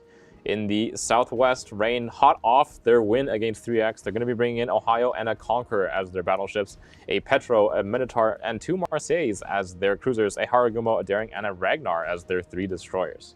It's going to be one hell of a send-off for this first game of the best of 5, the grand final of King of the Sea 16. The excitement is high. Both of these teams are, as you said, hot, warmed up, ready to throw down, I guess, to get that massive, massive win for this King of the Sea 16. So in terms of deployment here, we're seeing Shaft bringing a San Martin alone all the way to the D cap, the home cap, I would say, actually getting at the same time as the Haragumo, which should be substantially faster as a destroyer.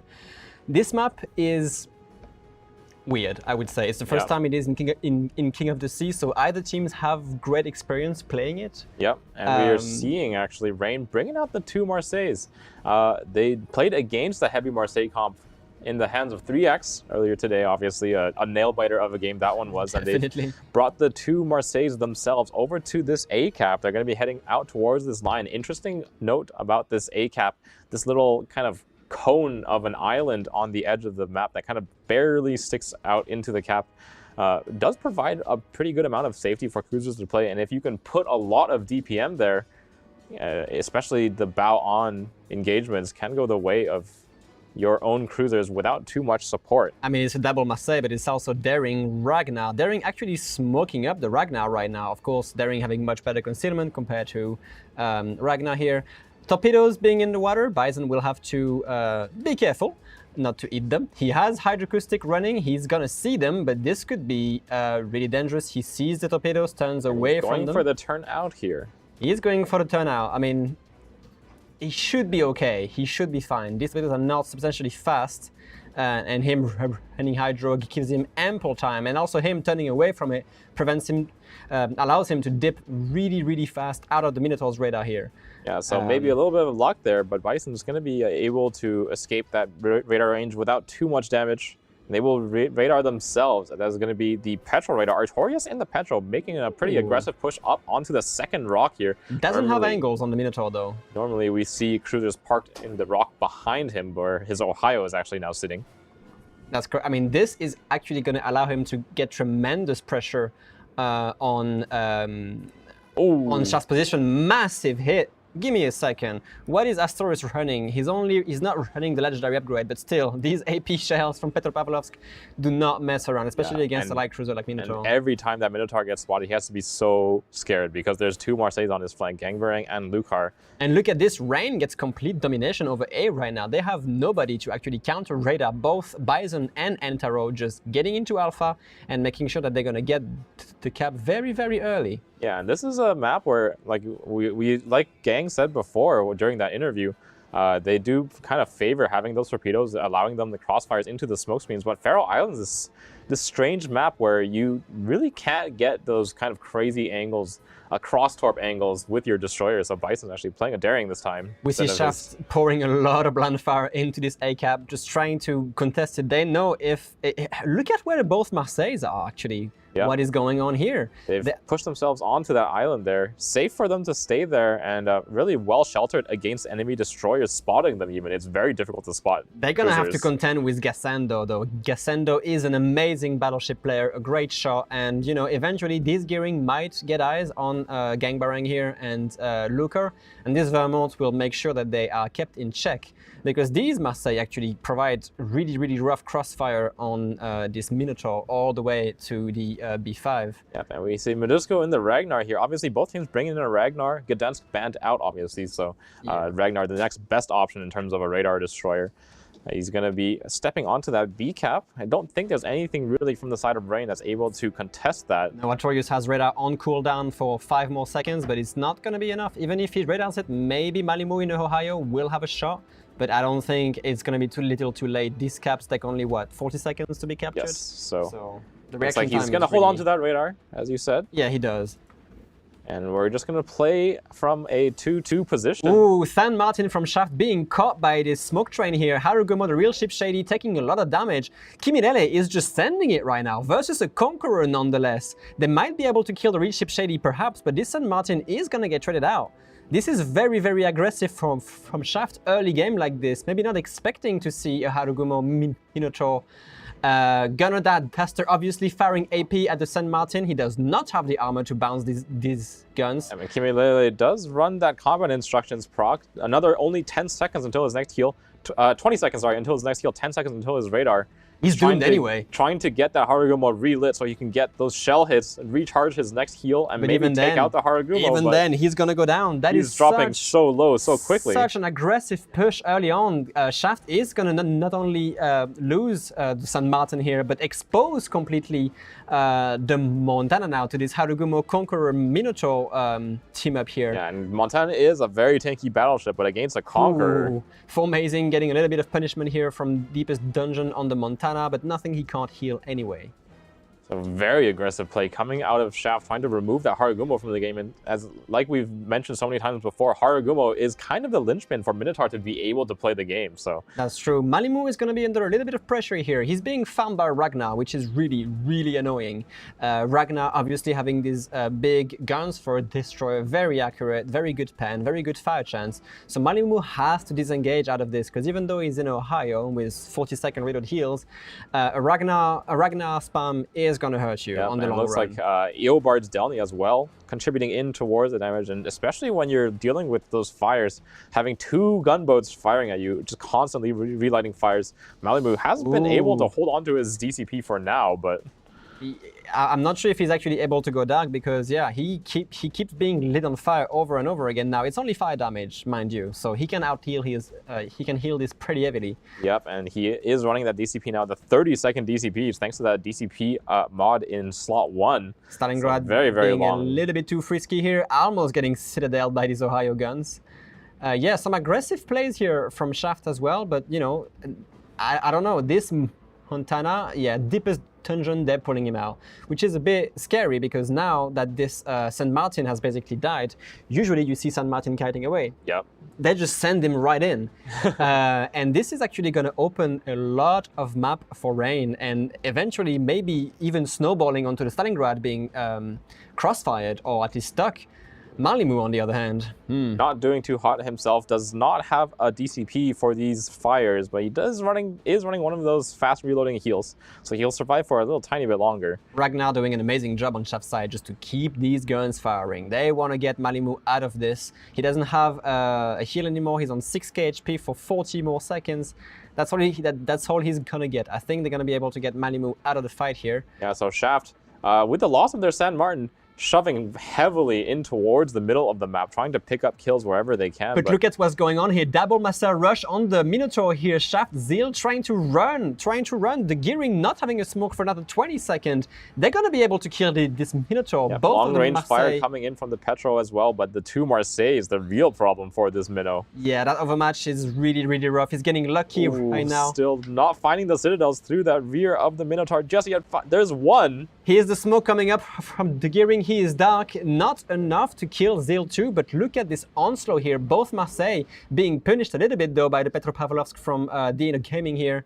They're going to be pressuring so much that Petropavlovsk is in deep trouble. And meanwhile, Bison's torpedoes going towards the Petropavlovsk. He sees them. Dino does have his Hydro running, so he'll be able to duck in towards the cap, where really the only threat to him is that Conqueror and Ragnar. So it's true. Should be able to stay alive there for a reasonable amount of time, as long as he can cut off line of sight to those Marseilles. But nothing is slowing Rain down right now. They are smoke training a Harugumo.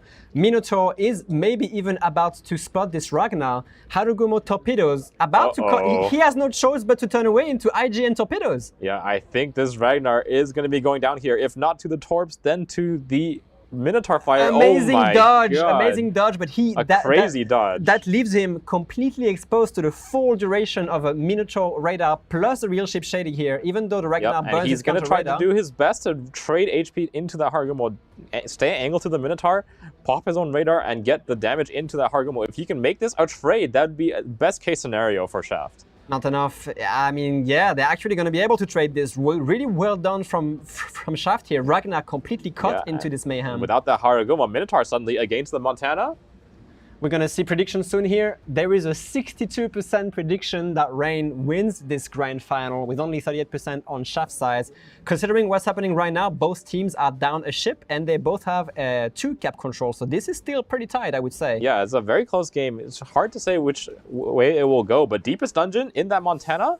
Ooh, Formazing is kind of caught though. He only has this one Harugumo smoke to get the head away from this because Deepest Dungeon is going to be hunting him down. And he is close. He is this very Montana close. is close It to this doesn't Minnow. matter, even if he can run away from the Montana, the Delny, is going to be looking for that spot. Don't slide out of this smoke, Formazing. Do not slide out. He's going to briefly get spotted. That's going to be enough for a salvo from Deepest Dungeon. Here he comes. Here comes that Montana shot. How well will it connect? Oh, goodness Gets me. one Citadel. Minotaur will survive at least for an... Oh, Stalingrad on the Stalin from the other flank. A little bit too aggressive here. Formazing cannot get out of And as soon as this smoke runs out, or he runs out of it, that should be the death of the Minnow, the Delny, and the Montana. Just too close for him to escape. Yeah, the trade on the Harugumo here is actually going to be very detrimental for Rain. They are going to lose Formazing. He's trying to block the Lanhasat as much as possible, but here we go. He's spotted, the Delny also spotted, he goes, the Montana salvo, Stalingrad salvo as well, ready for this, and that's it. Formazing will be going down to the large caliber guns of the Montana and the Stalingrad. In the meantime, though, they've managed to find a lot of damage using just the Conqueror and the Ragnar onto Dino Gaming's Petro. They will take him down in that B cap. Look at this. And that should open up B cap for Rain. That is amazing. Both teams trading ships very equally, maintaining the cap advantage as well on both sides. The points are ticking for Rain, though. They have slightly below 80-point advantage, I assume, if I do my math right. But it's about a 60-point advantage, I believe. But they still have these 2 Marseille staged to try and push this Vermont. Obviously, Cassando, very, very dangerous battleship players.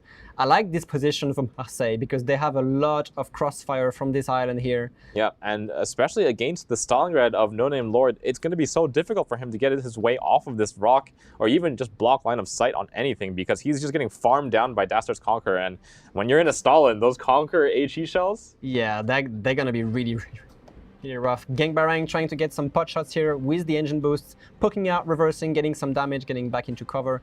Gassendo obviously firing back, but Marseille is a very, very agile ship when it gets his engine boost running.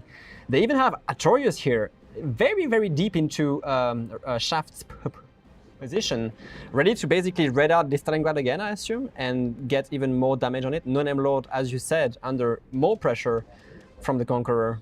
Yep, and Rain is actually not choosing to go in towards that B cap. B cap still taking away for Shaft. But Rain is just kind of using their position to their advantage instead of trying to go and take that 3rd cap. I mean, they have finish off the kill on the Stalingrad, and that should pretty much open up that cap for them. Especially with the amount of cover that they have on B, both Marseille's, I'm sure, and the Petropavlovsk. Artorius is under a little bit of heat here. I think he overpushed ever so slightly. He's going to be facing the full wrath of Cassendo's Vermont salvos. Doesn't do as much damage as it should have done. Not quite able to find that bow overmatch, and No Name Lord coming out onto the side, hoping to get maybe one nice shot into the side of the Petro, but it looks like Artorius is well prepared for that, and No Name Lord will go down here to at least the Petro, if not the Ragnar. Here goes the salvo, that's going to be a one-shot kill, and that's it. That's all No Name Lord's wrote. And he couldn't find any damage onto Artorius' Petro. Big advantage on Rain now. To kill this ship, this Petro. And look at this simultaneously right now. Double Marseille push on Cassando. Gangbarang and Lucard just absolutely neutralizing Cassando's Vermont. Yes, they're taking return fire, which is very painful for Marseille, but at the same time, it is too little too late. Yeah. We're seeing a big Rain win on this. Yeah, Rain, seeing that Marseille strat coming out of 3x, they're saying we can do that too. We can run our Marseilles. We'll take only the 2, but as a result of only taking those 2 Marseilles, very heavy map control play still on the rest of the map. You can see they had control over their own home cap as well as that A cap for the majority of the game, keeping those points ticking evenly as their Marseilles move up the side and pick up the kills. Meanwhile, we have a little bit of a chase going on here. Bison with APF on the gearing, with Hydro running, as he's going to see these torpedoes coming a mile away. The only issue is Daring is slow, gearing is faster. Yep. So this chase might be going for a long, long time here. Over in the south, Eobard in that Delny, trying to make something happen, maybe take kind of a steal on that sea cap, but Dastard's Conqueror. Oh, look at the cross radar here from Artorius, just keeping that Delny spotted. There's no escape for him. Yeah, and then Taro's Ragnar, I feel like he's been sitting in that spot the whole game, just has not stopped firing in that Ragnar. Absolutely devastation coming out of him. So much damage output Got a at long Daster, range. Conqueror Salvo coming in. Not quite able to find the mark onto Eobard just about yet. He will survive this radar. But here comes the rest of the Conqueror Salvo. It's off the mark. It's not gonna hit him, but still, like that's a lot. That's a neutralized Delny because now he can't even poke out because of the de Marseille. He has a Ragnar to contend with as well. Yeah, and I want to talk a little bit about maybe this Conqueror pick. Rain, obviously, with a tight grasp of this game. Oh my God. That's a Montana. Speaking about the Conqueror. This is a ship that we don't see a lot of in competitive play. Those super heals, the long duration between them makes you a very big opportunity for a kill between those heals. It's true. I mean, he's about to have one in 7 seconds. Minotaur goes down from gang by rank. Actually, pretty long range salvo here, and that's it. Yeah, the loss of the Minotaur and the Delny will close out the game for Rain. A very clean execution of their strategy, I would say. I think place their cruisers around the islands exactly as they wanted to. Shaft did a good job of trading up until kind of the halfway through the game mark, keeping the points very, very even. But Rain, the 2 Marseille position, just way too dangerous in the rear of the map. So getting through, you mentioned that little corner at A, that little peak of island that ships can actually hide behind, and then they moved all the way almost into their spawn on the A side, just getting all these crossfires, pressuring the Vermont, pressuring the Stalingrad at the same time. Yeah, and when the Marseilles don't have to deal with a crossfire, they can just get those HE shells on target. The absolute damage that they do, the pen, the fire setting is just unstoppable for pretty much any ship. Decisive win on Rain on this first map, and let's see what the studio has to say about this. Yeah, Rain pulling out a strong game 1 here in their first match in the grand finals, kind of pulling the Marseille strat back from 3x here and executing a pretty good push here. Yeah, wow, that was such a decisive victory for the first game of the best of 5 from Rain, and I think we should just start from the beginning. San Martin from Shaft getting caught bowing against a Conqueror, a Minotaur, and Haragumo. Minotaur Conqueror. Yeah, that's quite a lot of damage output from Rain's side. Do you think it was a play that they had previously thought about, where they intentionally run it into a smoke train? It did seem like that was the intention. It looked like maybe he was trying to target kill the Haragumo with the Montana close behind him. And we did see that he popped his combat instructions a little bit early after he finished his first radar, but while his heal was still running. Right. So he got the second radar off, but not the second heal, which meant he died quite quickly. He did leave the Haragumo rather low, but the Haragumo, of course, smart enough to know that he just needs to point his bow with the San Martin, and the damage will drop to almost 0. So maybe the San Martin expected the damage output to be a little bit lower, since he saw the Conqueror and the Minotaur. He expected maybe he'd just angle to those 2 ships and not take as much damage.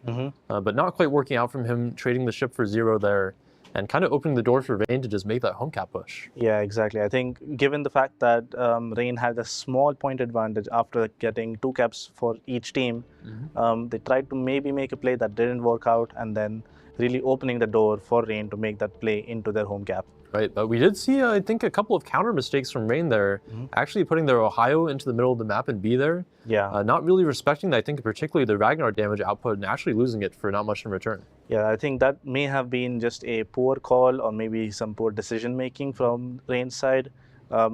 He didn't really get to do that much from going into that position, unfortunately. Right. And yeah, is maybe something that needs to be worked on for the future matches. Yeah, and we also saw a little bit of an overextension maybe from the Haragumo Minotaur smoke train. Possibly, that, yes. They did want to make that pressure onto the home cap, force the rotations from Shaft, and keep applying that pressure, obviously, that they opened up by having the San Martin kill. And they did get a good effect out of it by actually trading the Haragumo for the Ragnar. Yes. But unfortunately, the Minotaur maybe stayed for a little bit too long and it actually slid out of the smoke for just a brief second, which resulted in taking a lot of damage from the Stalingrad crossfire in the Montana, of course. Yeah, I think this is not a mistake from Shaft's part. It was not accidental by any means. They definitely realized what was happening. Trading the Harugumo from Rain for Shaft's Ragnar was definitely a okay trade for both teams.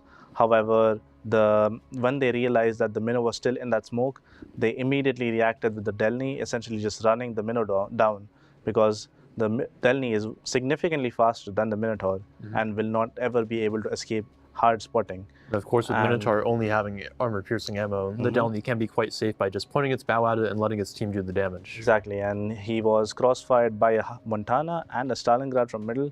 Stalingrad obviously also overmatches the Minotaur as well as the Montana does, so he was in a bad position regardless. As soon as he got spotted, he basically had no choice left other than to run, and unfortunately, he was going to die at some point anyway. Right. But even though Shaft made that good play in picking up the Minotaur, we can't forget about what was happening on the other side of the map with those 2 Marseilles that Rain picked. Obviously, when you pick Marseilles, you want to get value out of them with that pushing strat, and Rain executed it quite masterfully, I would say. Yeah, absolutely. I think they set up themselves quite well from the start of the game. They immediately went to the position that they had set out to go to, and then they pushed through, made a lot of pressure. Shaft basically had to give up significant amounts of their own map control that they start off with. Like, they had to give up most of their spawn. They got pressured away quite heavily.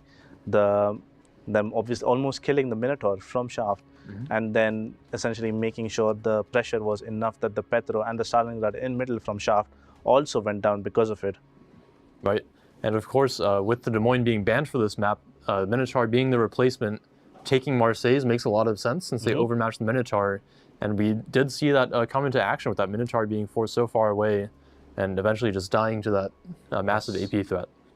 Yeah, the Petro in mid obviously getting farmed out by a Ragnar and a Conqueror. The Ragnar providing unrelenting pressure from the home cap and the middle of the map from Rain, and just constantly farming the Petropavlovsk with the help of his own team's Conqueror, and then later on moving on to farming the Stalingrad, and they get both of those kills, which provided to be quite instrumental in the final win. All right, well, we just got the render, so we can go ahead and break this match down in a little bit more detail for you guys and see exactly how this Marseille push strat is executed. All right, let's take it away here. So for the initial deployments, Rain obviously opting for a very strong north side here. And we've talked a little bit about this map, that the B cap, very hard to contest at the start. Yes. And we can see that Rain really isn't dedicating really any assets to it, since we have the one Petropavlovsk Raider that will kind of be protecting both A and B.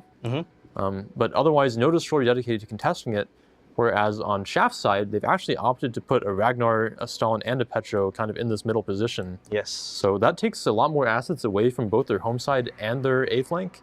So Rain really recognizing, I think, the way in which this map has to be played, going for the very strong A play, and still having a pretty significant presence down their home cap here to actually make sure they can hold on to it and maybe even make that push. Absolutely. Yeah, we can already see the 2 Marseilles activating, going down the A line towards the A cap, and then possibly just going down the D line, DC line essentially, and entering Shaft spawn. Right. And we can see this push play out here. The Gearing Ragnar, a very powerful combination for taking A here. The Gearing really won't want any of that. And we can see once the Marseilles reach this position, A is essentially unplayable for Shaft. Yes. And we see our San Martin Harugumo Minotaur Conqueror engagement happening, where the San Martin is essentially caught Bowin, is what our assumption is for this. I don't know if it was an actual play or not. And he unfortunately goes down. Slight misplays from him, maybe a bit of panic.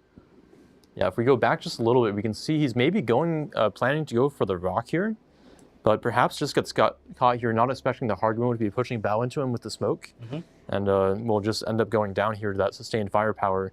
See, he does manage to heal through quite a lot of it, going for the second radar recharge there to maybe try to get the Minotaur killed, but Shaft really not able to find anything. In the meantime, though, Hayo going into mid here, a little bit of a questionable play from Rain, I would say, probably looking maybe to exert some pressure in combination with the Marseilles pushing here. Yes. Maybe expecting Shaft to be a little bit lighter in this area and maybe being able to get the crossfire, but doesn't quite work out for him. Could also be something that they had previously tried out to have a crossfire onto the D cap, where the Montana was sitting, and as a result, making that play happen. However, maybe they weren't prepared for the Ragnar just sitting there, constantly farming him, and the Montana helping out as well. Right, a lot of damage output coming out from those ships does go down, but in the meantime, the Marseilles are activating into the spawn of Shaft. Minotaur not long for this world after getting pushed there. He will escape with his life there briefly, but after the Marseilles are on this rock, it is extraordinarily hard for Shaft to play the game. We can see that Rain has essentially boxed them in entirely into their spawn, and the Petro mid is being slowly but surely farmed out by the Conqueror and the Ragnar. Yeah, absolutely. And we can see how the Minotaur from Rain has been caught essentially in his own smoke. The Delny being able to run him down with a Stalingrad and a Montana crossfire on the Minotaur. Not even needing the crossfire, they would have been able to kill him. But the crossfire definitely helps out by making him die quite a lot faster. Absolutely. All right, let's finish up the replay here. We can see that Rain in a pretty dominant position now with those 2 Marseilles, able to slowly farm out these ships. The Stalingrad also under a lot of pressure from, again, the Ragnar and the Conqueror, 2 ships that put out just a ton of damage. And Shaft really, I think, doesn't have a lot of options at this stage of the game. Absolutely. So let's move on to map number 2, which is going to be Warrior's Path. All right, this is one that we have seen quite consistently throughout the tournament so far. It's quite consistent for teams to play this. They understand the map pretty well. The bans for this map are going to be Kleber from Shaft. Rain does like to play the Klebers, but we've seen them be very comfortable without it as well. This also maybe plays into Shaft liking to play the Delny as a pretty good replacement for the Kleber, so feeling comfortable with that. And Rain taking away the Moskva. Yeah, absolutely. I think the Moskva is a very strong pick, especially for this map. You see them quite often positioned around the middle cap on those 2 islands that are facing towards each other. And it is a very strong pick for this map in particular. If you put a Stalingrad there instead, it's more susceptible to being farmed out due to the longer duration fires. However, a Moskva there is really strong. And so taking it out of the game is something that is probably a targeted ban. Right. So maybe seeing a Petropavlovsk as a replacement for that, which has the shorter duration radar, and maybe opening Rain up to playing that middle cap with those Darings that they enjoy picking. Exactly. All right. Well, the teams are ready. Why don't we go ahead and let them play the second match in the grand finals here, throw it to the map intro video, and get into the game. With more coastline than any country in the world, the nooks and crannies of the shores of northern Canada set the stage for a showdown between opposing fleets. Amidst the barren rocks and snow-capped peaks, only one team will remain unvanquished. This is Warrior's Path. Warrior's Path is a 48 by 48 kilometer domination-style map with 3 cap points running in a line from west to east. The A cap is on the extreme left, B is in the center, and C is on the far right. Given how the caps are arranged and how risky entering the B cap is in the early game, the most action is commonly found along the 1, 2, and 9, 10 lines. To the west, Cap A now no longer can be safely controlled with radars from nearby islands. Teams will have to rely on smokescreens and additional fire support to gain the upper hand in the battle for this capture point. Capture Area B is a difficult and challenging place to be in the early goings of a game. While the capture point was moved to a more central position, nearby islands still provide plenty of cover for radar cruisers, making this point exceptionally challenging to capture. Off to the east, the C cap offers solid cover for cruisers along the northwestern and southwestern edges, but precious little cover inside the cap itself. The long, narrow channel to the east that connects C to B is a frequent place to see pushes occur in the mid to late game, depending on the board positions of each team. Warrior's Path has a long and storied history within the tournament, having produced many close and competitive games. It begs the question, what memorable plays and matches will result this time around? 18 ships, 2 teams, 1 victor. It's time to play Warrior's Path. And here we are, ladies and gentlemen, second game of Rain versus Shaft. Warrior's Path is the map, pretty standard lineup for both teams, I would say. Almost mirrored all the way down, except Delny versus Gearing, Montana instead, with a double Vermont coming into Rain's lineup. Warrior's Path has been out for a while on King of the Sea. I'm pretty sure both teams have experience playing this. We're going to see potentially Daring versus Gdansk here on the B cap, already deploying to try and get visions or at least plays on this. And in terms of the deployment, I'm seeing Rain sending a lot of assets on C right now. Petropavlovsk, Gearing, Des Moines, Vermont, Stalingrad, and then the rest, Vermont, San Martin, and Gdansk heading towards A. Yeah, it looks like Rain's going to stick to their guns, play kind of the standard compositions against Shaft here. maybe going into this match with a lot of momentum. They feel like they're simply the better team. And I can't blame them, having seen their lower bracket just dominating team after team after team. Lucar in the Petro going to be somehow having a tremendous lead on Bison's gearing towards that C-cap. Bison maybe sticking around, hoping to smoke up Lulu, Snails, Des Moines a little bit earlier. Keep him safe as they tried to take that C contest, obviously. On the other side, Shaft is going to be sending a Des Moines gearing of their own, but it looks like Zill is quite far from Vert. That's true. I mean, we're seeing also an interesting Daring versus Gdansk here. Medusko has basically taken a very interesting position, albeit a risky one, I would say, all the way here, ready to actually contest Bravo and get to cover the moment he's detected. He will have to contend with Daring torpedoes. Now remember, of course, Gdansk does not have hydroacoustic. And like Gang said, it is a fat destroyer. It is a fat destroyer too, yes. So these torpedoes are actually quite smart from Antaro because it's going to delay that Gdansk reverse and allow him to, reverse into the cap in time. The only issue is a 1v1 Daring Gdansk here is not going to go towards Antaro's. Especially when the Daring is angled like this. It only has that one turret to bring to bear. This is going to be awfully risky. Come and take this fight. Yeah, Antaro is going to get punished here. Obviously, he is smoking up and radaring the massive strength of Gdansk here. He doesn't even get that much damage from Dastard. Salvo not going to connect onto this Gdansk, so using the full duration of this radar. Look at the cross radar as well. The cross radar from No Name Lord, the cross radar from Stalingrad, with the help of Petropavlovsk from Dino Gaming, just putting a lot of heat on Antaro here. Antaro down to already 6,000 HP, 4,500. If Deno's Salvo lands, this could be the death of Daring. He's burning. 21 seconds on the next DCP. They actually get him. And a very rare early DD kill going the way of Shaft. That is really unfortunate. That position from Gdansk extremely strong, catching that Daring of Guard with so much support as well coming in from Shaft. Yeah. Good start. Good start from Shaft. Formazing does still have his radar, so he's holding on to that utility to maybe delay that B cap at least one time against the Gdansk. But as soon as that radar is down, Shaft should have an opening to take that B cap away, the crucial middle cap on this map where it is so difficult. Lulu, please run your hydroacoustic, thank you.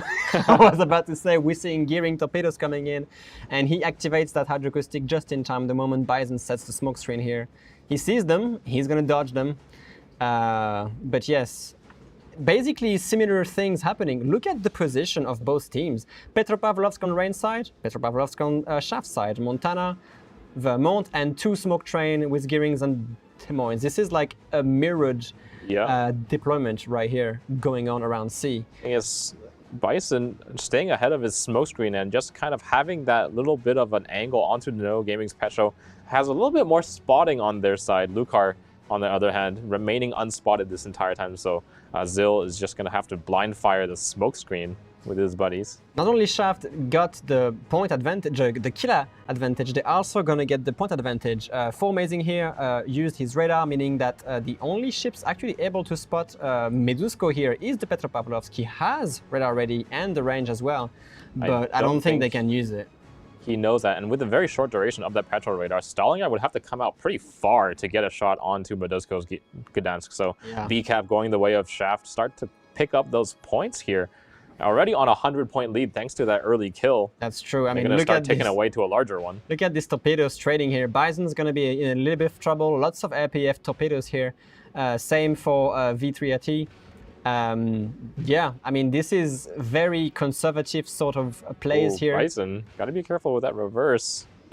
Did he turn too early? Oh my God! Bison lands the torpedoes but refused to take them. Yeah. That's one way of saying it. And Bison Torp's now approaching Vert and Zill himself. Oh, he's fine. Vert will be fine. Zill looks like he's well angled to them as well, so no strange torpedo hits happening on the C-cap this time around. That was a very, very narrow dodge here from Bison. Love to see these sort of things happening. But yeah, so far, advantage is on Shaft's hands though. They have the cap and it's going to start bleeding a lot of points.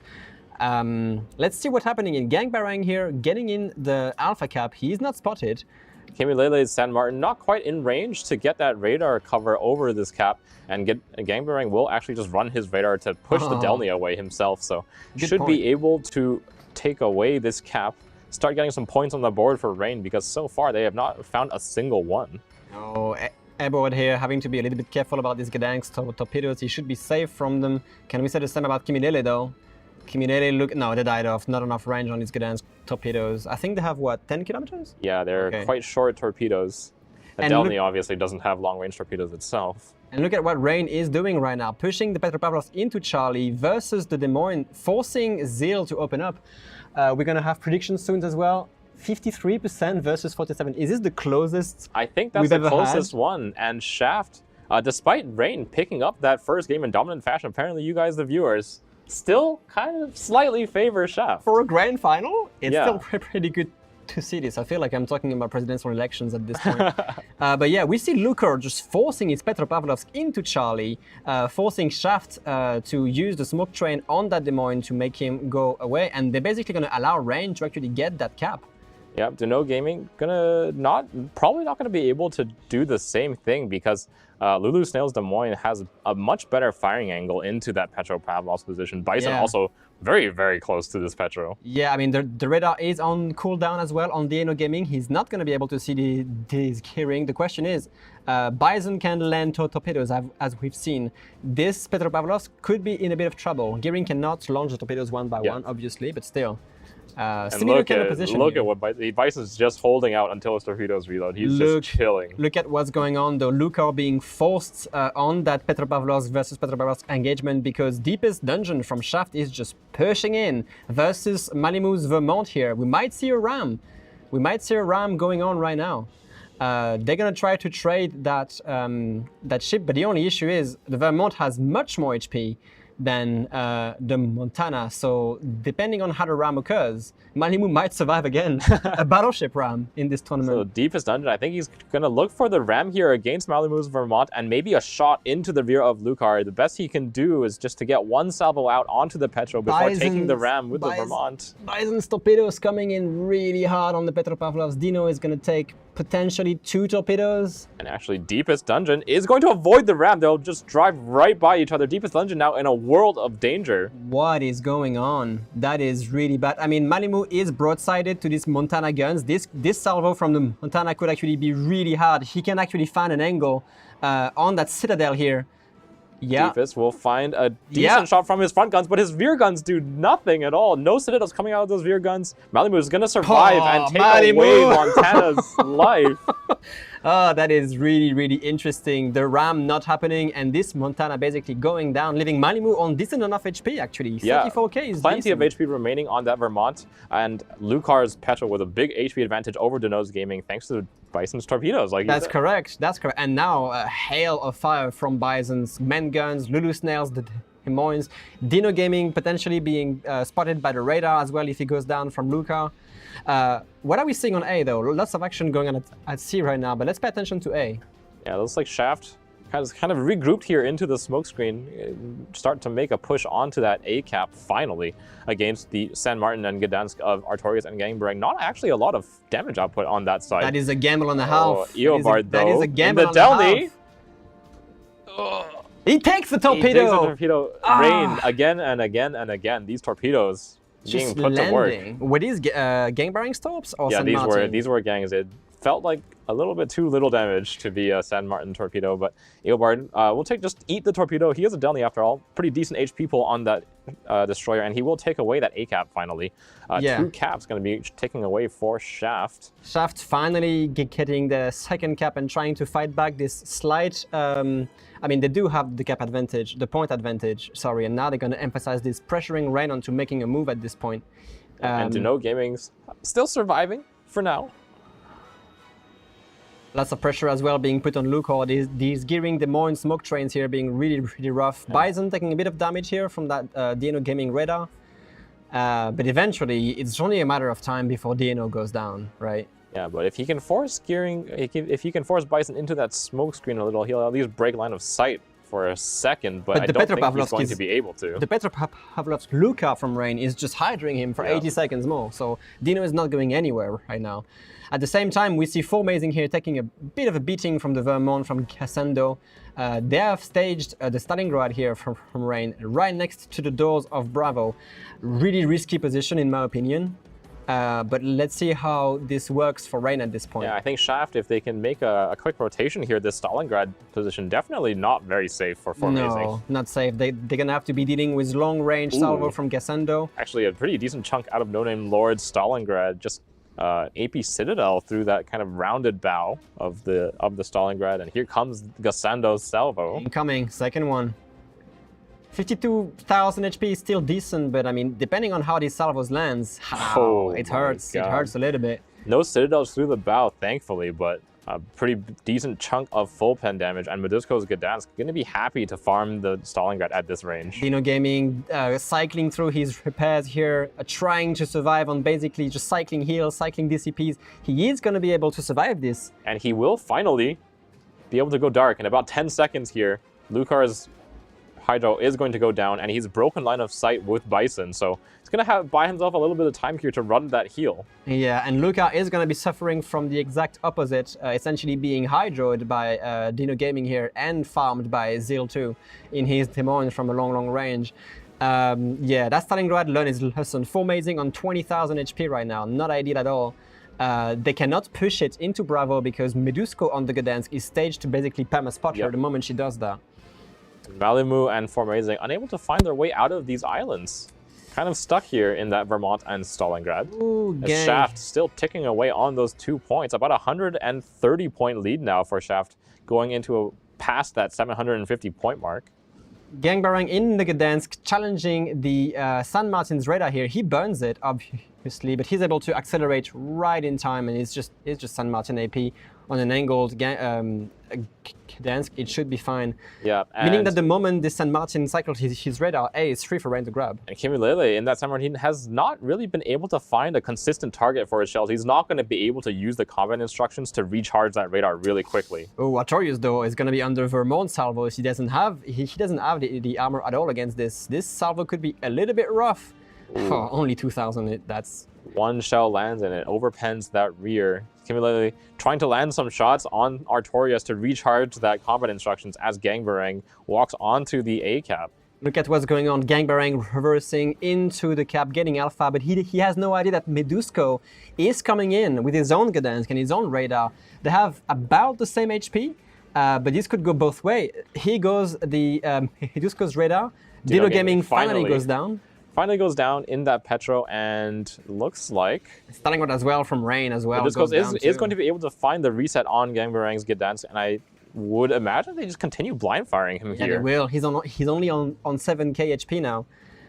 He has his radar ready again, but look at this. The Stalingrad from No Name Lord from 13 kilometers away, 12 kilometers away, picks up the Gdansk, and it's going to allow Shaft here to actually pick up that kill if he's not careful. Yeah, 5,000 HP on the Gdansk as he leaves the Stalingrad radar range. If Shaft can just land a couple more shells, that should be the death of the Gdansk. Good connections coming out of Kimilele's San Martin. That will be the death of Gangbarang, and they will hold on to that A-cap. 900 points now on the board for Shaft. 1 minute win for Shaft here if Rain doesn't act on what's going on. They are trying to run the Vermont here. Gunner-Duster here just trying to find some angles on this Gdansk. Unfortunately, a little bit too late. Kimilele, on the other hand, is about to suffer the full wrath of these 12 guns. Yeah, let's see how this salvo lands. Just trying to buy some more time for his team to play the game, but it doesn't look like it's going to. Really late on this. Going to be surviving there against Dastard's salvo, and I think off the back of that very early B-cap and an early destroyer kill, Shaft is going to win this on Shaft is going to take a fairly convincing win here. Rain did a very good job on that C-cap, but with B and A-caps ticking for so long and so early, Shaft just had too many points on the board. About 20 seconds remaining for Rain to make something happen, but you can see the cruisers of Shaft just playing it very safe. Of course. I mean, once you have a win in this sort of situation, you simply take it. Stalingrad staging around B and just getting completely nullified by a mix of Gdansk spotting and Vermont salvos. Kind of was a mistake into Rain's aspect, in my opinion. I feel like that Vermont Stalingrad position inside the islands there, so difficult to push from the C-cap to the B-cap. Yeah. Well, at least we see equal terms on both teams. Rain having a very decisive win on the first game, and Shaft basically doing the exact same thing on the second. Yeah, I think a very, very well played early cap contest from the Gdansk. I feel like I'm honestly a little bit surprised that Antaro went down to that island position. It's not an unusual position, I want to say. Maybe we see it a little bit more on NA where people like to play the ships like the Z-42, obviously using the Hydro in the same way a Gdansk would use its daring, pushing early onto that rock, getting the early spotting onto the enemy destroyer, and then getting that early kill. I feel like a little bit overzealous from Antaro's daring. Yeah, I would have to agree. Yeah. We saw that Rain likes to play the daring in the middle. It looked like Shaft absolutely was prepared for it. Yeah. And with that Gdansk pick, I have to feel like Rain probably expected it to not be in the middle of the map. Where Or Antaro, maybe they expected it to be in the middle of the map, just not as aggressively. Right, we did see that Antaro actually used his torps for the island that the Gdansk was playing. So he probably expected at least something to be there. But maybe just underestimating the amount of damage output that Stalingrad plus the Gdansk could put out onto him. So obviously that early pick being pretty decisive for Shaft, but Rain had a pretty solid recovery through the mid game. Yeah, I think the play where they pushed this Petro into the C cap and pressuring the Des Moines away was quite crucial. They essentially just anchored that Petro on the island, and he was relatively safe until the Shaft battleship actually pushed the middle of the map, and they drove by each other. Yep. That was quite a strange one, honestly. I think the maybe, ram would have actually been a good thing for Shaft. At least it would have been a negative trade. But even if it wasn't a ram, which it wasn't in this case, and the Vermont didn't kill him, there was still a Stalingrad on the Montana's broadside, which would have meant the Montana dies regardless. Yeah, so maybe Shaft making a little bit of a key mistake there, maybe just overestimating the amount of turn that they needed. But definitely a good thing for Rain that they managed to trade the battleship out there for nothing, allowing them kind of an opportunity to get back into the game. And I feel like we see this a lot where teams, when they lose a ship early, like that daring, for example, it seems like the most optimal reaction from the EU teams, at least so far, is to make an aggressive push somewhere on the map, basically as soon as possible and try to force a mistake. Yes. So we saw that Petro, like you mentioned, move far up into the C cap, flip the cap, put some pressure on the Des Moines smoke train, and it actually kind of forces Shaft to make a split decision to push the Montana down. Yes. And then by missing the ram, Rain is actually able to trade a ship equally. But unfortunately for Rain, Shaft was able to convert the B cap off the daring kill, was able to sit on the A cap, so Rain is still down 2 caps, and quite a substantial point amount. Yeah, exactly. I mean, even though they do get the nice Petro position in, they also managed to kill the Petro that was behind on the other side of the rock, and they get the Montana kill without losing their own battleship. Unfortunately, they were basically unable to utilize those ships after the fact, and the Vermont and the Stalingrad were basically unable to make anything happen. Stalin actually did try to make a play, but got farmed out by Shaft's ships that were towards A and towards the middle of the map, and was not very effective. Right, unfortunately we saw that the kills on the Montana and the Petro didn't actually really convert into moving ships into being able to control B. We saw the Stalingrad, like you mentioned, try to play the island next to B and maybe exert some pressure there, but it was actually probably a mistake in the end since it exposed him to a lot of farm from Gassando's Vermont as well as the Stalingrad of Shaft being able to put damage onto him. And if he had tried to poke the cap, the Gdansk also would have been there to put out a lot of fire damage onto him. So I think it kind of came down to Rain trying to make a play for the A cap with Gangrang's Gdansk and their own San Martin, but unfortunately the setup there from Shaft was ready to receive it. Yeah, absolutely. I think Shaft played that very well. They had good reactions when they saw what was coming in, and they positioned their ships accordingly. They obviously had the incredible triple radar coverage over that cap, and that is so unexpected. Even at this level of play, you can obviously rotate ships around to have 1-2 radars over a cap to deny it, but having the Gdansk come back towards the cap, radar him, and then have the Stalingrad as well radar the cap, that was quite unexpected, I would assume, for Rain's Gdansk, and he does go down for it. Yeah, but of course at that stage of the game, it's really the only play left to him is to try to make that aggressive push for the cap. We did just get the render, so why don't we go ahead and break this down a little bit more detail and see how Rain tries to recover from that early daring loss. Maybe Baz, take us away. We've seen Warrior's Path a lot so far, and do you think there's anything unexpected about these deployments, or is this mostly standard for this map? I think the only slightly different thing that I'm seeing right now is obviously the Gdansk play going towards the 6-line island. Usually you see mirror deployments from both teams that go down this way and have a engagement in open water for the most part. But the Gdansk from Shaft choosing to go to this island instead, having some cover, it is a harder position to go to and slightly more risky. Right. However, once you get to it, it is way more safe and obviously used to greater effect here. Right, and Gdansk is one of those destroyers that you will sometimes see being paired with maybe something like the Delny as extra gunpowder support, so maybe not a very expected position for Rain here, and the Daring does get caught, as we can see in just a moment. And of course, 6 kilometers away from a Gdansk is not really where you want to be. Again, it has that phenomenal firepower that is basically a clever on-reload booster permanently. Yeah. For the game state right now, you can see now that with that kill happening, Rain has to find somewhere else to play on the map. They're going to have to touch A, and then they're also going to look for a play on their strong side on C. Yeah, I think at this point in the game, they're down a kill, they're down a cap. Obviously, you see the point difference being so heavily in Shaft's favor that they have to make something happen relatively quickly. And so the reaction is to push the Petropavlovsk through the sea cap into this island, essentially, and then be in anchor position there while being able to hydro the Petropavlovsk that ends up here. Right, and once the Petropavlovsk is in that position, it basically means the only way to root him out is to try to push down this channel. The Des Moines and the Gearing can't really apply a lot of pressure to him from here because they have to contend with Rain's own smoke train, also adding control to the 10 line. Absolutely. So we'll see in a moment that the Montana will push down, try to dig the Petro out, but Rain, good on the reaction, knows that they have to send the Vermont here and is ready to receive it. Yeah, this was a weird interaction. I would have expected a ram, but this was basically the best case scenario for Rain. Right. And at this point, we can see the Petropavlovsk start to take a lot of fire from that Des Moines. Unfortunately, Rain isn't able to pick this up too quickly. Petro being one of the tankiest cruisers in the game, Des Moines shattering on its deck means that it's going to struggle to apply damage, so he lives for a pretty substantial amount of time. But at this point, even with the Montana kill and forcing this Petro back along the rock, there isn't really a great way for Rain to actually touch B. Their Gearing is still kind of tied to his Des Moines. If he leaves the Des Moines to go contest B, then this smoke train from Shaft will be able to push down the 10 line here, potentially.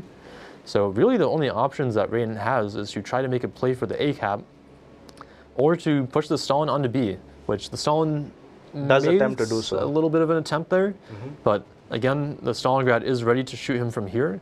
We have Gassandro's Vermont here, which can crossfire over to B. And then the Gdansk, if he sees the Stalingrad actually try to take this spot, he can rotate over maybe up to here pretty easily and farm him. Absolutely, with yeah. It would, if the Stalingrad from Rain does end up inside the B cap trying to contest it, he would be hard spotted by the Stalingrad that is sitting on the 4-5 line over here. Right. And then the Gdansk can just smoke up and start farming him as well. Right. So really the only play for Rain at this point was to play for the A cap. Is to play for A, as you mentioned. So we can go ahead and see how that turns out here.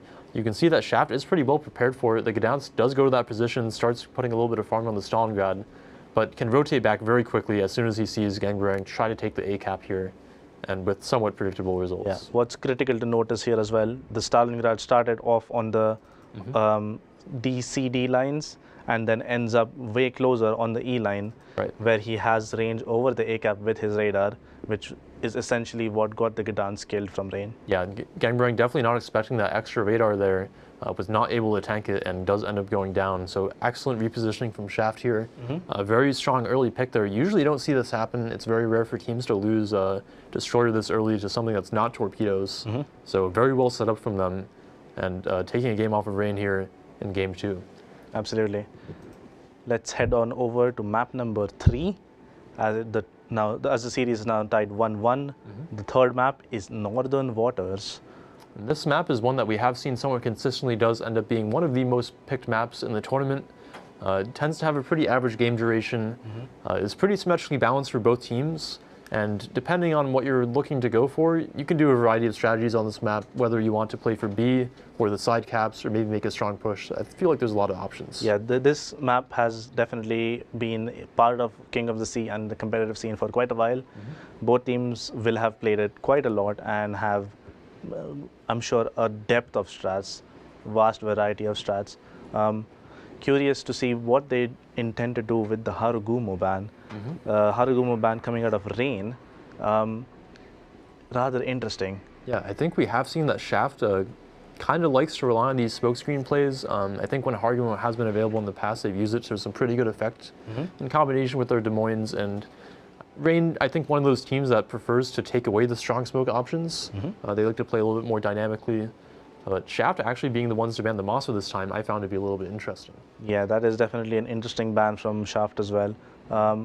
Maybe they expect a Moskva in the middle of the map, essentially providing crossfire, maybe towards the islands over the A cap, having radar on the A cap while being able to shoot towards the middle or the eastern side of the map. Right. I think one piece of information from this ban maybe, the 3 line is a pretty common spot to put a Petropavlovsk, for example, on the east side of those rocks next to A, to be able to shoot towards the B cap and also provide the radar, usually in combination with the second 12 kilometer, like say a Stalingrad. So the Moskva ban, maybe just making sure that they can just get that Petro there and look to mirror Rain.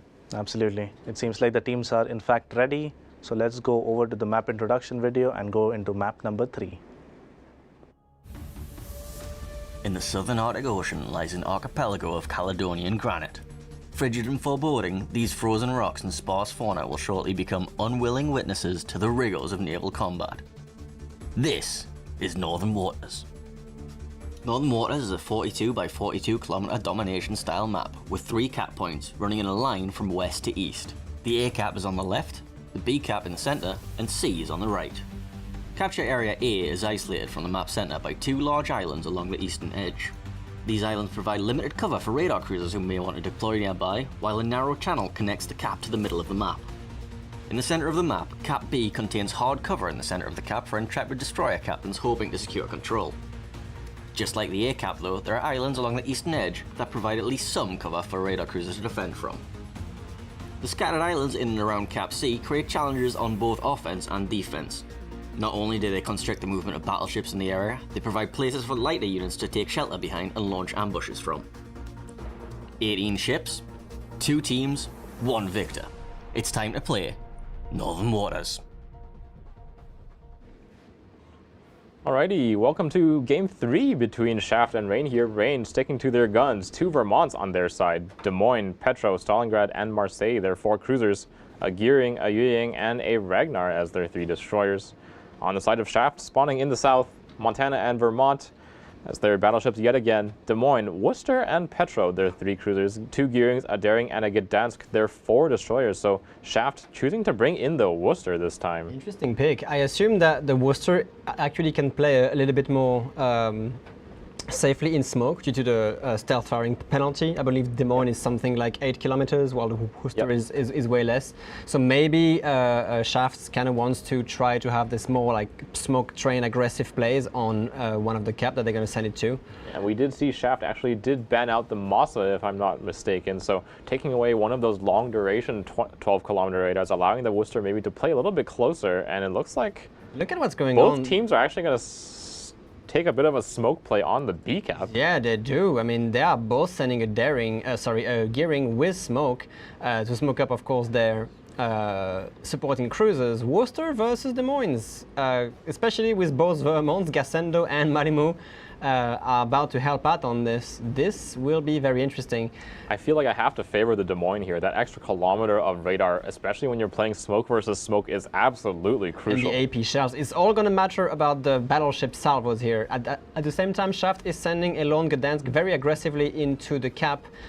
This could have been countered by Rain, but apparently it's not going to be the case at all. They're only sending a Marseille here. So Shaft is going to get the early cap advantage on A. Here we go, radars being traded already. Shaft being spotted, the Gearing being deep into that Des Moines radar for a while actually. He's gonna have to disengage and hopefully not hit this rock, otherwise he's gonna be stuck for a while there. It's like Des Moines not quite able to find the shells onto the Gearing so far. Just a little bit of damage.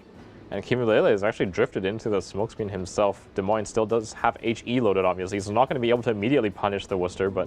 Malimo might have an answer for this, though. He's looking to put these guns on that Worcester. Are we going to see a salvo soon? Des Moines' radar is going to go down in 10 seconds.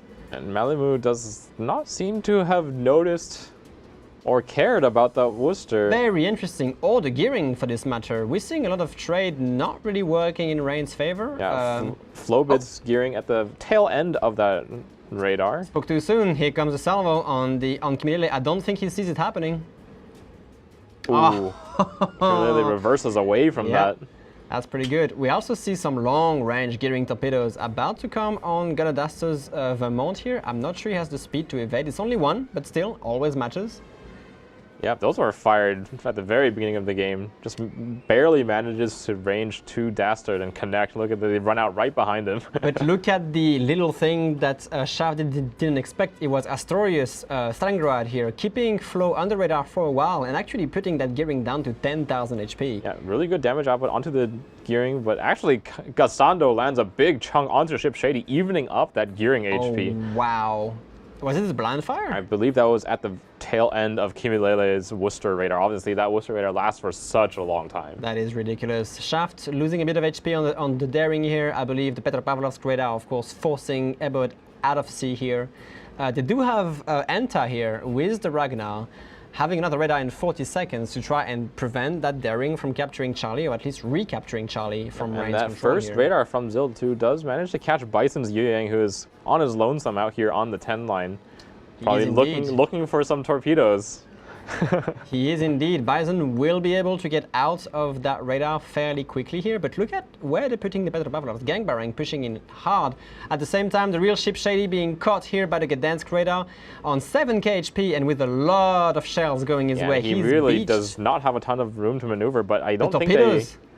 The torpedoes from Gdansk are going to catch the real Ship Shady. He's going down from this. Yep, I don't think there's any way he survives this. Oh my god, never mind. Ship Shady steals his life back away. Get out of here, Ship Shady. Count yourself lucky for today and run away. Out you go. That was too close for comfort. He has to remember the Gdansk radar comes up so quickly, so he's going to scurry on away with his life, barely. Rain should have lost a destroyer here. They should have lost a destroyer. Outplayed here on this Gdansk side, and this is not looking great for the real Ship Shady. He is one mistake away from going down at this point. Yep, and Lucar's Marseille now making his way down that one line. Still pretty much nothing happening over on this side, but Dino Gaming, that Petro, one thing to note that Marseille is actually a very stealthy cruiser despite its size, so Dino Gaming has to kind of be careful there in that Petro. If this Marseille catches him off guard. Might get caught, yes, of course. He does actually. He has the spotting advantage, and here goes the AP salvo. Petropavlovsk is angled enough. It's reasonably well angled, so we'll see if this Marseille can actually find any damage. Actually, absolutely zero nothing. Damage going into the Petro. That is RNG not but, working as intended. Even so, Marseille switches to the HE shells and should reasonably easily win this trade against Petro. It is true, Marseille does have much better HE, obviously, but look at the damage Dino Gaming is about to pour on this. He's running the legendary upgrade, meaning that Dino Gaming does not have has one less consumable. Yeah, and that matters a lot when you're dealing with that HE spam from the Marseille. Yeah, he only has 3 heals here, so that 1v1 Marseille DNO might actually go against Shaft here. Yep, so Lucar trying to poke his bow around, get some more consistent damage output into the Petro. And actually, there's nothing really supporting the Petro on this cap, so he's going to be forced away by the Marseille, and Marseille should have a reasonably good opening here to take his cap. I believe Gassendo is rotating his Vermont turret on that Marseille to try and even up that score. Actually, Gassendo will get involved on this 1v1. Oh, big damage still coming out of, Lucar really not respecting those Petro's bounce angles. No, I mean, they are much improved and they do much more damage as well with that unique upgrade here. So yeah, very interesting to see. Meanwhile, Rain still has control over Charlie. Obviously, the smoke train here with V3RT and Zil2 still trying to contest the Yueyang, Bison, and Gangbarang here. Yeah, and Shaft, with that Worcester pick, I guess they've kind of identified pretty nicely here that on this map, that 9-kilometer radar, more than enough for the B cap and able to keep him safe behind that island. So Rain and Shaft still at kind of an impasse here around the B cap, neither team able to touch the cap.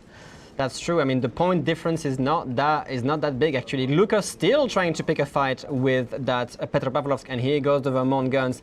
Here goes the Vermont guns. Malimu has also joined in the fray to try and help against that Petropavlovsk. It's basically going to be cruiser versus cruiser, battleship versus battleship on this A-cap here. Yep, and Rain not going to be able to take away that A-cap means that Shaft is going to be taking away on that cap still. They might actually push Vermont, they might actually push Malimu in here, because if the Petropavlovsk is forced to run away, they will only have Gdansk as well to counter it. Yep, and over on the 10 line, Bison has finally taken a torpedo. Did he now? He's down to 6,000 HP in his Yuyang. I believe that was not within that Des Moines radar. So. Probably not, yeah. We see these torpedoes from the gearing still, and I only see 4 here, so Yep. you're right, he definitely took a torpedo. Well, it was about time. It was about time. Bison has been getting away with murder so far in the tournament. Tastes 1 torpedo for himself. Will be able to stay alive, and Yuyang very much happy to be just kind of on this flank, dumping out those deep water torpedoes, threatening smoke screens. But Ooh, Ebert here being cut into the Des Moines radar. The Des Moines from Rain being countered by Cassando's Vermont. They are able to push the Daring away from that B cap, but this is about the only radar they're gonna get. I guess they have Artorius as well to counter it. Yep. And looks like there's another radar popped. Gangbarang running that radar. Vert's gearing reasonably deep inside here, but with only really a Petro to fire at him. Probably isn't going to be in too much danger. Just an info radar coming out of that Petro. Obviously, very short duration radar coming out of that ship. Artorius now looks like Eobard has found an angle to farm onto that Stalingrad. The fires start to come out from that Daring. They have also, Rain has rotated the Ragnar, which is still full HP. They rotated Enta here to get basically A. Nothing can really contest it. They don't have the Gdansk in range, and even if he is, he probably won't have an angle on this. So Rain might be able to get the A cap, which will put a lot of pressure on Shaft. I think it's going to have to come down to Medisko's Gdansk here in that Ragnar, but if he opens up where he is, there is a Des Moines waiting for him. I'm sorry, but that was, what was the distance? 21 kilometer salvo from Malimu on Deepest Dungeons, Montana, landing for about 20,000. Pretty good. Nice damage coming out of those Rain battleships as usual. Oh. And as Entaro sticks his nose onto that cap, Medisko does have radar range in that Gdansk. Does he choose to pop? Yes, he does. I'm sorry, we're looking at 2 different things right now. Yes, Enta is obviously radared by Gdansk, but at the same time, he will shrug off that Vermont salvo. I hope. That's 5,000, could have been much worse, but still, in any case, they will actually manage to capture A without any scratch. Yep, if he can just get that reverse back on there in the Ragnar. Gdansk radar is now down, so. What's the minimum concealment? Oh, but look at the torpedoes coming from Hidusko. This might actually catch Entaro off guard here if he's not careful. He's gonna have to reverse deep into the cap not to take them, and we all know it's really risky. Yeah. Were these torpedoes aimed from Malimu? No. Thankfully, Dino Gaming's Petro has been forced quite far away by Lucar, so no threat from the Petro for these ships pushing into the cap. Oh, here goes Medusko being spotted here. He's actually gonna smoke up, losing that spotting on the Ragnar. It's enough for it's enough for Gassando to land a lot of damage. Nice damage coming out of Gassando yet again. They're gonna make Entaro pay for trying to get that cap advantage back towards them. Malimu now walking his very large ass onto the cap. Oh yeah, and look at Lucar here, picking that fight again with the Petropavlovsk. Remember, Dino Gaming only has 1 heal left. And this time Malimu with a very clear shot onto the Petro himself, so yeah, it's like they're just using that HE to take away the remaining heal of the Petro. Dino has to go dark here. He cannot risk his Petropavlovsk because once he goes down, it's going to be open season against Cassando here. We see massive Vermont salvos being traded. Malimu is angled enough, I guess, to shrug it off, but these are Vermont salvos. That's 40,000. That's about 30,000 damage on an angled Vermont. Just raw full pen damage into that upper belt and superstructure. Is really rough indeed, yeah, definitely. But so far, it seems like Shaft has failed to really try to break the defense that Rain has set up on Charlie right now. They are focusing hard on Gunadaster here. He might actually take gearing torpedoes, which could be really, really bad for him. Yep, a lot of ships on the side of Shaft. 6 ships actually kind of focused towards that seaside versus only the 3 of Rain. I wonder why they're pushing the Vermont so deep into Shaft's spawns at this point. He is taking a torpedo with a cooldown active, meaning that he's going to survive, but I mean, that's a lot of focus fire coming in. And big AP salvo coming out of Deepest Dungeons, Montana as well. Dassler is going to be going down to about 20,000 HP here. I don't think he survives this. 1 fire should be enough. Yeah, he's burning again. I mean, the amount of focus fire coming out of Shaft's ships right now is ridiculous. And a second fire will guarantee the kill here. Looks like they're trying to do so here. He's dark somehow. Quite able to find the second fire, and he's shoved himself into a safe position. Yeah, but look, there's another Vermont salvo coming in from across the map by Cassando, almost 30 kilometers actually. Yep. Ridiculous range as well. So now the other ships of Shaft have lost their mark here. It's still going to be Deepest Dungeon and Gassando. Shots over that Vermont. The only issue is Malimu, while trying to, at least he's blocking the A cap, but he can't really cap it because that Medusko on the Gdansk is just there to deny this. He takes 2 torpedoes, putting his DCP on cooldown. This Gdansk might actually go for a pretty bad farm here. Rain does lose Gunner Taster all the way on the 10 line. Yeah. Bit of an interesting push on that hammer. Yeah, I think a little bit overzealous. They're 3 ships against 5, 6. Yeah, maybe they wanted a big distraction, but at the same time, they had C under control. They only had to defend it, which I'm really surprised they decided to push the Vermont all the way there. It's like Medusko has finally opened up in that Gdansk. He's punished for it by Malimu. And finally, Rain will take away this A cap. They will. And both Gassando and Deno Gaming actually shoved behind their spawn. And at the same time, look at how far they had to push Gassando and Dino Gaming all the way to this H1-2 position, which means they don't have any battle impact on what's going on at Bravo. And Rain is going to use this by pushing the Des Moines all the way into B. He gets hit by the Montana fairly hard, actually, but he should be able to get safe on this island. Actually, never mind. Exploiting that opportunity there.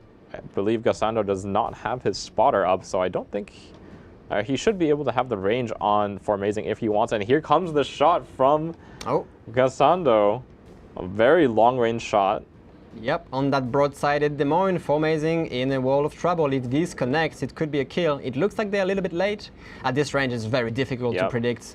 But it seems that Shaft is able to actually take Charlie here. That Vermont push coming in a little bit, I don't know what exactly happened here, but Shaft is able to get Charlie. I don't think it will matter though, because at the same time, Formazing will capture B. Yep, Rain gonna pick up their second cap here. Both Alpha and Bravo taking away for them once Formazing finishes off this cap.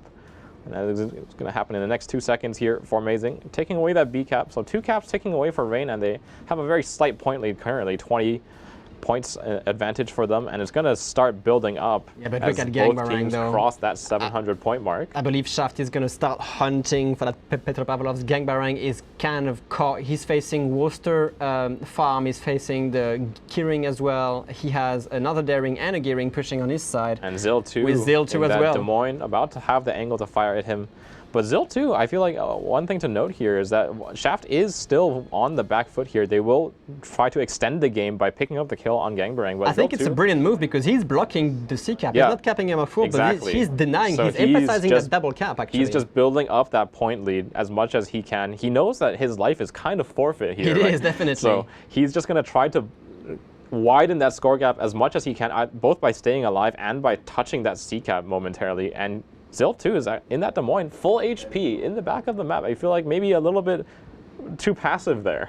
I mean, probably, yes. They're going to pick up this Petropavlov's kill eventually. There's a lot of pressure being put on Gangbarang. He's back in here, dodges the Vermont salvo, and keeps the bleed on the points right now, going towards his team. Really nice play by Gangbarang, just in the Petropavlov, surviving so many shells right now. Look at this. There's literally 5 or 6 ships just focusing on him across different areas, and he's just still here. Yep, and Rain has now built up to about a 100-point lead, up from the 20 that they were just moments ago. 2 caps still ticking away. Gang obviously stepping on that C cap, preventing the point from ticking as long as he's still alive. Just an heroic play here from Gangbarang. He's still not dead. He just refuses to go down. He's now out of heals. It must be so frustrating for Shaft. Like, they just cannot kill him right now. Yeah, this Petro, all of that plating, and honestly, the very thin ship, right? So it's actually difficult to land shells on him in the first place, especially if he's bow in. And he's going to... That is ridiculous. He just doesn't want to go down. Oh my god. And the Worcester just not able to pen the deck of the Petro. And he will finally go down, trading a ton of HP onto both the Des Moines and the Gearing and holding on to that C cap for so long. But look at, okay, the only thing I'm seeing in Shaft advantage right now, they kind of control 2/3 of the map, which could actually go into Rain's defavor, but they have such a point lead now. It's not great, but it's enough. They can just defend B and defend A. There's nothing that really can prevent Rain from just defending these 2 caps right now. I feel like right now, I'm looking at the Shaft and Rain lineups, and I think their only play is to try to get a kill onto Malimu. is dropping about 23,000 HP on that Vermont, but he's going to be able to escape into the middle of the map here. There's no spotting on the side of Shaft in the middle of the map. So. He's dark, but at the same time, Deepest Dungeon is only on 30,000 HP with no heals left. He's getting chunked by Stalingrad AP as well at the same time. But I don't think he really has a choice here. His Vermont and Petropavlov shoved so far into the corner by that earlier push by Rain. Really, only the Montana has the ability to stall the points a little bit, but he's actually facing a Marseille himself. Deepest Dungeon just hitting the island, unfortunately, not enough to get into A. And even if he tries to go into A, he's going to be facing Lucas Marseille here, which is still staged on this E1 position. We see like a massive push, obviously. Shaft trying to emphasize Formazing. Oh, Formazing, what are you doing? What are you doing? He's running in. Broadside to a Worcester. Formazing is giving Shaft a little bit of an opportunity back into the game here. It feels like I'm not sure what this push is for. Rain had a very comfortable lead. Showing broadside to Zil2's Demon, he's just gonna get exploded. I'm not sure what happened here. I guess he got caught on this island, but he actually could just stay here. He could stay here. Shaft gonna extend the game here. B-Cap now kind of in danger. Kimilele's Worcester coming in towards that cap. Artorias' Stalin going to be the one to try to hold on to this cap with the loss of Formazing. That is really bad. Artorias broadsided to the Vermont. Gassendo salvo coming in. Just a little low. And they will find that Montana. 35 seconds for Shaft to both pick up the kill and the cap. Artorias, though, he's now broadside to Zil too. What is going on? 13,000 HP on him. They're gonna kill him before. 20 seconds is plenty enough for them to back this. And this might actually turn the point advantage towards them. No, I don't think it will, but they're gonna be able to step onto the B cap as well. About 30 points advantage for them. Is there enough time? They get 20 seconds remaining in this game. Not the cap timer, the game timer. I don't think Shaft has enough time here unless they can find a second kill. Even by stepping onto this B cap, they're not going to have the time to flip the points to their advantage with 10 seconds remaining in the game. Both Rain trying to win a little bit too hard here. Ship Shady and Bison keeping themselves concealed in those two destroyers, not doing the same things that Artorias and Formazing did. Oh, torpedoes in the water, and Rain will just barely scrape by with the victory here. Oh my god, still 2000 HP. Interesting end game play here. I don't know what exactly happened, why the Demon and the Stalingrad got both forced out of their pretty good anchored down position, but if the point lead wasn't as good as they had, this could have been a massive throw for Rain on this map here. I feel like I'm really unsure what happened in that case. The Des Moines just kind of we panned back over to him, and suddenly he was in the middle of 5 ships. Like, how did this happen? But I have to admit, Gang Barang just putting his Petropavlovsk in the middle of sea and sustaining 4 or 5 ships DPM for so long made Rain gain so much point lead. I think Gang Barang getting that point lead actually prevented Shaft from winning with that late game cruiser kind of throw. So honestly, dangerous move from Rain. If that Petropavlovsk didn't survive as long, this could have been a defeat for them, in my opinion. Yes, absolutely. Sure. We saw that heroic play from Gangbrang, pausing the sea cap, living for absolutely forever with that Petropavlovsk, but I feel like all the Rain cruisers had to do was stay on their rocks at the end of the game. That was a very strange move, I think, from the Des Moines in the end. Maybe it was a misclick. Maybe he, accidentally pressed too much W, went out, and then was like, oh, I have to go now. So he just commits to it, and then unfortunately, you don't really survive that much focus in the Des Moines. No, absolutely not. When you drive out of the island into basically the entire Shaft team, you're probably guaranteed to die, and he did indeed go down. But we have to mention, this is a really interesting game in that Rain lost, I believe, 4 ships to Shaft's 1, but still managed to win the game. Yeah, absolutely. I think it's, we have to point out the fact that they were holding most of the caps throughout the game, and playing the control lineup, control stats obviously revolve around holding those caps and playing for those caps early on in the game, and then trying to hold them and defend them for as long as possible. And they played this extremely well in that sense.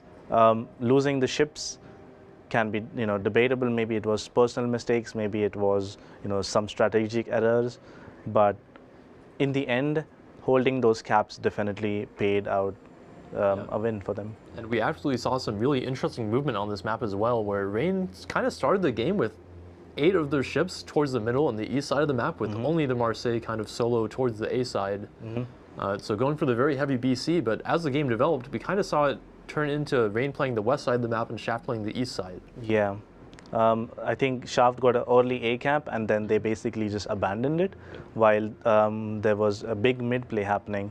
There was a smoke destroyer, I think it was a gearing from both teams, and a cruiser. On the Rain side, it was a Des Moines. On Shaft side, it was a Worcester. And given the radar ranges and the AP characteristics of the Des Moines, that was definitely an engagement that was favorable for the Des Moines smoke blob. However, the trade kind of went even. They also had a Stalingrad there that helped out with the radar and then chunked the Shaft gearing down to 10k. But an incredible salvo out of Gassando of Shaft, evening the trade, and the Rain gearing also went down to around 10,000 HP. Yeah, and of course we saw the gearing try to reverse, the gearing from Rain side, try to reverse onto the top of the B cap there, to face check the Gdansk a little bit, and then almost died to those torpedoes, which just ran out. So very fortunate for them. If that gearing had died, Rain probably loses that game on points. Yeah, definitely. It was very close. The two ships dying in the end also mattered quite a lot in terms of the points, and then the game ticking out due to the time, not due to the points. Right. Even if Shaft had gotten the B cap, it wouldn't have mattered because the game would have ended before they caught up in points. Right. All right, we have the render available, guys. Let's take a look at this map, which was pretty interesting since it is, again, very rare to see teams go down so many ships and actually still manage to pull out the win. So, again, that initial deployment I mentioned, we can see that Rain is very, very heavy over the B cap. Basically, 4 ships dedicated towards that. We can see that the Vermont playing up here is mostly focused on providing guns down towards this side, whereas the DM Stalingrad able to provide 2 radars to try to force away that Worcester of Shaft. And again, see those 2 aggressive smoke screens, which usually we tend to not see on this map. Oftentimes, I feel like we'll either see teams avoid the B cap and play the side caps, or maybe just devote something like at least on the NA region, we would see a fair amount of Z42 or Darings play for the B cap, kind of alone.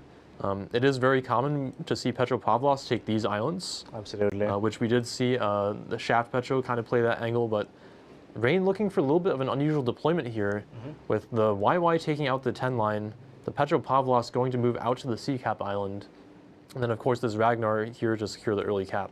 Right. So, I mean, important to point out, this Yu Yang was likely radar, and along with the Ragnar radar and the Petro radar, it was going to be 3 radars over the C cap, which is likely why we didn't see Shaft take that cap back, even though later on in the game they had a massive numbers advantage on the C cap. And of course, by playing for this cap so aggressively early in the game, having the Ragnar take this island position right over here, this Des Moines is going to take a long time to get into his gearing smoke position, so that early cap flip for Rain is very important to actually do that before the DM radar is in position.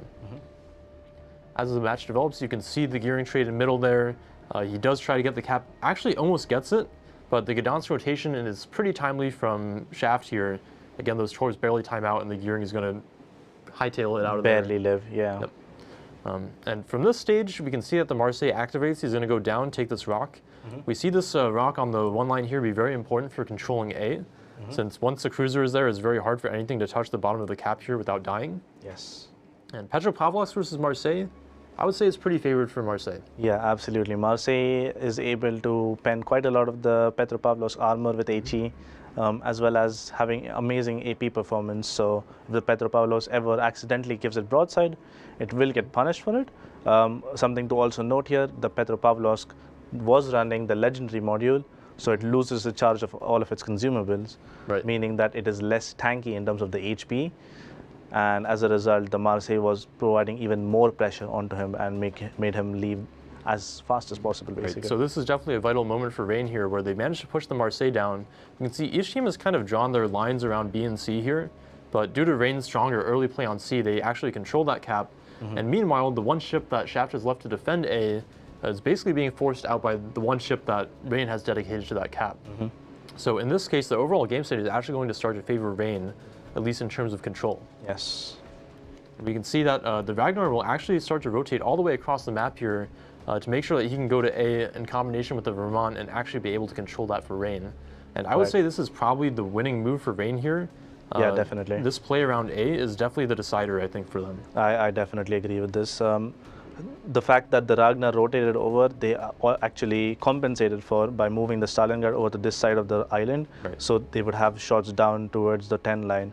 And if the Des Moines push ever happened, where he went straight down the 9-10 line, the Stalingrad combined with the Petropavlos here, and potentially if the Vermont did live on the 10 line, there would be even more crossfire.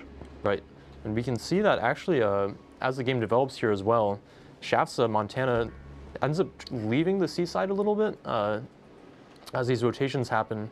We can see that the Vermont of Rain does push down the 10 line here, probably looking to just hold on to the C cap for as long as possible. By using his HP here, it does look like a bit of a weird play, and dying is definitely not optimal, but what it does allow Rain to do is actually hold on to the C cap for a much longer period of time than they might have not otherwise. Yeah, definitely. I think it was a matter of taking the focus while his team is able to deny the C cap, do a bunch of damage to the gearing, so he's unable to touch the cap. And obviously they have a Petropavlovsk and a Uyang radar over it, maybe potentially even a Stalingrad radar over it, so it was going to be very difficult for them to actually take the C cap. You can see that the 10 line is really the only position that can shoot at this gearing, so actually pushing down the Vermont here is pretty vital for them to be able to force the gearing off the cap. And in the meantime, you can see that Gassando's Vermont has been pushed very far away here, which will actually open up the line for this Des Moines to push into B. Exactly, yeah, I think that push from the Des Moines was very crucial. The B cap was left mostly open by Shaft, and Montana unable to really do anything. The Gdansk obviously is not going to be able to stop Des Moines just walking into the B cap. And you can see from this point, the focus has shifted for Rain over towards this side of the map. Shaft is able to clean up the C cap there, but from this point, it's really hard for them to actually dig out these cruiser positions since they don't have a battleship on the east side of the map now. And we can see that the caps do tick up very significantly for Rain here, and Shaft really isn't able to get enough points before the match ends out. Yep. So let's go to map number 3. Sorry, map number 4 actually. Now it's a 2-1 in terms of for Rain's favor. Rain up by 2 maps to Shaft's 1. This will be match point. It will be match point and championship point, crucially. The map is Sleeping Giant, and the bans are Kleber and Gearing. The gearing ban I find a little interesting from Rain here. We know they like to play the Shimakaze with the torpedoes, so probably looking to make the smoke play of Shaft a little bit more susceptible to that, since the Harugumo is a lot bigger, it's a lot less maneuverable. So by forcing the Harugumo pick for the smoke destroyer, well, it does tend to, overall, I would say, be the more favored, stronger destroyer pick. Right. Is this a angle where Rain brings out the Shimakaze again, where the Harugumo is, harder to dodge torps with, and as a result, maybe catch out the smoking destroyer? And if the smoking destroyer dies, we have seen some very fast games where the cruiser that has to be smoked up also dies, and then that flank collapses. Yeah, absolutely. Well, let's head into game 4 here and find out what Rain has in store for us here with the spicy ban. Off to the map intro. A colossal battle between opposing fleets will soon unfold here amongst the waters of the East China Sea. The residents of these islands will shortly bear witness to the thunder and flash of combat, and only one team will sail away victorious. This is Sleeping Giant.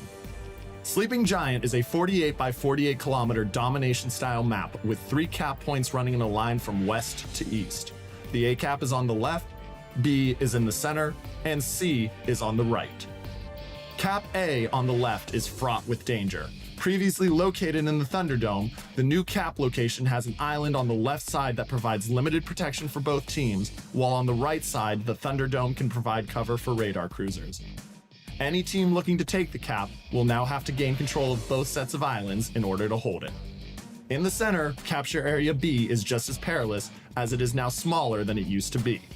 Completely open with plenty of places for radar cruisers to hide nearby without being spotted, it's commonly left uncaptured until the mid and late game.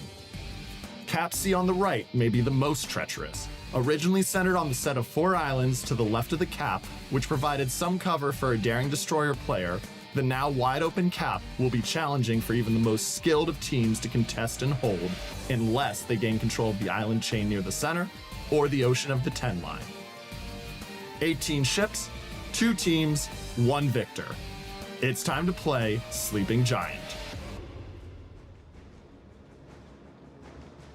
All right, we're going into game 4 here between Rain and Shaft. Shaft going to be bringing in 2 Vermonts, the San Martin, 2 Des Moines, and a Moskva, a Harugumo Delny, and a Ragnar on the side of Rain.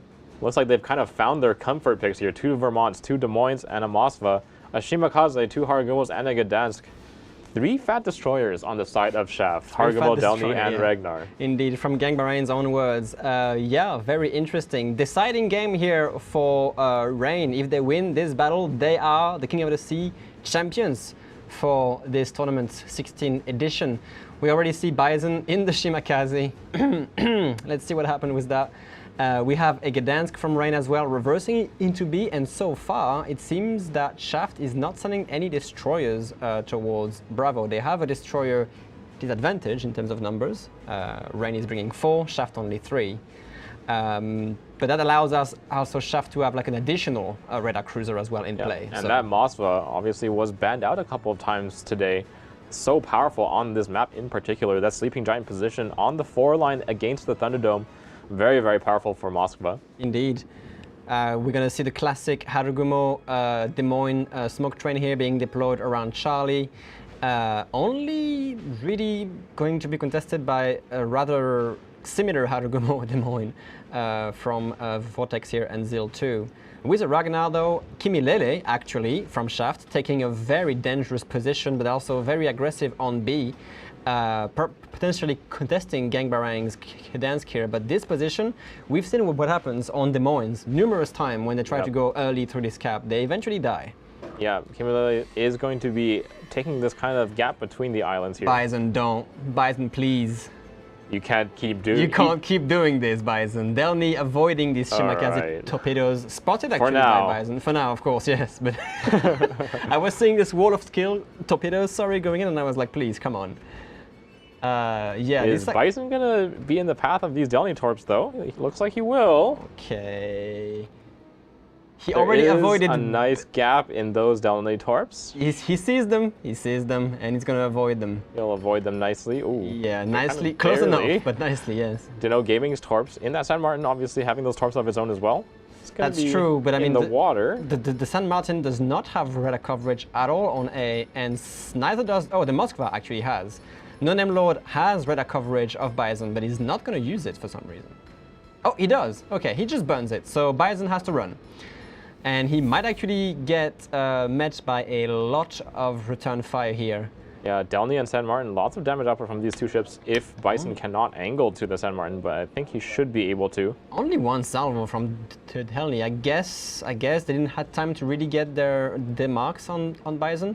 He's gonna have to deal with San Martin's torpedoes, but that's gonna give actually San Martin's enough time to actually get the radar range on Bison. So now that he tries to get into B again, this time he'll be deep into the San Martin's radar. Yeah, they are going to be contested though. Hargamo and Des Moines on this side, Formazing and Basti, making their way up that one line as well. And when you're bow in versus bow in, I have to favor the Des Moines and the Hargumo here. Yep, here goes. Still no San Martin radar. There we go. Now Bison is spotted again. Gassendo will only have his front guns on this. The smoke train, I assume, is being deployed by Basti here. Yes. But they are pushing into that radar, so Basti might actually get spotted here versus Delny.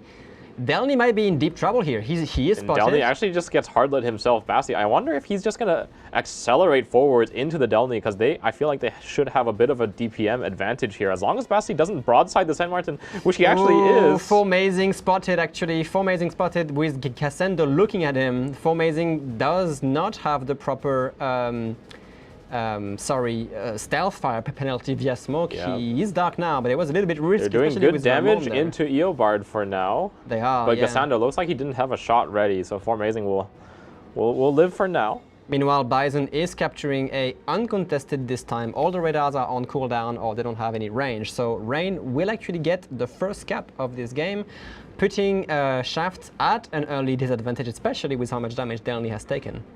Yep. Looks like Shaft, though, does have an opening towards the C-cap. Only Gang's radar here. Indeed. On the other side of the map, Shaft is actually going to start pushing the Ragnar into Charlie here to try and get that cap advantage countered. Lulu Snell kind of on the back foot, spotted and under a lot of fire, trying to get away from this Vermont salvo landing in, putting Lulu Snell into half HP already. Even Des Moines is, Kimilele, is adding his guns to the fray right now. But this goes Ragnar as well, despite the fact that he's in the cap. Does Harugumo have smoke? Not for another 10 seconds. Lulu, he is in trouble right now. Yep. If this Vermont managed to get a second salvo, this could very well mean the end for him. Yeah, they are delaying their cap by opening up here. Medusko opening up against the Des Moines. Lulu being that they're just going in time to not take that C cap as quickly as possible. He did open up to try to get some more damage onto the Des Moines. Here comes the shot from Deepest Dungeon. It's completely off mark. Completely off mark here, landing for nothing. And more Bison torpedoes going into the cap. Now, it's the same situation happening again. Medusko is actually going to go dark in his Ragnar. And maybe we'll try to reverse into Charlie, not sure. Lots of fire being put, Gunner Duster as well, adding the Vermont guns to the fray and landing some hits too.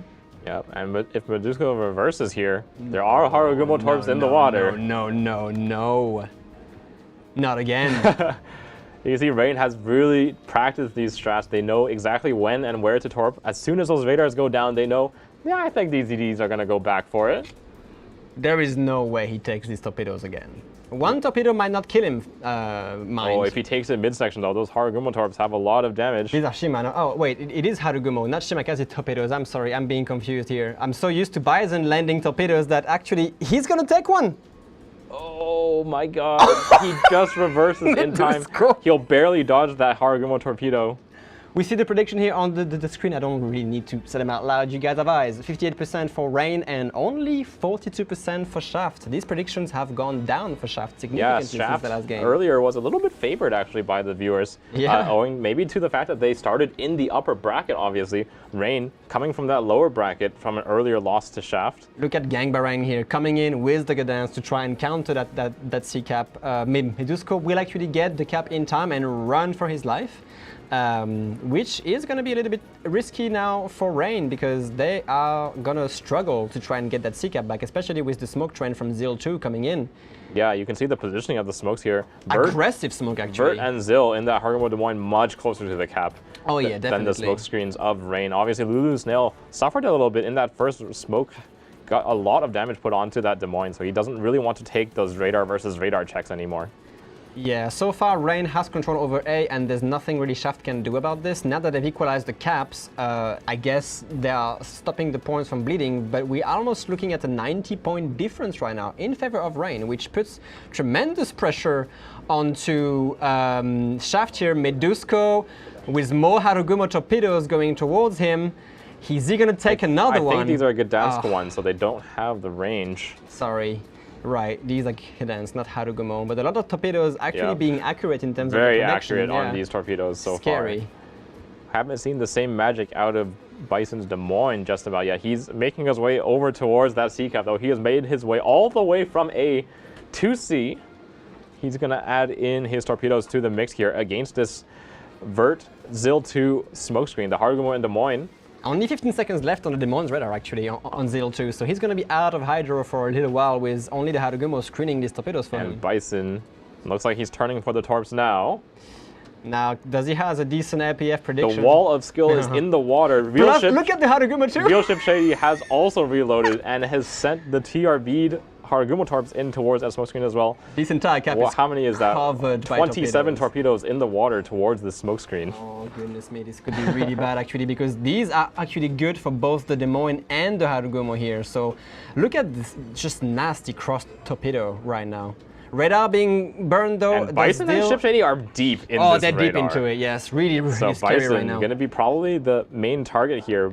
But look at this. Zil is going to try to keep as many guns as possible in the fight, but he's going to be actually delayed by these torpedoes, meaning that he's going to have to avoid these torpedoes and not able to put that much guns into Real Ship Shady here.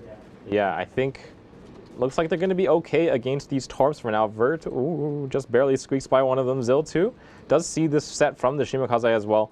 So actually the torpedoes of Bison and Ship Shady, the Harugumo and the Shimakaze, forcing Shaft's ships to kind of waste this entire radar. Oh, is he going to drift into one of them? Oh, he's going to slide into it. That is unfortunate. How did he drift into that torpedo? I feel like it has to be in part due to that leg mod, the Des Moines leg mod, causing him to accelerate a little bit more than he expected during that turn. That's correct. It kind of turns the Des Moines into a Minotaur a little bit. It drifts his way into Bison's torpedo. Meanwhile, though, Shaft is acting a lot. Lukar on the Moskva has taken a lot of damage, and Shaft is putting the Delny into Bravo, trying to get this cap advantage again in their favor. With Lukar forced away, no ships with shots onto this Delny so far. No, he's actually going to get it for free at this point. because Luca's radar is on cooldown for another 96 seconds. So the cap advantage is going to go still towards Rain because they're pushing Bison. Zeal 2 just taking a beating with the smoke from Gdansk actually covering Lulu Snail. V3RT here able to smoke the Des Moines again, but he's taking so much damage, the tide have turned. Lulu was the one running away.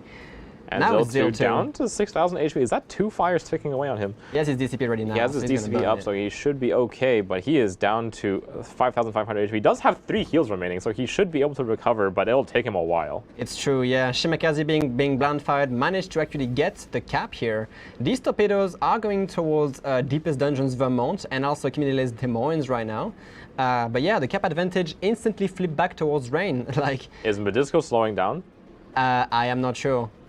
Perhaps he is. I hope he keeps going because there are some Shima Torps heading towards them. Deepest Dungeon, I feel like in the Vermont, should be able to get out of the path of those torpedoes. But fair enough. He's going to get forced into this channel next to Kiminile though. Yeah, and that is not a great spot for a Vermont. It's not. Oh, but Medusco, yeah, he should be safe from all these torpedoes. He sees those torpedoes. Obviously, those Japanese torpedoes, while they do have pretty decent speed and alpha, not super stealthy. Yeah, I mean, at the same time, Rain has just keep holding A. Nothing really Shaft can do against that A chokehold. If you just kind of look at the shape of the minimap, Rain's deployment on the map is kind of like beautifully symmetric. It is, I have to admit. And at the same time, they're still forcing Shaft to make a play for the caps.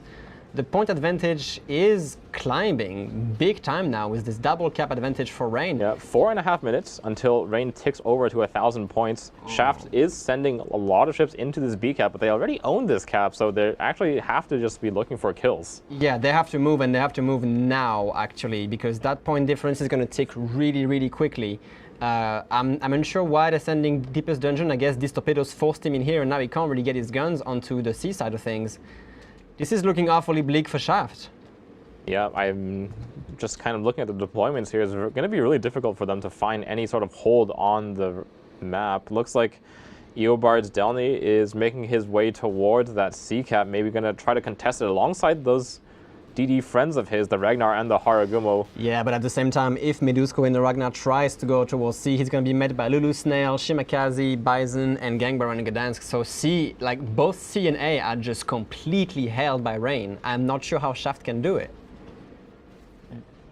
Just looking at the HP remaining on those Shaft ships, their A side, the Vermont, San Martin, and Mazda all very healthy. I'm wondering if they can kind of link up and do maybe a push onto this A cap from the island here. I only have 3 minutes to do this. The time is running out and they have to act. Bison torpedoes coming in towards reversing Medusco. Surely he doesn't take those. Looks like he's well angled to them. As long as he accelerates. I'm gonna say it. Ooh, you. He takes the torpedo actually from the Shimakaze. That is so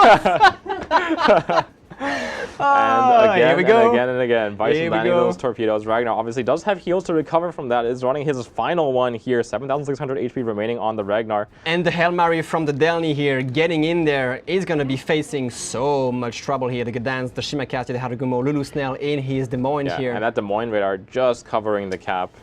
Looks like the smoke is running out, so Lulu's now forced away a little bit, but Ship Shady's Haragumo is right on his nose, laying a second smoke screen for him. Lulu taking some damage, actually. Lulu being a little bit punished. Oh, and with the Lulu forced away here, there is a little bit of a gap now where Eobard can sit on this cap and not be in the Des Moines radar. Ooh, Bison slowing down enough for these Haragumo torpedoes. He sees them, but the real Ship Shady... Is Ship Shady safe Real from Ship them, Shady is not really safe from them. It's a Haragumo. The ship doesn't like to turn at all.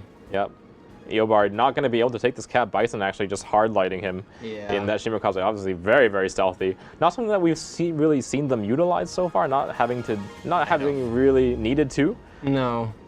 San Martin, on the other hand, from Dino Gaming, yes, as you said, trying to go into the cap. They just have to stall the points right now. San Martin might actually live for a while here. They need to buy some time here. It has that super heal. Obviously, Malamud needs to kind of remove him from the game in one single shot if he wants to kill the San Martin in a reasonable amount of time. Otherwise, San Martin can just keep on healing through that damage. Look at Gunnerdaster adding his Vermont guns from 20 kilometers away on this San Mab.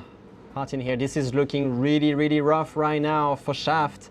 Even if they try to make something happen, Yeah, the Rain answer is instant. You know, doesn't actually have his heal up for another 140 seconds. Can he proc his combat instructions in time? He's trying to get the hit on Malimu's Vermont. Yep, there it goes. There we go. So as long as he doesn't die in the next 15 seconds, he should be able to survive. But Malimu should have a reload pretty soon here. Meanwhile, though, Gasendo and No Name Lords are getting in there as well. They have to stall the point. They've gained a minute onto what was going on right now. They gain a minute in the timer here, but both Vermonts have their eyes set on Dino Gaming here, and I'm just unsure if he can survive this. Okay, Lands that really third shot lands short, and Dino is running that second heal, so we'll survive for now. Can Malimu find the shot onto the bow of the San Martin? I don't think so. Meanwhile, look at what's going on here. Shaft about to lose to Harugumo. At the same time, the Ragnar being caught into Lulu Snail's radar here. Delny avoiding Bison torpedoes again, still unable to get into Charlie right now. Can they actually pick up the Harugumo? They do. That's a lot of points back towards Rain. Yep, and about a minute left in the game here for Shaft to try to force us to a game 5. But look at this, Ego Boy and Shaft is going to actually reverse into Charlie here and actually block all the points for Rain. All points. Game Boomerang not quite in range to use that radar to force the Delny off, and this time without Bison to face check the Delny, but I mean, should be able to step onto this cap. Oh, Shaft going down, and Rain wins. Yeah, and that is the victory for Rain. They will manage to take out the San Martin on the flank. A 3-1 victory for Rain in the grand finals. That is really, really well played for Rain. That choke hold on these two caps for so long, just preventing Shaft from doing anything towards these two edge caps. And that's it. Maybe a little bit of an anticlimactic last game here for this tournament. I feel like at this kind of stage of the tournament, the teams are playing for such high stakes, lots of pressure on their lineup, so they don't want to take those risks. They're playing the standard comps, they're playing the comps that they have the most practice with, and Rain maybe just a little bit too good for Shaft to beat here in this best of 5. Obviously, in a best of 3, you know, it's a little bit easier to pull off an upset like that, but Rain clearly felt like they were a lot more, how you say, disciplined maybe, other than maybe that game 3. In any case, huge congratulations for Rain for climbing all the way back to King of the Sea winner 16.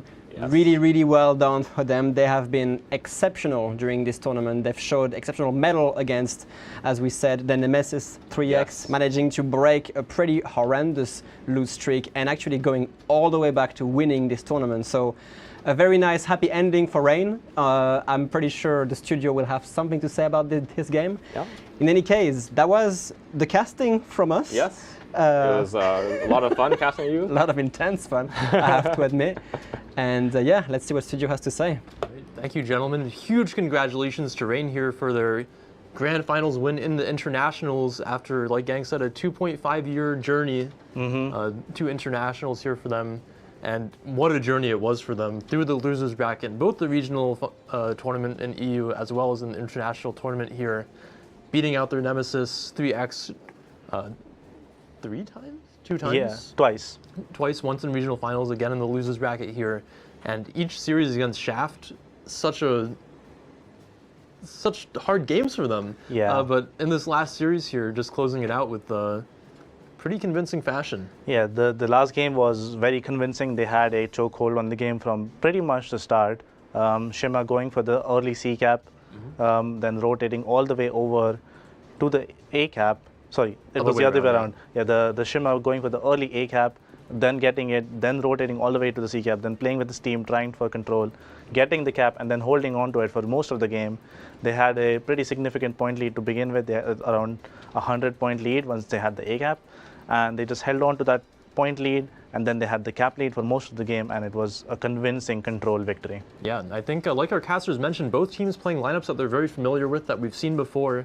But I think Shaft maybe being a little bit too predictable, and Rain actually changing up their deployment a little bit, opting to not send the Shimakaze to C at the start, and instead sending over to A where they think the Delny is. And the Shimakaze, being a very fast destroyer, actually able to spot out the Delny, force him to dodge torps, and prevent that early A cap. And in return, Rain getting that early cap and then rotating the Shimakaze away allows them to sit on that point lead, like you said, and force Shaft to try to make some mistakes, because I mean, throughout that whole game, we basically saw 9v9, no ships going down, very even HP leads, but Rain just holding the stronger position.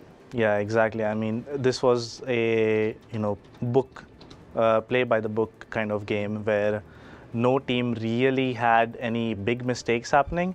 It was all played very safe. I think there was quite a lot of pressure on both teams to not make any of these mistakes. That this is usually when teams choose to have these control strats, so they are playing their game by safely, not trying to make any crazy plays, crazy outplays and stuff like this, where the game becomes rather unpredictable.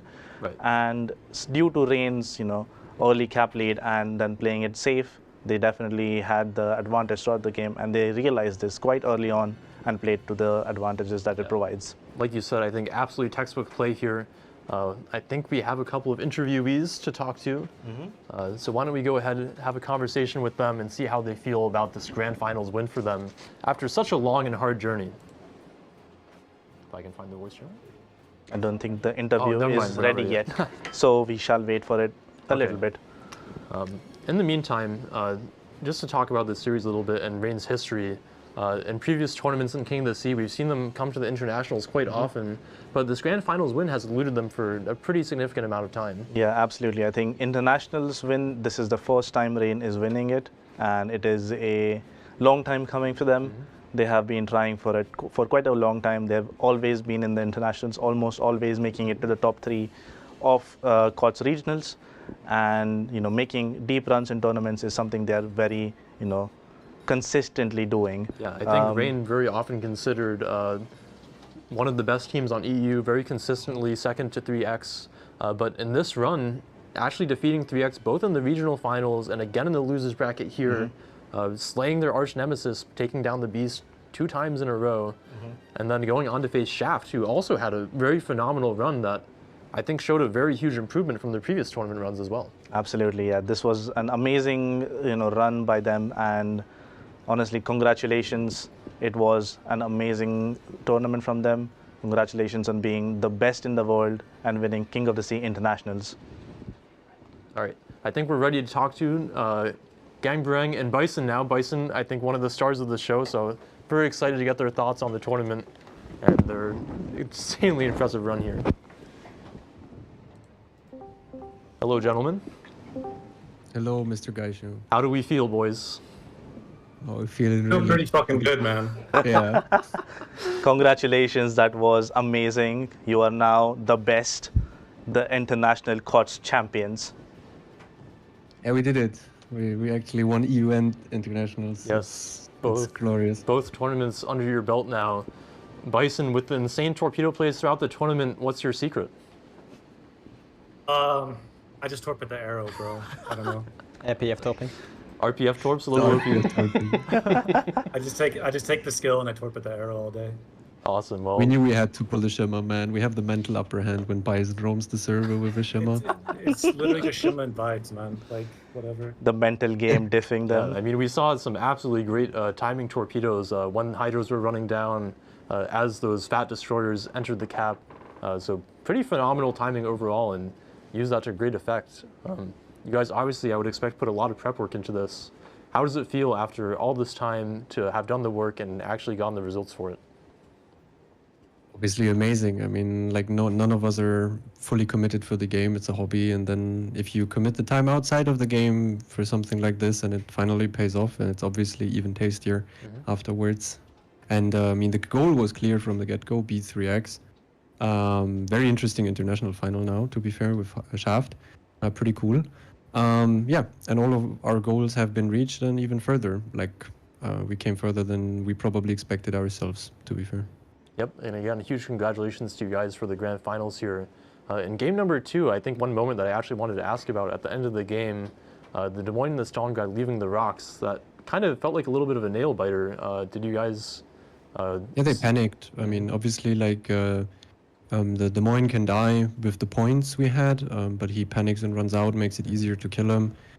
He knows that, and R2 completely threw Popuga play, and randomly Gamer turned away from the rock. Man, it happens. It's just weird that we win the game when R2... Like, R2 in international finals is an interesting and long story, given what happened last COTS. But this time, we didn't mind. R2 could pull his stuff, and we still win. Awesome. And for game 3, I think, or game 4 rather, on this last game just here, We saw pretty familiar deployments from each of you. I had to say you guys probably expected the Delny to go to A, opting to send Bison and the Shima there at the start. I assume to outspot him. Was that something that you guys saw in the lineups and expected? It's not actually true. We played the exact same setup as against 3x. We just switched the Shima towards A to get the cap early and also have the torps on the border, which makes control play there extremely hard. Because I mean, obviously you expect a smoke there, or you have to prep for a smoke on A or a push. And then the thing was, Shaft played the exact same they did now, kind of already. And it was pretty obvious when they pulled Delny again that they just put a San Martin this time behind it. Last time they had a solo Delny, this time they put San Martin. So kind of what they would do was pretty obvious, and this is also why you saw us like literally sit back and relax and watch it play out. Yeah, and then like also as I said in the other interview, you just give time to like Haru, Shima, and Gadansk torps, stuff like that. You're not pressured into doing stuff. I mean, this COTS was insane with the level that 3x Shaft and us probably brought. It's really hard to get into a state where you understand that every team has such a great understanding of the game and strats and how they work, that you have these insanely drawn out games because teams just won't go for certain risks early with capped contests. Like you saw, for example, with Entaro in map 2. Entaro tried to cap or punish the Gdansk, blew up immediately, and was really mad about himself. Because like you don't need that early, because the games will most likely play out for 20 minutes. Right, at this level, I think most teams understand the optimal plays. Yeah, Bison? One thing I want to mention is that like we came from losers bracket to win both the regional and the international, and this was like the first tournament I think that we've played together where we didn't get mental boomed after we lost games. There might have been one or two people who lost their shit after losses, not naming any names. Perhaps both of them are in the chat with us right now? No, not me. No. No, it's more me, like in terms of toxicity. yeah. But I think the rest of the team like kept it together so well mentally, despite like losing some really tough games, maybe making some ints here and there. Like we rebounded every time, and like especially these long drawn out games that Gang mentioned, it's so important to not panic, right? To not like lose your cool and do dumb stuff. And I think we did a really good job throughout the tournament. I mean, you could even say that the lower bracket runs actually helped us a lot, because we only to the end of the tournament actually understood the proper approach to these stalemate games. Like only then we finally calmed down a bit and didn't risk stuff. And also we're thinking more about what is the enemy going to do first, set up to punish this. Yeah. Yeah, and the mental fortitude obviously very important, especially when you're coming from the losers bracket where you have to play so many more games and generally just have longer days than other teams playing from the winners bracket. So phenomenally done to make those runs, and I would have to assume that the sweep in the EU regional finals probably gave you guys a pretty good confidence boost coming into the internationals here. Too much actually, guys. If you watched our group games, we were extremely overconfident on some players, maybe also the strats. Though then again, it's an 8-map group stage, so you don't really pull your stuff that you have planned for like later stages. Yeah. If I would like to say before, like you can ask for the question, I would just like to say that I'm really grateful for the team. Like we had the core of Rain that is existing since the COTS 12 win. Most of the major players were there, and then we had the great addition of the 3 Shaft people, Lukar and Haro, and Formazing, and like that just made our team like incredibly strong overall, like pretty much very little weaknesses on player level, and those 3 also massively boosted our performance. Like it's actually crazy in my opinion how flawless, for example, Lukar play. I mean, probably point him out the most because he's like insanely flawless on cruises. That's nuts. All right, well, thank you guys, and again, huge congratulations for the grand finals win here, the $17,500, and the absolutely amazing performance in both the regional tournament and internationals here. And any last words, Baz? No, just congratulations. Long time coming. Well played. All right, we'll hope to see Enjoy you guys it. in future tournaments. And give my best to Hopefully Lulu. WMI. We hope Give my so. best. Hopefully you're... Give my best to Lulu if you can. Thank you. Oh, we will. No problem. See you. All right, See thank you. you guys Thank you. very Bye-bye. much. Get some rest. All right, guys, that was Rain, the international winners of King of the Sea 16, Gangrang and Bison. Bison, of course, we saw land these torpedoes all throughout the tournament. They will be taking home that $17,500 grand prize at first place. And of course, we have to congratulate Shaft as well for the second place win. We've seen their team improve in gameplay so much from past tournaments, and even throughout the run in this tournament. That's my headphones dropping, I'm very sorry, guys. But phenomenal job to all the teams. They will be taking home a winner's shirt as well, I believe. Again, you can order this yourself if you'd like. It has the wonderful logo on top of it. Get to the QR code or the link there.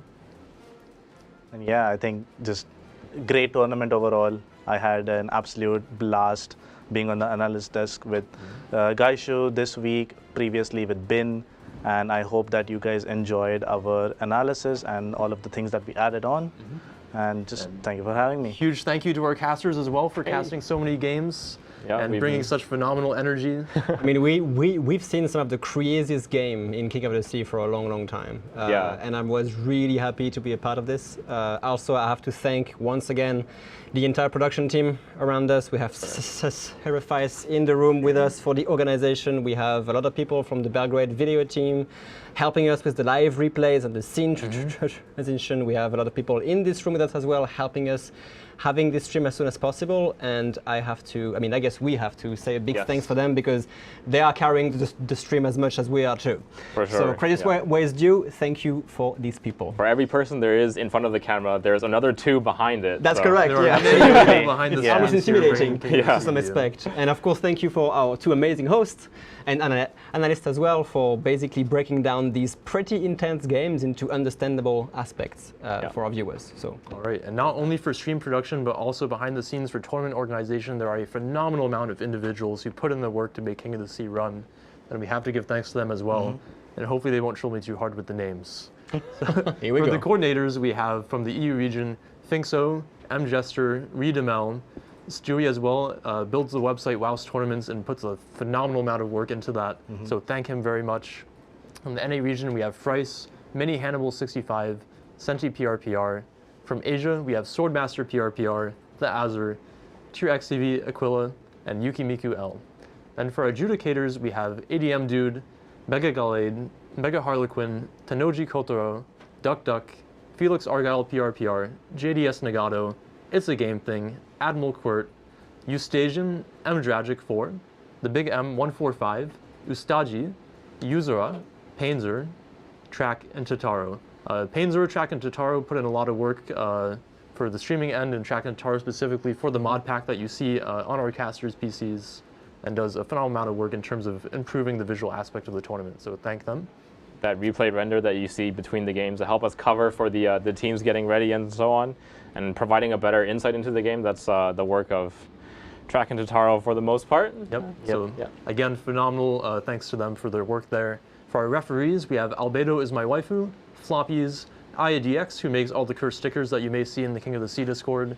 We have ITTO, Eustasian again, Sniping Cat, The Lost Dane, Ram, Teo, Polaris ESP, Yuke, Master Weeb, 99% Luck, A Gals, Dark Wolf 2119, Mr. Sock, Oceanless Man to take me by the hand, V Trinity, Viper Hex, Zernios, Quincy Ovio, Koya, Adam Cole Bebe, Dominus Potatus, Casimir Sun, Lemon Eagle, who also makes some curse stickers, Prince Jorgen My Wife, Rowley Leo, Rox Jejong, and TZZ27.